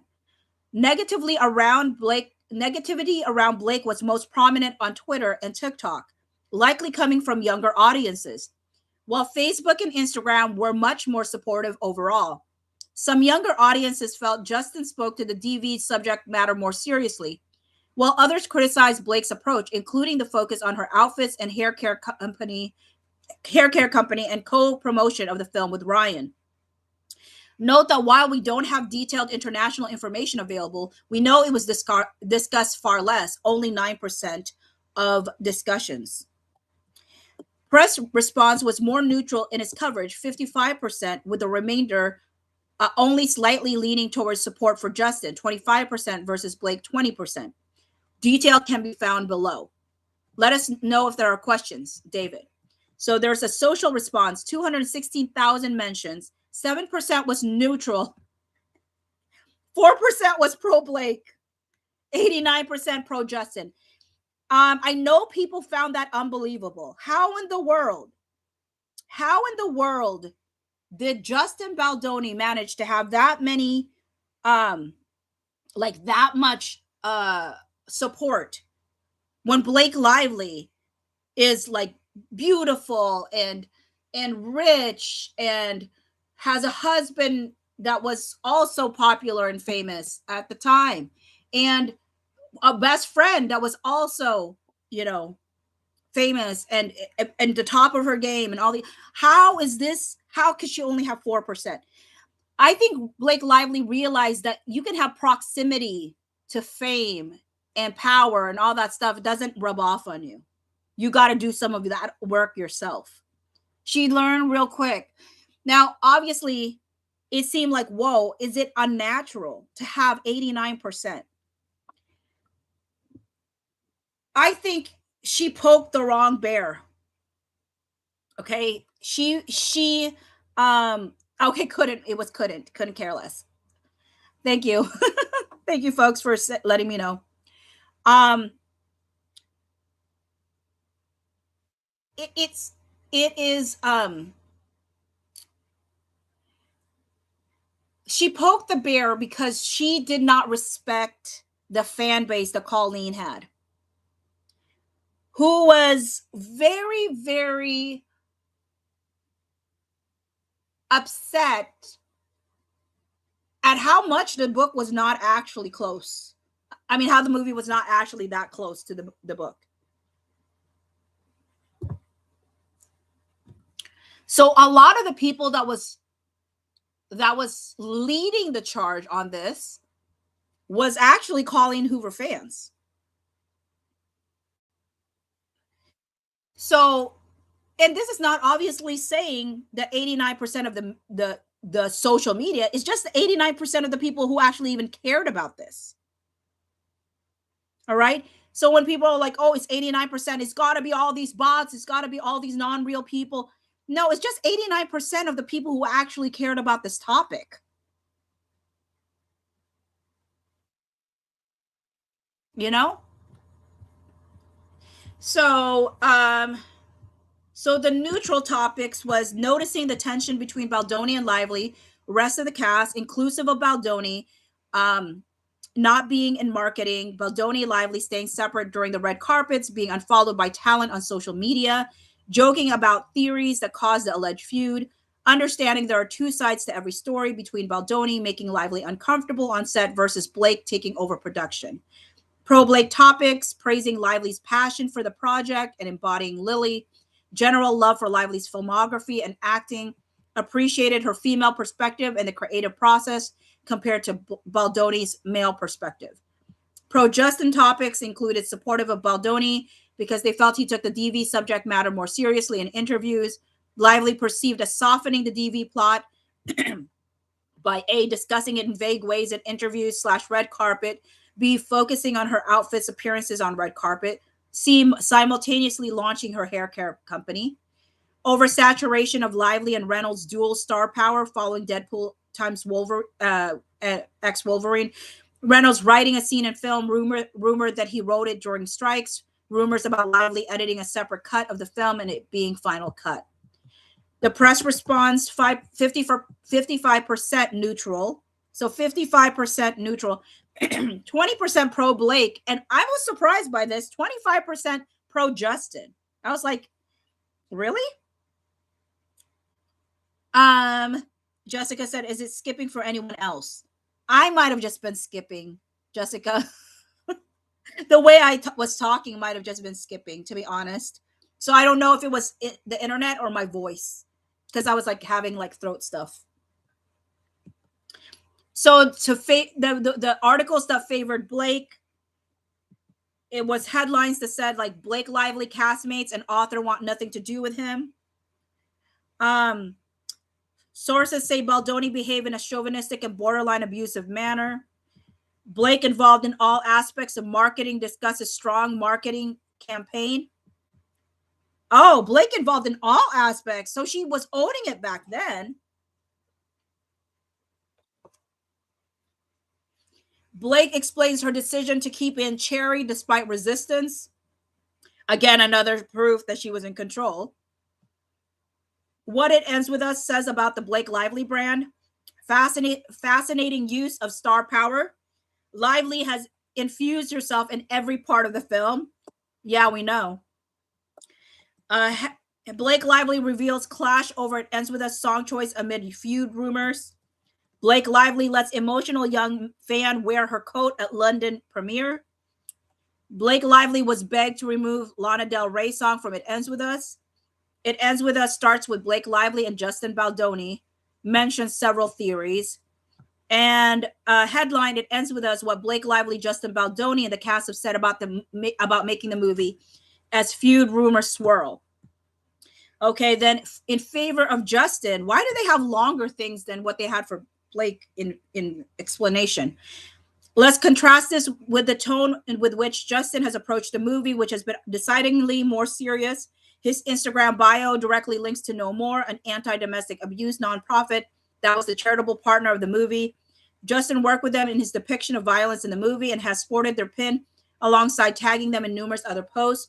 The difference in approach between Blake and Justin has not gone unnoticed. Take a cursory glance through Blake's Instagram. Another one for Glamour. The perceived drama has kicked off a flurry of speculation ranging from allegations that Baldoni did something horrible on set that made everyone turn against him to blaming Lively and Reynolds for pushing Baldoni out of the film. We don't know the truth, but what we do know is that the whole debacle is only making the way the film has been presented to the public even more muddled.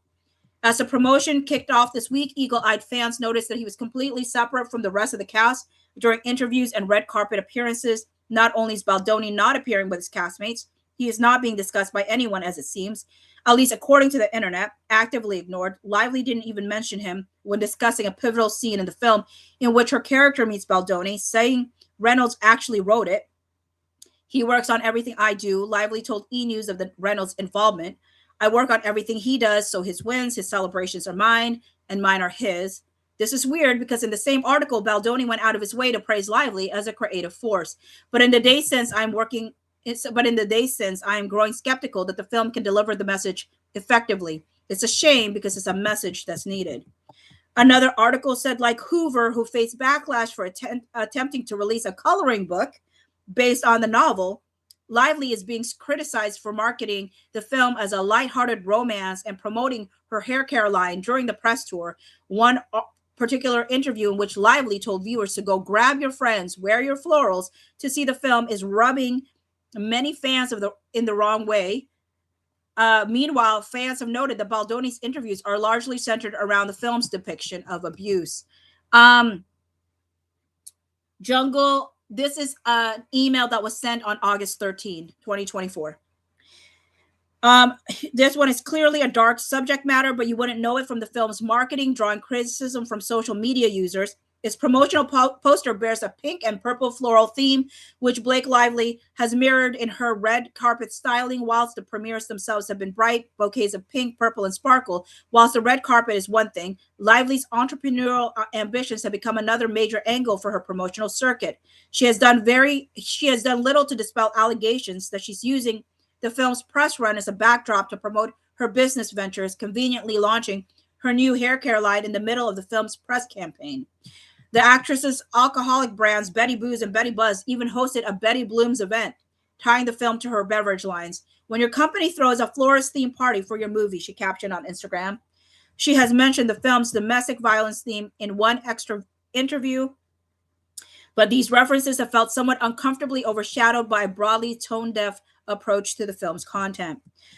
As of right now, it's an approach that also got Lively into a bit of hot water. Venture onto her Instagram, and you will currently find hundreds of angry comments suggesting that Lively has misread the room when it comes to Ends With Us. The film is about a woman fleeing a marriage to a volatile and abusive man, and many fans have wondered if the commercial tie-ins feel misplaced. Her themed cocktails, for instance, included one called The While You Wait, named after the character in the film who throws her down the stairs. Lively has led an upbeat promo cycle focused on flowery fashions and the love story of the angle of the film. The swole hobo grows up to be a sensitive chef played by actor Brandon Sklenar, who seems like an AI composite of Glenn Powell, Matthew Rhys, and a handful of Hemsworths. Baldoni, meanwhile, has used his solo press run to discuss domestic violence and the nature of toxic relationships. It's almost as if they've been talking up two different films. As Precious, I got it. As Precious readers know, the Gossip Girl alum and the rest of her cast seem to be feuding with director and co-star Justin Baldoni, who also plays the leading man. While some insiders are blaming Justin's on-set behavior for the rift, most sources have been trying to downplay the scandal, insisting the pair simply had some creative differences on the project, which has been pretty obvious from an outsider's perspective. We mean, just look at their separate promos. Justin and Blake have taken totally different approaches. We've also heard that Blake kind of took over on set, stepping all over the director's toes and made her own cut of the film, which was reportedly shown to test audiences and didn't score well. Regardless, she was determined to see it through, and it sounds like she got away with a lot. Since its conception and success, Ends With Us has straddled a tenuous line between the gravity of its subject and its widespread appeal, something that the film seems to have taken on its quest to become a faithful adaptation. But what has been glaringly obvious about the promotion cycle is that the studio is prioritizing selling tickets for a love story by ignoring the message of domestic violence awareness at its core. The dark themes of the book have been glossed over in favor of a fan-friendly pop-ups and activations like photo calls, virtual commemorative bouquets, and scavenger hunts in New York and LA. It's a paint job, one that's been taken on largely by the film's lead. Lively looks on the movie press tour have been dominated by lily-themed fashion, like floral celebrity nail art from creator Elle Gerstein, and floral dresses everywhere. Lively even wore Britney Spears' iconic 2002 floral Versace dress to the film's premiere. There's also been a shocking amount of cross-promotion with the summer blockbuster action comedy Deadpool and Wolverine starring Ryan Reynolds, who happens to be both Lively's husband and a writer. And a writer on It Ends With Us. Not because he should have been. There's a major problem with this whole promotional strategy, though. It's a disservice to the film's message. You see, It Ends With Us isn't just another romance. It's a story about domestic violence and the generational cycle perpetuated by abusive relationships. And sadly, no other than director Justin Baldoni seems to be talking about it. Meanwhile, actor and executive producer Blake Lively has done promotional events ranging from cute Pinterest-worthy photo ops to launching her new hair care line, Blake Brown Beauty. There was even a Betty Bloom's pop-up, a life-size version of the flower shop from the movie, in collaboration with Lively's other business ventures, the drinks brands Betty Booze and Betty Buzz. The film's, my word, how long is this? How come his section got a bunch of like cut out statements and hers was just titles? Who was this for? Was this for Sony? Why does his version get so much writing? The film's team, including Lively, has been criticized for their light-hearted promotion of what is ultimately a depiction of domestic violence. Lively has used the film to promote her brand Betty Buzz by selling Betty Blooms, a limited series of bouquets housed in Betty Buzz bottles, as a tie-in to her character's love for flowers, as noted by the New York Times. A promotional email sent in the lead up to the film's release included receipts from It Ends With Us themed cocktails using Betty Buzz. One of the receipts also called for Aviation Gin, a brand owned by Lively's husband. Lively's red carpet and street styles have taken inspiration from Lily Bloom too. She has consistently stepped out in colorful, floral, frilly dresses, befitting the interests of her character, yes, but perhaps not the seriousness of the role. These choices have been part of what Rolling Stone's C.T. Jones calls a glossy marketing campaign. It's proving that Hollywood hasn't found a respectful way to market movies about domestic violence. Instead, it's prioritized selling a romance by covering up the themes of abuse at almost every opportunity. We've also heard that Blake kind of took over on set, stepping all over the director's toes and made her own cut of the film, which was reportedly shown to test audiences and didn't score well. I mean, it's not that she didn't score well. She just didn't do as well. Regardless, she was determined to see it through, and it sounds like she got away with a lot. Either way, it's telling she got her way, or that anyone was looking to her to make a decision about the movie. Shouldn't this have been the director's decision? Makes those shadow directing claims seem way more believable. Fans have also pointed out that it also seems like Lively and Baldoni are promoting two different movies. She's taking a more positive outlook on the film, wearing florals and launching a hair care line a few days before the movie hits theaters. He's taken a more serious approach, talking about domestic violence in nearly every interview. The It Ends With Us drama ranges on after Blake Lively is dragged online for failing to talk about how her character in the film is a victim of domestic violence. The star, who is playing the lead in the Justin Baldoni directed adaptation of the popular Colleen Hoover novel, has been criticized for making the press tour of the film all about self-promotion amid rumors of big cast and promotion drama between her and director and co-star Justin Baldoni. Another said Blake Lively's actually super effing weird for using her press time to try to have a Barbie Oppenheimer moment with her husband instead of remembering her character as a victim of domestic violence. This refers to how Lively and her husband Ryan Reynolds are promoting in tandem their respective and very tonally different films, It Ends With Us and Deadpool and Wolverine. Okay, not a witness who was not involved with the production says Blake was often spotted in the area during filming and rarely looked thrilled. How is that pro? I mean, I feel like these are not any, I wouldn't count any of these pro Justin. I guess they're pro Justin, but they're more anti Blake. What, I mean, there's only a handful here that I would feel like is pro Justin. I know people might say just anti Blake automatically makes people pro Justin. I don't think so. I genuinely don't. You could have anti Blake stuff that doesn't make somebody pro Justin. So I don't even see a lot of these articles as pro Justin, because everything about this is just negative things about Blake. I wish they just had like pro Blake, anti Blake, pro Justin, and anti Justin, and neutral, because I don't think they're the same thing personally. Just because somebody dislikes Blake does not mean they automatically like Justin, or vice versa. Anyways, while the movie marks the Gossip Girl's first starring role since 2018's A Simple Favor, it also marks a return to rumors surrounding on-set drama for Lively, as internet sleuths have been digging into her seemingly rocky relationship with Baldoni. And while Baldoni is addressing the film's real message and the importance of the story, Lively has continuously talked about the movie as if it's a romantic comedy and dodged any questions about its serious message. And then a bunch of neutral articles that doesn't have anything underneath it. That's really interesting, though. I did not anticipate to read all of that because that was really long. I didn't know it was going to be that long when I started. It's like I felt like Blake Lively. I couldn't leave now. I've already committed, but she really could have left. And she actually did say that. I could have left. I could have left. And I'm like, you coulda, woulda, shoulda. I wish you woulda. Okay.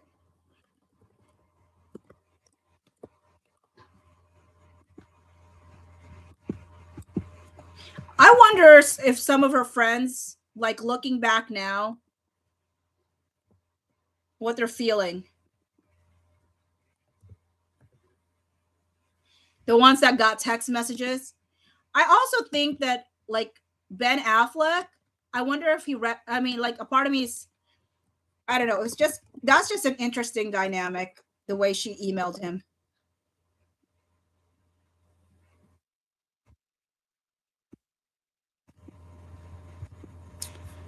Kate, yeah, I need to take care of my voice. That's true.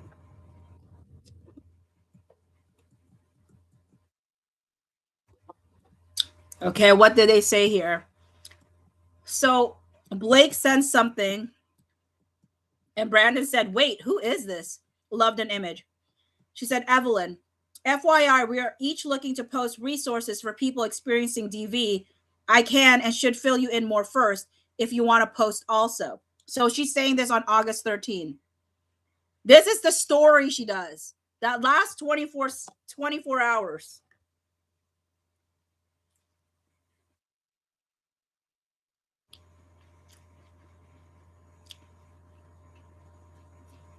Brandon loved that. And then said, great. Definitely getting hit with comments, really grinding my gears. Blake said Sony's pulling together a graphic with organizations by regions that were released in, getting that to us all ASAP. Brandon says that's good. Definitely thinking we should hold off on that Creed video, given the way things are leaning in the comments and what he's putting out there. At the very least, I can show my friends and Courtney. What Creed video? Like Creed, like the boxer, or Creed like with arms wide open Creed?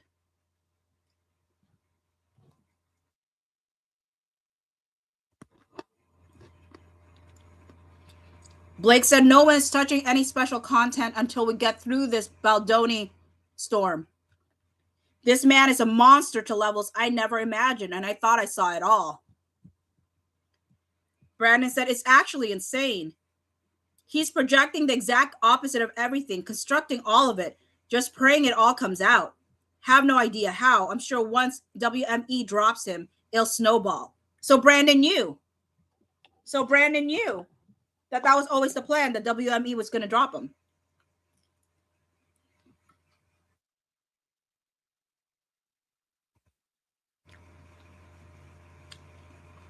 That was always the plan. I'm telling you this right now.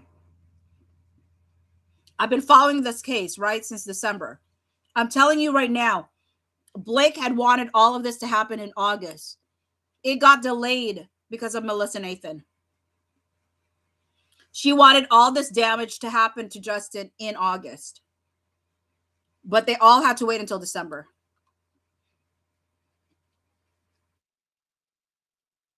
Mm-hmm.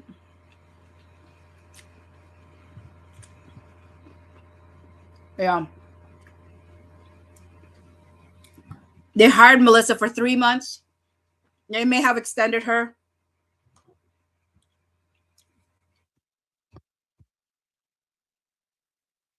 He said, I'm sure once WME drops it'll snowball naturally. Blake said, I think at some point we're all going to have I think at some point we're all going to have to confirm it, if even anonymously or jointly. This is so painful and awful for everyone. He has an entire machine and team and bots prepare for this. None of us do. Not even Sony, because none of us had anything to hide. Are you kidding? Sorry, I just spit something out. Blake Lively. Blake freaking Lively. Okay, what are you talking about? We have blind items back in like however long. You were already paying for crisis PR for like how much they paid for Jed Wallace? You were already paying like 3 times as much back in the day when like inflation hadn't even hit. What is this? He has an entire ma'am. This is now when you know she was taking Brandon for a ride. This is now you know that she was taking Brandon for a ride. How in the world did she say that well, I guess she texted that with a straight face. How did Brandon really believe that? Did Brandon really believe that Blake Lively, Ryan Reynolds, best friend to Taylor Swift at that time, didn't have an entire machine behind her? Not even Sony?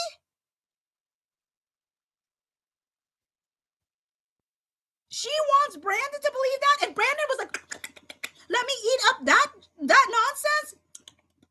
That doesn't even freaking make sense, Brandon. Use your noggin. Use your brain, my man. That doesn't even freaking make sense.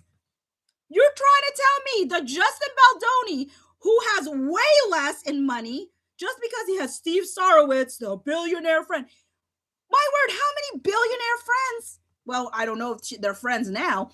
Did Blake Lively have? Are you freaking kidding me?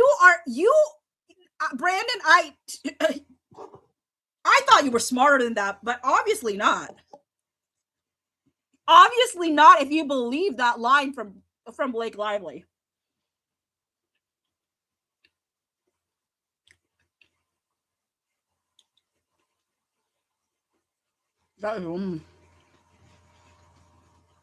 That is so wild. How can Brandon be so stupid? Did he really believe that? Did he honestly believe that? I am so shook at the Brandon Like, really ate that up. He's got to be smarter than that. He's got to be smart. Please, please, for the love, let us see text messages from Brandon at some point to someone else that shows us that he's not this stupid. Because I am befuddled. Ah, that's a Ryan Reynolds word for Justin Baldoni. I am honestly befuddled, though. I really am very confused that he really believed that there was no entire machine behind Blake Lively and Ryan Reynolds. and Sony? That. Oh, Brandon. I mean, I don't find you personally attractive, but other people do, and thank the Lord that they do. They are making thirst traps of you.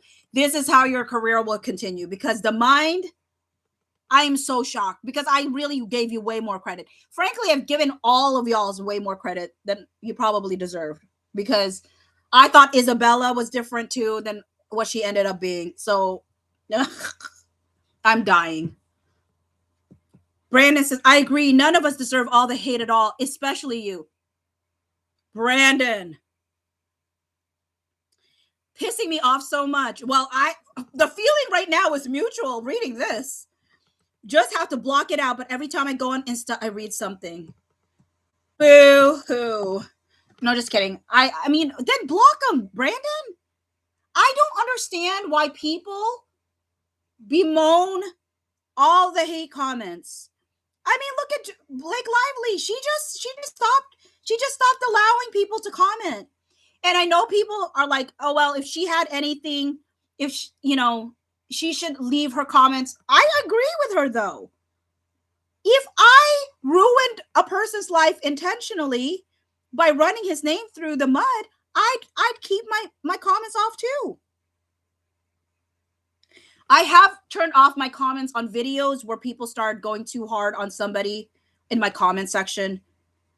I had a video where there's a friend I have on TikTok that I think because his takes, people feel a particular way about him sometimes. They can sometimes get real tough on him in the comment section. And when it gets too far for me, when it gets too across the line, and I'm like, I can't control what people say, but I'm gonna either I end up like not allowing any more comments, or I just private the video, because I don't create videos so people can like tear someone down. That's not my intention. And people, I mean, like say like, well, don't people tear down Blake and Ryan in your comment section?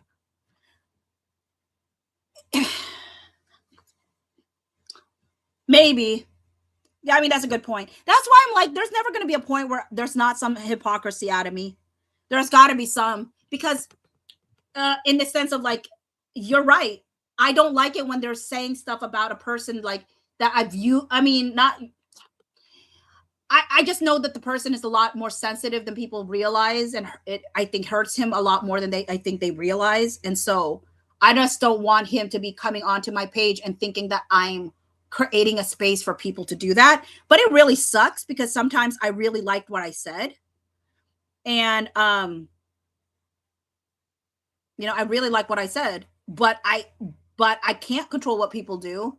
I can only control what I do. And so sometimes my choice is to just so I just put it down sometimes. There's been times where I had an incredibly like high viewership, like in the sense of like ones that I don't go viral or anything, but like I've had two, like one video that went 1 million and another one that went like large, but the comment section was getting so hateful or hurtful or whatever. I just private those, because to me it's like, I don't care about having a lot of views if it's just creating a space that's just vitriolic in nature. And so it's hard. So yeah, it is a balancing act, because it's like,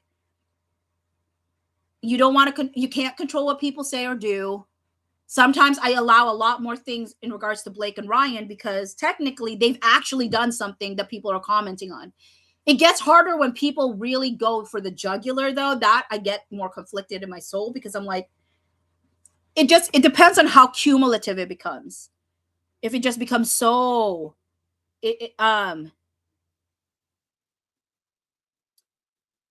yeah, it just becomes too much. Anyways, um Blake said, "Yeah, I'm legitimately depressed and heartbroken, like in an immense amount of pain. I'm sorry it's being aimed at all of us, you included." I mean, was it? Brandon and fight. I see every time. I'm like, are they? Were they getting targeted? I just didn't feel like they were. I feel like she kept saying we when it was just really her and Colleen.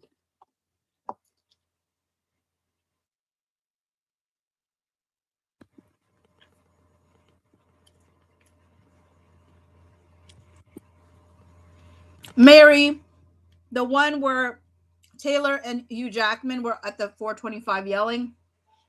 Um, and yeah, I forgot which one, but I know that they first brought it up in the New York Times, but they didn't say who it was. But I don't know where. Yeah.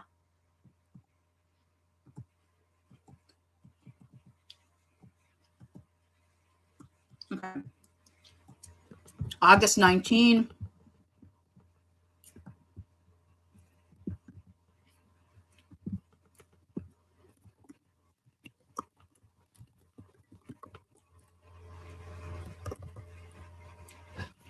Okay. What is this? 12:45, 120. Okay. Oh my word. Maybe I need to genuinely turn this off and come back in because it's already almost 5 hours. Mm, I don't know. But then y'all have to refine me. So no, I'm just gonna stick it out. Okay, so Angela Yang says on Monday, August 19, 2024, at 3:39 p.m. to Jamie. Hi, Jamie. I'm Angela, a reporter for NBC News, writing a story looking at how domestic violence survivors feel about the marketing around It Ends With Us. Despite the film involving themes of intimate partner violence, the promotion of it has received backlash for appearing to portray it as a fun summer romance. Some of the criticism has also touched on Ryan Reynolds' involvement during the marketing campaign, with people saying that Ryan and Blake's cross promotion of each other's films took away from the focus of domestic violence and It Ends With Us. Ryan is not the focus on the story, but would he like to share any comment on this? Thanks for your time. And then Jamie said, "This is the story Sony needs to comment on per our call. The marketing around It Ends With Us does not." Okay, this is an interesting statement. She says, "The marketing around It Ends With Us does not sit entirely on her shoulders." So it sits on her shoulders, though, right? She's like, not entirely on her shoulders, but it does sit on her shoulders far more than Blake Lively tried to portray, right? Did you connect with Josh? He left word for Tara. And then Warren said, aren't we just putting this in the studio and their marketing approach to the film? And I don't know what do you think that's saying? Because every time I read it, I'm like, are they trying to just blame the studio? Is that what that's saying? Or what do you think? When Warren says, aren't we just putting this in the studio and their marketing approach to the film? Are they trying to blame the studio or what are they saying here?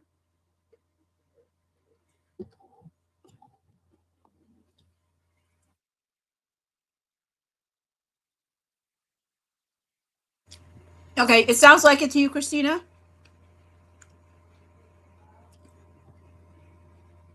Oh, aren't we just putting this on the studio and their marketing approach to the film? Okay.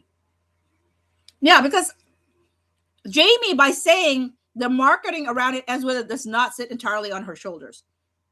That's an acknowledgement that she had a part in the marketing. And I knew that they were lying about her not having a part, especially after her PGA letters and a lot of text that shows she was very much a part of the marketing, which we all knew. That's why we hate to be lied to. You're like, don't treat us like we're stupid. We see that you were involved in the marketing.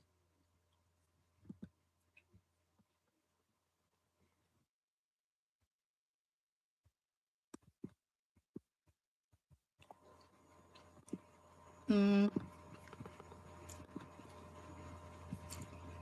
that's the expert report. Okay, we don't need the amended. I'm not going to spend that time on that. Okay, August 11th.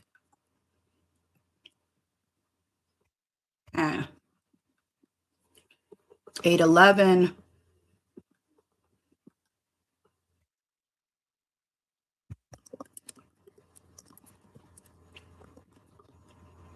And text. So this is just 5 messages from Josh and Tara that says all this would do is continue to reinforce what everyone is saying, that Blake is a bully. This is an email Leslie got. Yeah, she's not getting support, even with Daily Mail and New York Post. She orchestrated all this drama in a totally unsavvy and amateur way and basically threatened you and Sony, and now is mad it backfired on her.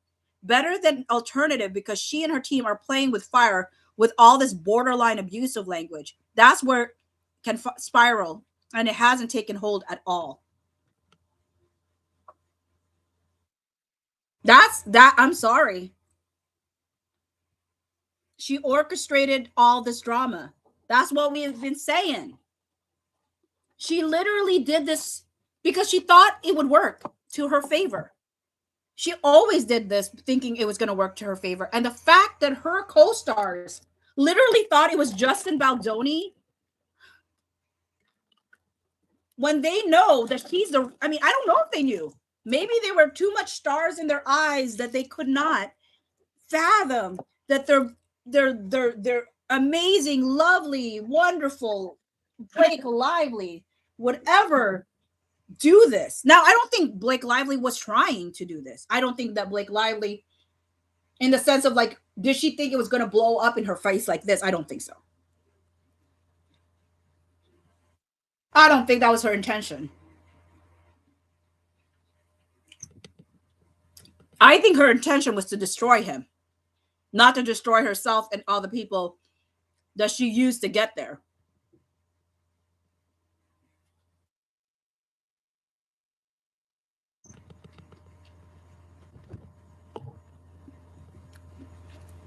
Yeah. Julianne said she thought she was crushing Justin, not herself, 100%. When she did what she did, she wanted people to assume that Justin had done something bad. And I mean, if he was a person that I think has not lived the life he has lived, maybe that would have taken hold very easily. Let's say that the same whisper campaign that Blake Lively did on Justin Baldoni, somebody did it on Ryan Reynolds. It would have worked. It would have worked on Ryan Reynolds because he has enough skeletons in his closet that people would have believed it. But she didn't do it on Ryan. She did it to Justin. And you know, sometimes when you live your life a particular way and then somebody accuses you to be something that you're not, it could really genuinely, like, I think about that all the time. You know, I think about that all the time as a person that's doing content creation. And I'm like, someday I want to get to a place where like I'm doing this full time, right? So what happens when you start to do something full time is your career suddenly, right? Sometimes people who before were okay with you, who were cheering for you, then like it turned, like things turn.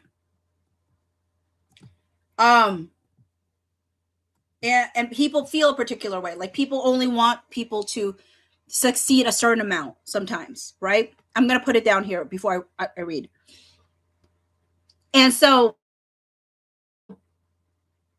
it's that question of like, how can I make sure that I live my life as consistently as possible?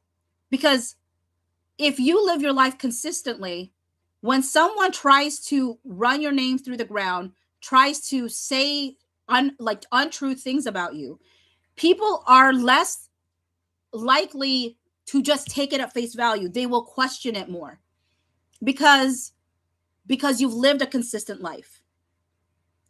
And obviously we've been used to getting let down by people, right? And I think I don't know. I feel a part of me feels like Blake Lively thought, you know, people who have been hurt by men in the past will automatically just believe that she's telling the truth. And the thing is, I did believe Blake because I did not know who Justin Baldoni was. Not that I knew who Blake Lively was either. I really didn't know. I mean, I did. I mean, I liked Age of Adeline. I liked A Simple Favor, but it's not like she was like somebody like I must watch a movie from this person. She wasn't that. But of course, there was not anything like it was just her lawsuit. And you're thinking to yourself, like, why would a woman lie, especially about something this serious? So yeah, like my bias, right? My bias is to believe someone who's claiming to be a victim. And so that's why I get really irritated when someone thinks that I just think this about Blake Lively now simply because I wanted to believe a man. That's lazy thinking. And no, that's not that's not the reason. There's just after a while you cannot turn off your brain. People act like there's not this overwhelm. When Siegfried said there's a mountain of evidence, she's right, but it's not for Blake. It's for Justin. He has a mountain of evidence. And it's very hard typically to prove that someone has lied on your name so thoroughly. But thankfully, Blake Lively tells on herself a lot in her text messages. And also just how much she kept releasing things that she thought would harm Wayfarer, but it just kept reasserting what they said happened. And they never were mean to her the way she's mean to them. They thought talking about having your movie taken over and the hurt and the pain and all of that is not the same thing as what Ryan Reynolds and Blake Lively were doing. It's just not. Them saying that she took over the film is not, it's not the same thing as the things that she was saying about him and Ryan was saying about him. It is not, I'm sorry, it's not the same. It's not the same. And now she had her opportunity to drop all of her evidence, and her lawyer is saying there's mountains of evidence. All we got is people corroborating her story. But when we see the emails, we see the things, we say very easily, you got manipulated and played. Because the things you got upset with, Colleen Hoover got upset because she was told that Justin Baldoni was telling people that she was Baha'i. That's a trust me, bro. Because there's never been a time that there's any proof that Justin Baldoni ever said that. And I bet you, and I bet you, knowing Blake Lively's pattern, he might have said something like,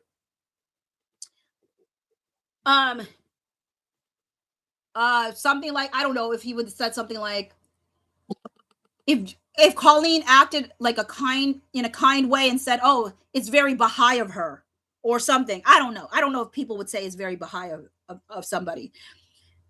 And she took that to say that he was saying she was Baha'i. I don't know. But the things that got Isabella Ferrer in her deposition, she was like, I was fine doing promotions with him until she got to talk to Jenny Slate, until she got to talk to Blake Lively. Then suddenly she's reliving all of her things. She's thinking back, oh, what did he do that was inappropriate with me? I said, was she uncomfortable? She was like, well, but someone could have been. And it's like, get out of here.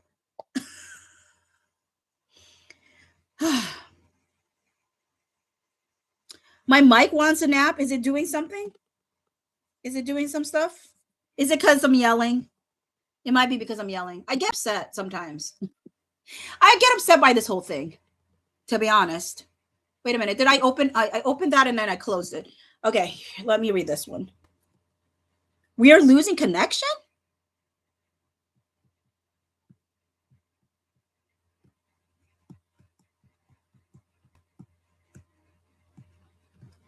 You're losing connection? I usually get told on this side that I'm losing connection.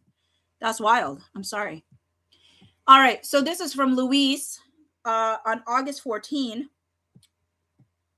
And it's the Hollywood Reporter, this article where Tony praises Blake Lively, and it does not work to their favor because people have their own eyes and ears, right? But it said in mid-June, star producer Blake Lively traveled to Dallas to attend author Colleen Hoover's book Bonanza for a Q&A, and the lead up to the August release. It ends with us. Lively surprised the 2,000 plus attendees when she announced they could screen a rough cut of the movie adaptation the following night. The screening of the movie, the first of Hoover's popular novels to hit the screen, proved to be a stroke of marketing genius for Sony, which bought rights to release the movie from Wayfarer Studios, whose co-founder Justin Baldoni both directed and stars in the film. Colleen Hoover's book Bonanza and her fans sparked the fire that was the beginning of the cultural movement, says Josh Greenstein. I always say Greenstein, but if people have been saying Greenstein, I guess that makes more sense with the way it's spelled. A veteran marketer and a president of Sony Pictures Entertainment Motion Pictures. Okay, I don't really actually want to read this. It's an article that you can read, but it's him praising Blake Lively, advancing the conversation around domestic violence.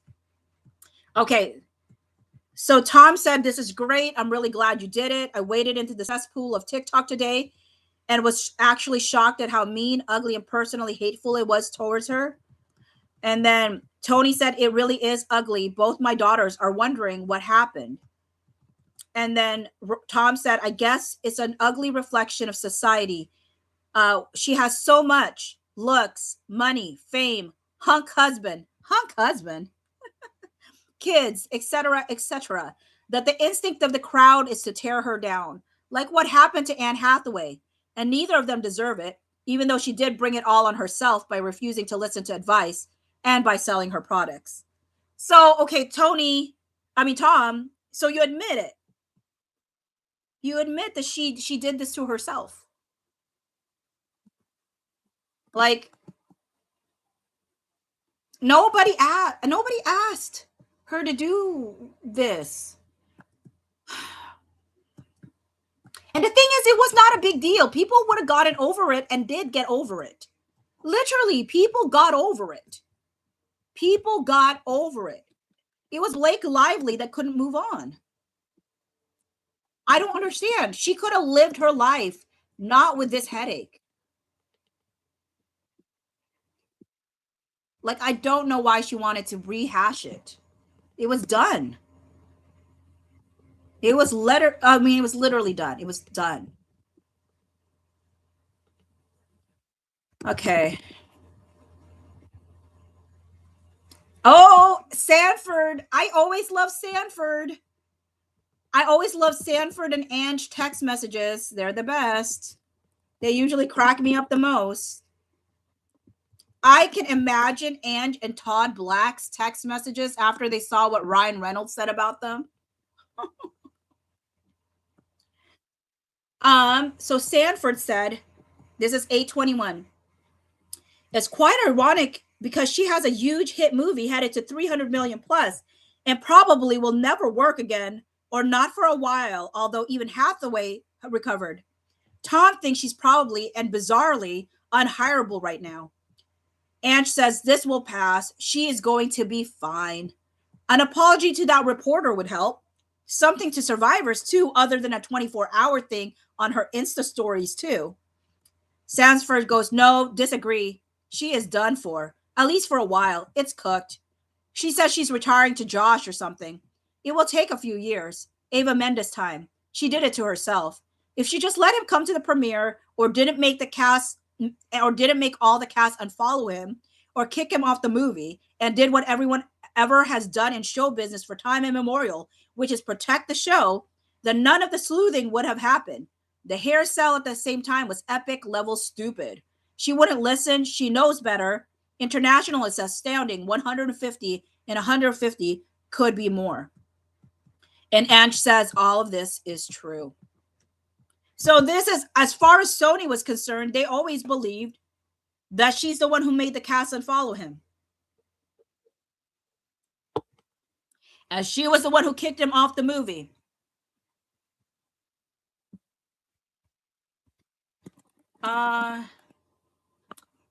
What was the name again? Sanford. I just want to remember who Sanford is. Sony executive, film executive. So he's a film executive, American film industry executive, and oh, he's the president. Is this who they blasted, and they were trying to keep it redacted? Is this who they were? Is this who they kept redacted because they were like, he wasn't, the person was not like, didn't do a deposition. I wonder if this is it, because they were not about to speak to the president like that. And the president is like, that's what the president felt. So her saying that Sony needed her to take over, Sony's saying no, she got him kicked off the movie. So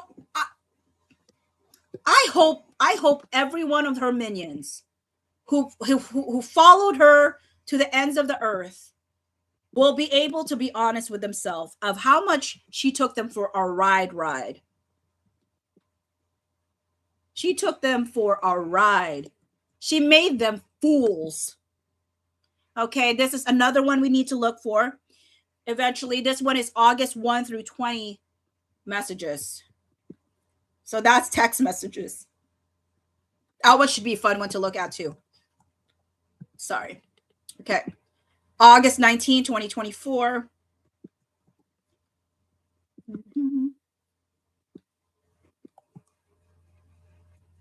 Oh, this is okay. This works still. August 19. Okay. August 19. This is 12:45. 12:45, 127.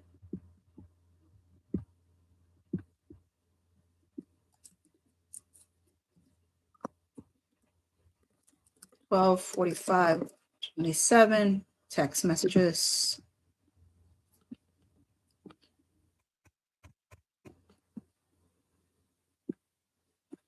Okay, it says Melissa says, good morning. Sharing with you a perfect example of why we don't use quote unquote bots. I wouldn't even worry to think they've hired a team as A, nothing to find, B, they hired an awful team, which I've sent to our guides track and pull so we have evidence of it. This below should answer everyone's question on what a bot team looks like when every single comment suddenly skews in her favor in a nonsensical way. At least sprinkle them in. She needs to fire her bot team.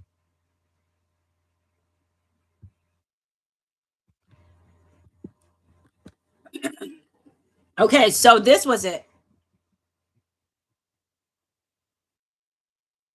Blake Lively has come under fire yet again for repeatedly using a transgender slur in resurfaced interviews. That it ends with a star was called out on social media Sunday when a fan referenced a remark she made about her future children in 2012 interview with Elle magazine. Now, right now, let's see. Oh, okay, I can't look.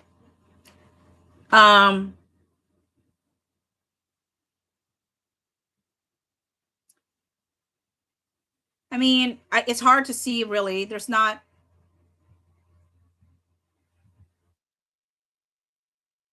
This one says, "Man, who did she piss off? They have the bots on attack." Blake started the smear, and now the big guns are coming for her. If she stops, they will likely stop as well. Bringing up something 14 years ago. Okay. I don't know. Okay. Not sure, but that is what it was. They probably all use Signal now. Justin says, how can we say somehow that we're not doing any of this? It looks like we're trying to take her down. It doesn't. They're doing all of this themselves, and it's really obvious. This is bots.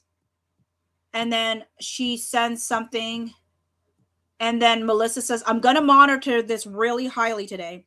It will be really easy for us to show bots because there would not be so many pro her comments with the type of profiles that are commenting. And if they continue, you can easily show WME, Sony, or media if that's our group decision. But to media and to your fan base, it doesn't matter at all. They will not see this as a tide is turning thing. Your reputation right now is way stronger than hers. And Justin says, okay, please monitor. Things I'm more worried about is that we are planting these stories, which are not true. And Jennifer said, chiming in here, the people saying that there are bots and this is a PR play on your side is a minority voice compared to the thousands and thousands who are calling it what it is and reacting to Blake's own actions and interviews. We never want the action of the minority to dictate what we do on our end. We have to always look at the big picture, which is still enormously on your side. But I do see a want and need from fans to move on. People are now commenting that they are bored with the many articles still coming out about this drama. When we move on, they do too. So we need to find ways to keep elevating not just the DV reaction, but also the other things in your life like family, being back home. And Wayfarer, that's not tone deaf in my opinion, but sends the message that you are focusing on what really matters, and that will help with the Blake narrative too, my POV. I tell you, the amount of messages between Jen Abel and Melissa Nathan really thinking people are got to move on from this. They were not thinking that people would still be here like over a year later. They really were not planning on that. There's so many times they're like, okay, they're done now. People are over it. Let's go. Let's move on. And yet here we are on a 5 hours and 16-minute live. Still going through their evidence. Little did they know. I'm going to tell you right now, a part of me is like, why don't I put on ads when I do live? Because this is a long live. And so I hope some of you will clean your house to this live once this live is over so I can make some money out of this particular live, because this is a long live to not make any money on. But I just don't like putting ads when I'm live because it makes sense once the live is over. But I just feel like if you're coming in for a live, like, I don't know, I just prefer not to. But then there's times where I'm like, why do I not? Maybe I should. But no, I'm just kidding.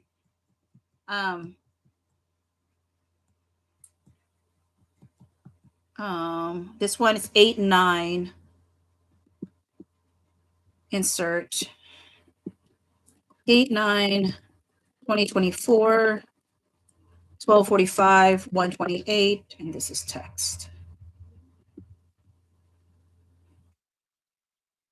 GA015-S says is appreciated. Sometimes those ads throw me off. Yeah, I had actually read I had read some folks feeling like I forgot where I was reading it, where they're like, I hate, why do they have these ads in a minute of, in the middle of a live? And I was like, well, that's why I'm not planning to do that. But it really does hurt sometimes when you think about it, because you're like, oh my word, that's a lot of lost revenue and lost money in a lot of ways. But then if people are annoyed by it, but then if people don't care, I don't know. But I still probably won't. Shannon, oh, thank you for the $9.99. I really appreciate that super chat. Appreciate it.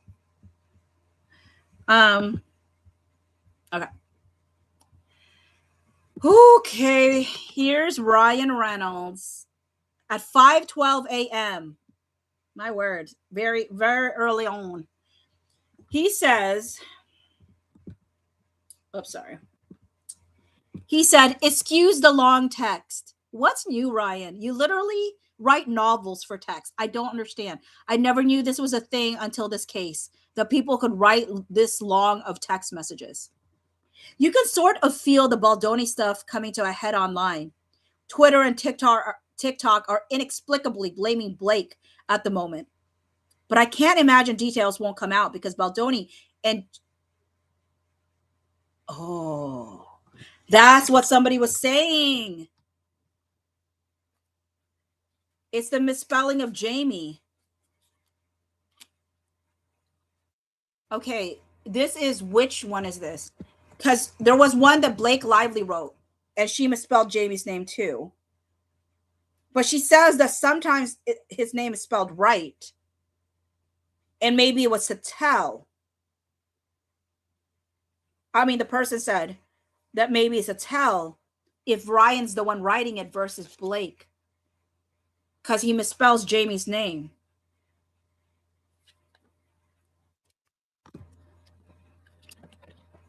Thankfully, Jamie has a name that's spelled differently so that we can catch it when somebody.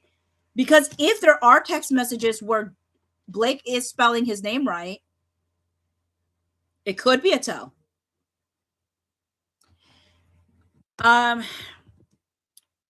Because Baldoni and Jamie Heath offended, harassed, or violated too many people. And the internet is obviously looking for answers and obviously seeing how every cast member and key crew member, including Colleen, won't be in the same room as the guy. All of them have at some point over the last 6 months unfollowed him on social media. Not one person has said Justin's name out loud in any interview at any time. That's not true, Ryan. That's not true. When they were away from Blake, they said his name. When they were away from Blake, they were willing to answer questions about Justin. So that tells me it is Blake related, Ryan. Because why did they do interviews and why were they fine answering questions about Justin as long as they were not next to Blake Lively? Riddle me that. And also is another reason that I feel like now I forgot what I was going to say because I read something in the comment and it made me forget what I was going to say. Oh yeah, Christy Hall. And it's another reason why I don't think Christy Hall is anything, is a part of this at all. I think you drag Christy Hall into this whole thing, but Christy Hall was not involved in this at all because Christy Hall said very kind things about Justin during this time frame. She had an interview. So just saying. And she said that Justin really wanted to honor his promise to Colleen Hoover. So I'm just saying. That's why I've never believed that I shouldn't say I never believed. There was a point in time that I did believe that maybe Christy Hall was involved, but I don't now. There's just too many things that I've seen that I'm like, no. The fact that they never used her deposition, the fact that she was not deposed, I'm like, no. Anyways, all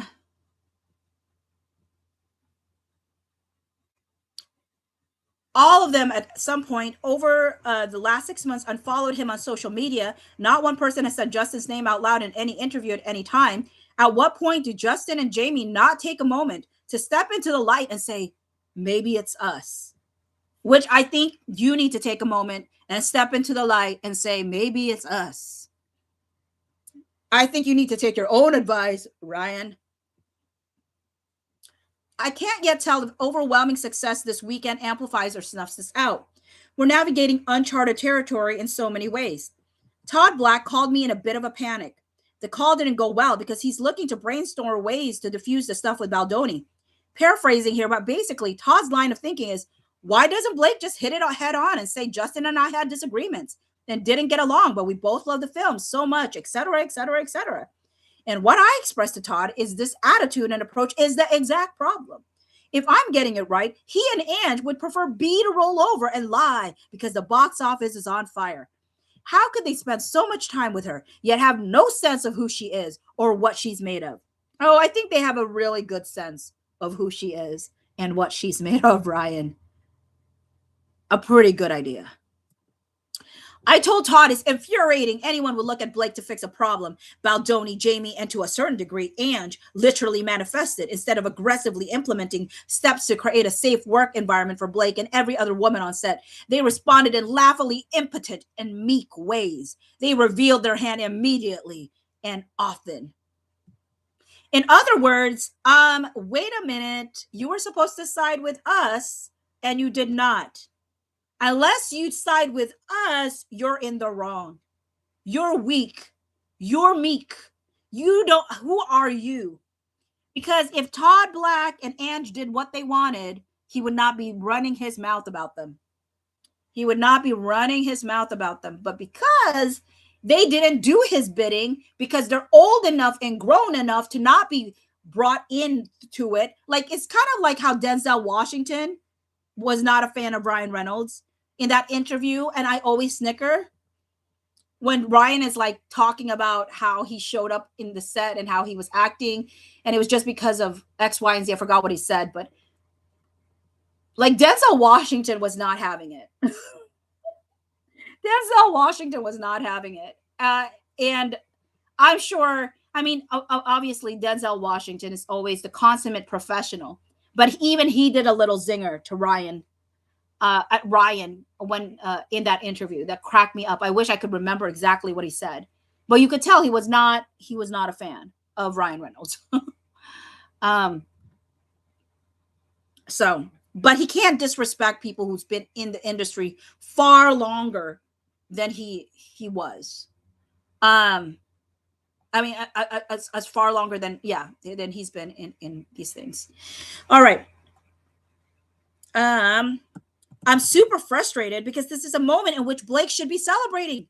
She made this unbelievable win happen. She made this a win for Sony and by proxy, Wayfarer. She effing refused to give up on the film. She didn't sleep. She missed countless moments with her kids who asked her to. While sitting, like literally, though, Ryan, who freaking asked her to? Who freaking asked her to? Nobody. That's the point. Nobody asked her to do any of this stuff. You see, you read Sony's email, they didn't want her to do any of this stuff.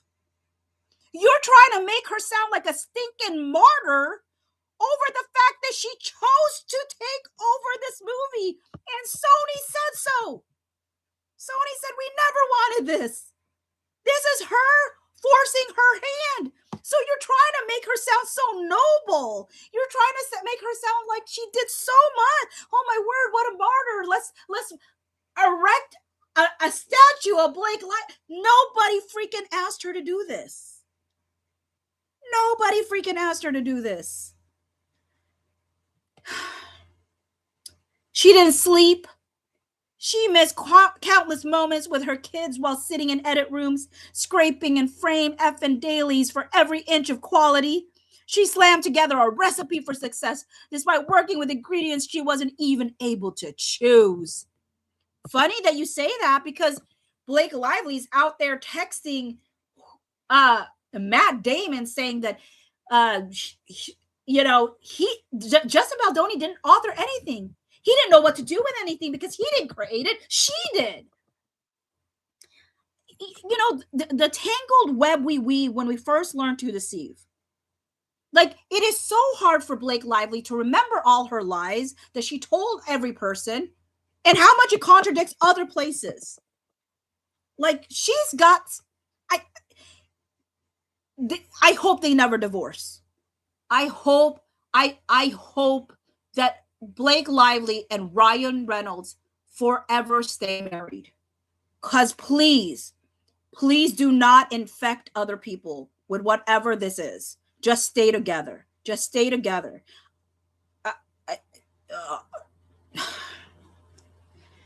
This is so full of delusion at this point.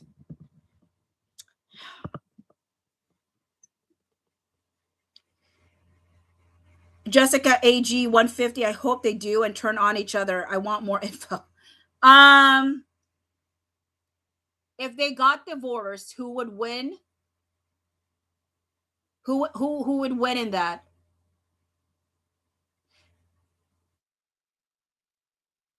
It depends. They both have They have entire machines behind them. Yeah, that's true. Christina said regarding lives and advertisement, if you have premium, then you don't have to deal with ads. That is true. That is true.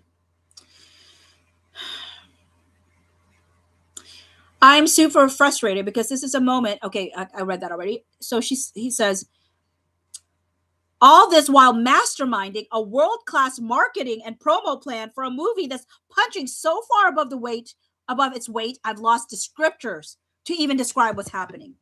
Exactly, though, Ryan. She masterminded the marketing with your company, right? Your company that loves to take credit whenever you do anything, but failed to take credit for this one, right? Because you didn't really want people to blame you for the debacle it became. And in your lawsuit, her lawsuit does not take ownership of any part of the marketing, right? But here you're saying she masterminded it all. Another lie that about Sony is Sony's to blame when you freaking knew that your hands and her hands were all over that thing.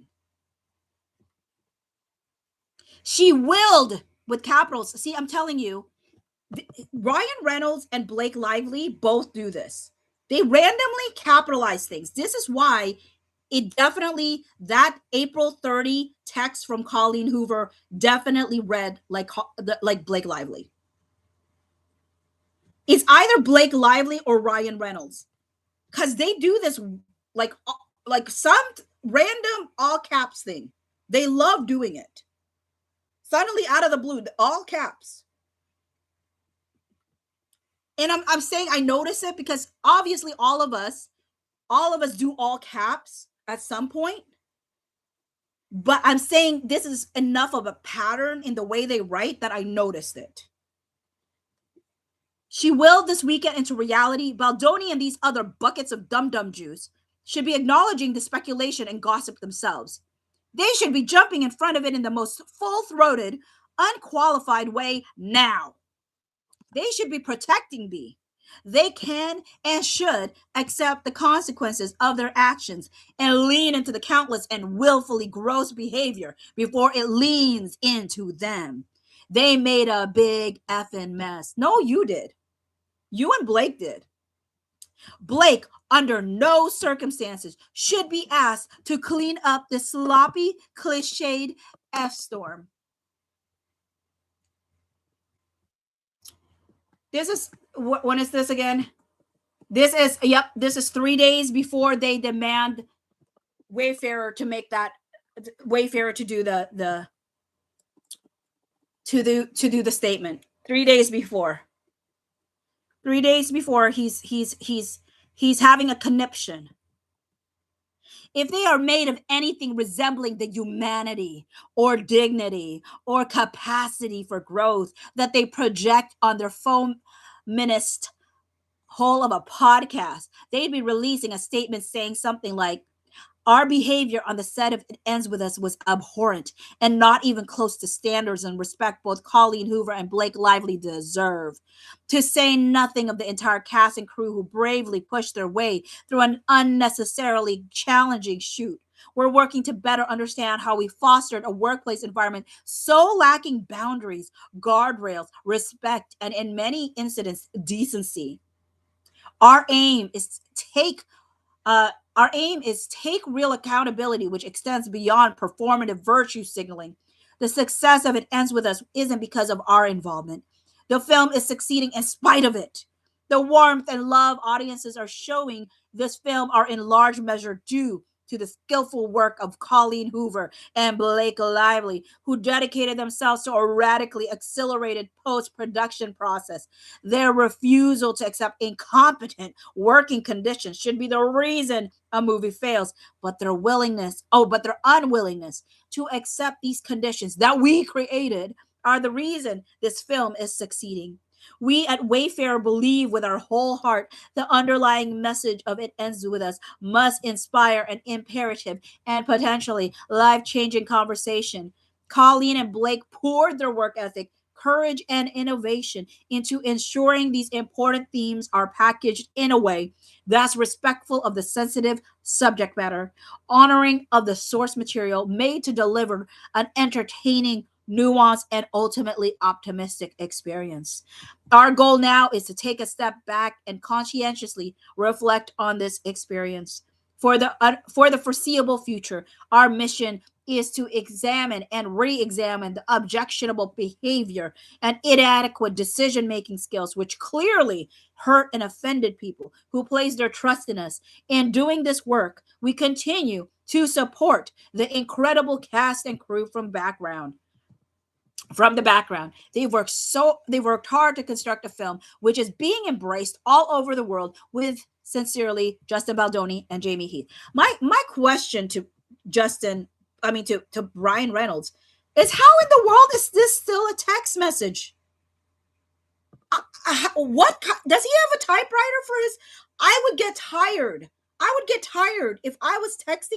I don't understand it. How does he text? This is a freaking email. How does he text this much? Like I'm trying to understand, really. I'm trying to understand how this is a text message.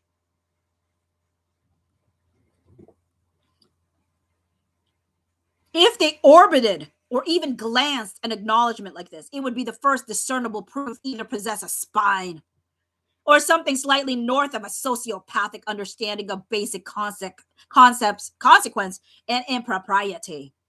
The only thing they don't seem interested in is the truth. And and all Blake has is the truth. That's funny. Because it's been hard to see the truth from her. The fact that she hid, the fact that she redacted, shameless plug here, right? August 8th was a Thursday. How much of the truth does she really have, Ryan? How much does she really have of the truth?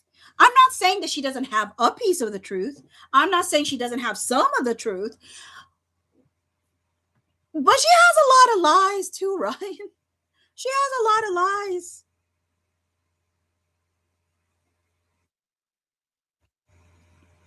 And all Blake has is the truth. You know what? If that was true, Ryan, if that was true, we would have seen a consistent story all the way through. You know how I know that Justin Baldoni and Jamie Heath is telling the truth? It's kind of how I knew they were telling the truth because of the lift scene. I said that the one who lied about the lift scene is the one that most likely is not telling the truth, because there's no reason to lie about the lift scene. And it turned out it was Blake Lively that lied. So the same way, these accusations that Blake Lively has made, Jamie Heath and Justin Baldoni have admitted, like, yeah, it's like basic premise is there's truth to the basic premise of it, but there is a context. And she did that intentionally, because the way that you make it hard is you tell a little bit of the truth. You get out ahead of it. You tell a little bit of the truth, but you don't tell the true context of it. So that when a person has to explain the actual context, then people say, see, they're not even denying it. They're just trying to make you think it was okay. That is the power of taking a partial truth and making people think that it's the whole truth and nothing but the truth. That's what Blake Lively did. She gave you a little bit of the truth so that if Justin Baldoni and Jamie Heath try to explain the full context, automatically they're seen as trying to justify what she deemed as SH. But here's the reason I know that Justin Baldoni and Jamie Heath is telling the truth and Blake Lively is not. Is because she chose to lie about this takeover. She chose to lie about this takeover. And we know that she lied because there's so much with Sony, what Sony says, and so much of what she says in these text messages with the friends. that are contradictory to the things that she's saying to us as an audience within her lawsuit. There's so many things that she said with her full chest to her friends that she acted like it wasn't true. Suddenly she's powerless in her lawsuit. That is how I know she's lying. She sold a bill of goods to us through her lawsuit. That is not the story she's telling her friends, not the story she's telling through in her PGA letter, and certainly not the story that Sony is saying.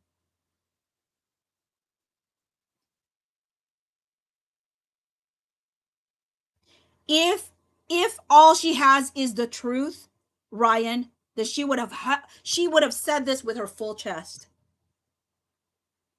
in her lawsuit. She did not.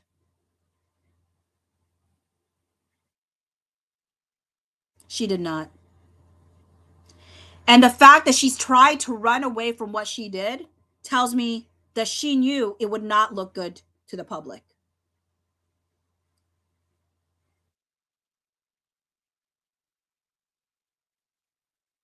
This was not worthy for us to be here all this over a year later. This is honestly something that could have been resolved amicably if it wasn't for your pride and her pride.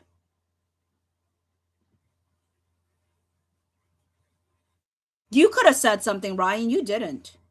All you did is some passive aggressive speech at some women's event to make some snidey comment about Justin Baldoni. You didn't even have, you're out here saying they don't have a spine. You didn't have a spine.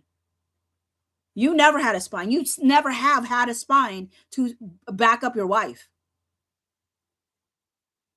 You just do passive aggressive things like nice pool. And if he had SH'd her, why in the world did you go with nice pool? And to be clear, folks, when people are saying, well, you know, he has to go with Nice Pool was a creation by Ryan Reynolds. Nice Pool does not exist in the actual Marvel universe. It was created by Ryan Reynolds. So he could have freaking called Nice Pool anything else. It is not the same as Zen Pool. People were like thinking Nice Pool was just Zen Pool. He was not Zen Pool. Nice Pool was literally from the mind of Ryan Reynolds. And when he first created him, he said that he was only there to introduce Dog Pool. But his role evolved. And the reason it evolved was because he wanted to make a mockery of Justin Baldoni. But he still chose Nice Pool. He didn't call him Faux Nice. He didn't call him some other name that would have given some sort of something. It's the snidiness against the nice.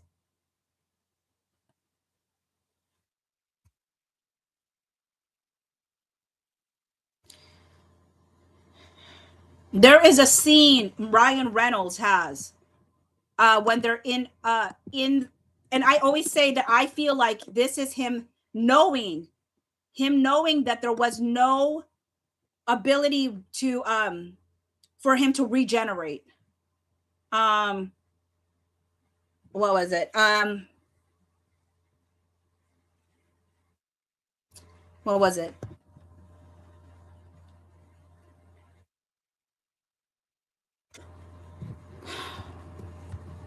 Deadpool and Wolverine. Cornfield.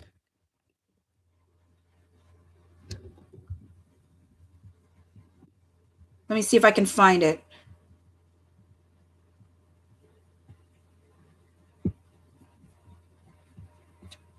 Okay. I'm not sure if this is the right clip, but I'm going to play it anyway, just to see if it is. But I'm not sure if it is. No. Just get in the car. This isn't a car. This is. Nope. That's really bad audio. What is the audio doing there? Okay, hold on. Where is it? Lasted. Why do they not have I feel like he pulled this. I feel like he pulled the corn maze one because I used to be able to find it easily and now I can't. And I'm like, why can I not find it anymore? I feel like he's suppressing it, to be honest. Because it should be an easy find. It used to be one that just came right up. What else can I say? Maybe dog pool? Okay, oh maybe here. All dog like that. Why is the sound like that? Did I mess up my how's my audio? Why does my audio sound like that? I blame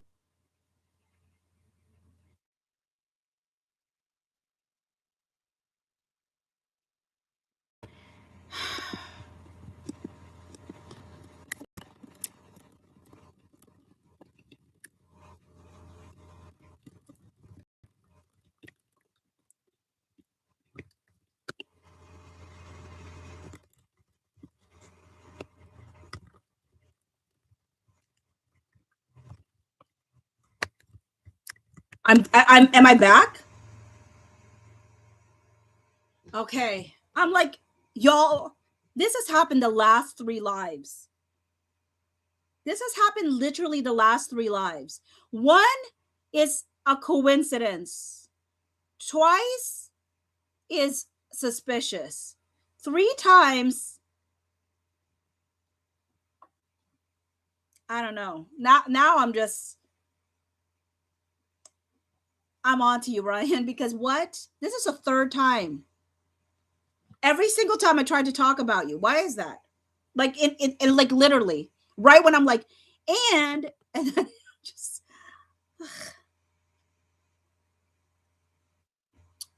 um let me see if I can find it though. Hold on. I have the Deadpool and Wolverine thing. I wonder if it's in the scripting. And I'll read you what it said. I don't know if they changed the they might have changed the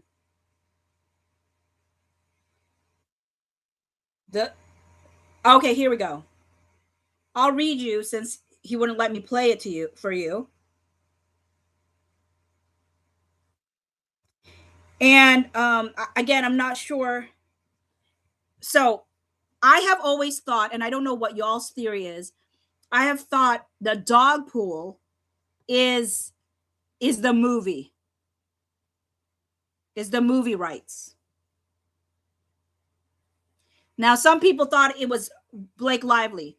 I don't think it's about Blake Lively. I do think it's about the movie rights. So there's this line where Deadpool is snuggling into Dogpool. And Nicepool says, you're going to have to give me my dog back, though. And Deadpool says, I know.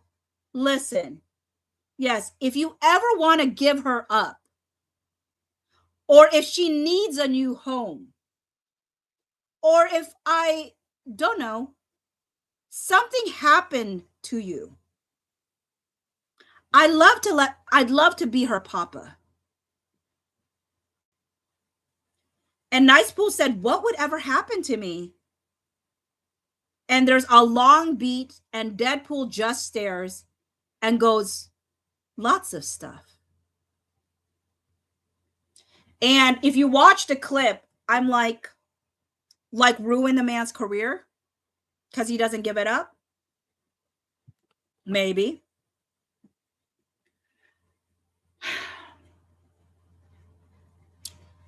But we had said, I think I need to tap out at 6 hours. I don't know if y'all heard that.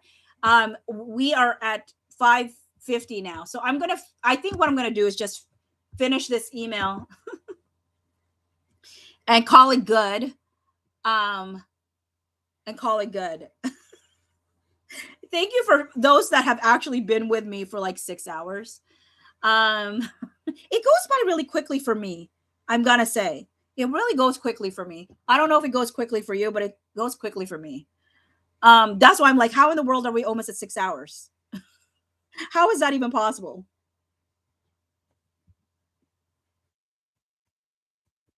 Okay.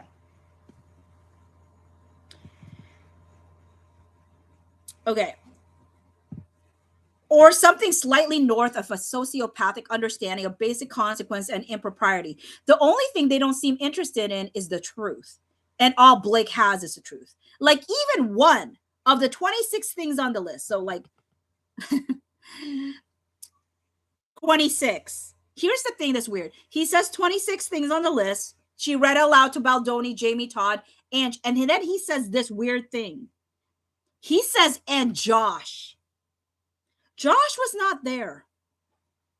Who were all sitting in our living room, would be considered irretrievably monstrous and shocking. Josh was not there. Alex was. He doesn't list Alex's name. And he says Josh. No, Todd was named. Todd was named. He said Baldoni, Jamie, Todd, Ange, and Josh.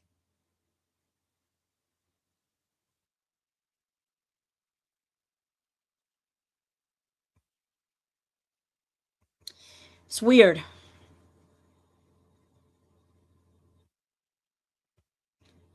So I always wondered why he mentioned Josh when Josh was not there and why he left off Alex even though she was there. Would be considered irretrievably monstrous and shocking. I think it's fine. I think it's fine to play through the weekend, but I'm flying blind when it comes to Blake. We haven't had a chance to fully discuss the right course. I know she'll have a clear perspective unless something changed. All she cares about is the creative and a well earned outcome. But I happen to think some action is necessary. She should not be subjected to some eye rolling narrative of the controlling. If I were those two guys, I'd be jumping in front of this now with energy. My nose is going haywire right now. Okay, sorry. Warren says, first of all, I love your writing. I've read this a couple of times. Really? I was struggling to get through it. I think sometimes they kiss butt too much. I think we should chat. I can't respond in a way that plays at the same level. Simply, you're right. They can't have some expectation that she's going to make it fine for the offender, nor do I think these guys have the humility or capacity to be proactive in that way. I think their instincts are self-serving and quite the opposite. That's rich, Warren. Your clients are that way. I think a lot of these are bots. Sarah and I are looking at it. My belief is that he's orchestrating a narrative and probably has his crisis team plotting his moves here. It's the exact opposite of what should be happening. This narrative of he's the only one talking about the book and domestic violence smells of foul play, not to be an alarmist. Call me when you land. Todd is so disappointing on this. Reynolds goes, Todd and Ange are effing textbook ineffectual elderly people with no ideas or thoughtful communication skills, just blunt instruments with 6 catchphrases and about 5 keywords. You just described yourself, Ryan. Warren, if it's this guy's incredible ego. He feels like he's laying a trap if her truth surfaces while promoting a narrative digitally. Reynolds says, yeah, but honestly, someone is just going to tell a journalist the real deal and it's going to blow up in his face. Warren said, one would think, but the truth does become muddled sometimes. That's why I'm concerned if he's laying a trap. I hope this fraud weasel is exposed. I just want to protect our downside. The movie working is everything. Let's see if the noise subsides. And then he gives a link to World of Real.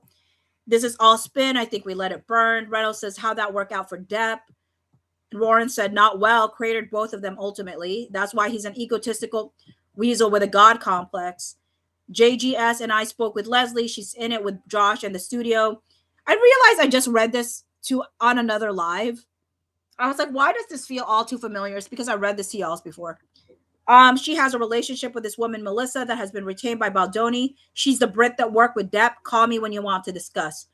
Reynolds says Leslie should definitely engage the studio and fight back in any way necessary.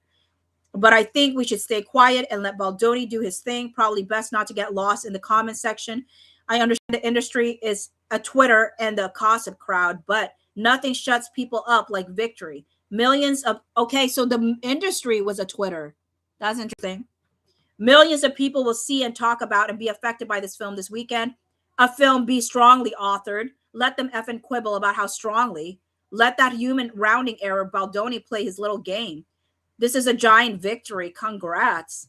Warren said, I totally agree. Reynolds says also, if we ever need to, B can just go on record and explain what's working with him was explain what working with him was like in the most plain language possible. Warren said, yes, if she has to. Let's see how it plays out. By the time she's forced to say something, we would have all his cards out on the table. Warren said, I just read the article. I would imagine there isn't a lot of moves on his end here. We shall see. How is she doing? It's on track for 51 mil. Wow, let's see if it holds. And Reynolds says, wow. Okay. So I'm 5 minutes shy of what I said I would stay until, but yeah. I think I'm good. Let me close out with a song. And I think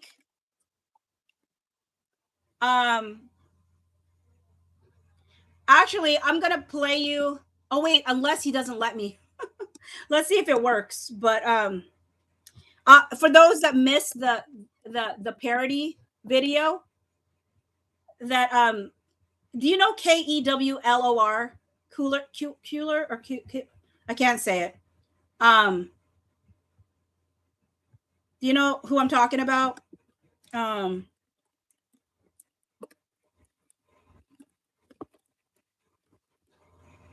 KEWLOR. Anyways, I'm gonna share with you that video one more time. I started this, but for the AI is generating. AI. Tim, with Monday. not it's, okay, never mind. Something's going on with my computer. It is not letting me. Anyways, if you want to watch it, it's called Parody Video Music. I'm actually gonna mute it just so you can see a visual of it. But it's this one.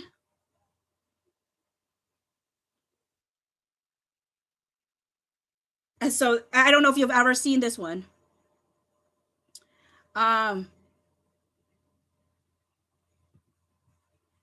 So anyways, hopefully it works in your audio, but I don't know why it's not working on mine right now. But when y'all hear me, can you hear me fine? I wonder if I need to buy a new laptop, because that was really weird. Can you confirm to me that you can hear me fine? But I mean, is it like that noise? Is it that noise that's like it was? Did you hear like whenever I tried to play the sound, it was making all that weird noise? Was that doing the same thing for y'all's? Okay, then I'm really weirded out. No static. How about when I tried to play something on the screen? It was garbled, right? When I tried to play something on the screen. So yeah, I part of me wonders if I need to get a new laptop. One that has more storage anyway. You didn't hear it? Okay, that's just weird. It's just me. Okay. Oh, it sounded fine to you? Oh, the video was messed up for folks. Okay, good. Because I was wondering what was happening. Anyways, y'all, I really appreciate you. Okay, before I say goodbye to folks, how long? Tell me in the chat right now, how long have you been here? Out of the 6 hours? Out of the 6 hours, how long have you been here? Christina, you've been here the whole time? Tiffany, oh yeah, you were the first one here. Y'all, Lily said 3 hours. Julianne said the last hour or so. The whole time minus 15 minutes from Rachel. Since the sun was up, says Amanda. Moonhand Healing said, since you started on TikTok. Oh, you were on TikTok, then you came over here. Unseen said probably 1.5 hours. But honestly, 4 of 6 hours, y'all's okay. Thank you so much. And if any of you would be willing to consider, I'm going to unlist this and then try to generate the ads for it. But if any folks actually want to rewatch this while you're cleaning the house or something, super helpful if you do. Oh, thank you for gifting members. I really appreciate that. Okay, y'all, I'm gonna head off. Thank you again. 6 hours, and some of you have been here from hour one. That is amazing. Y'all are amazing. Thank you. Bye.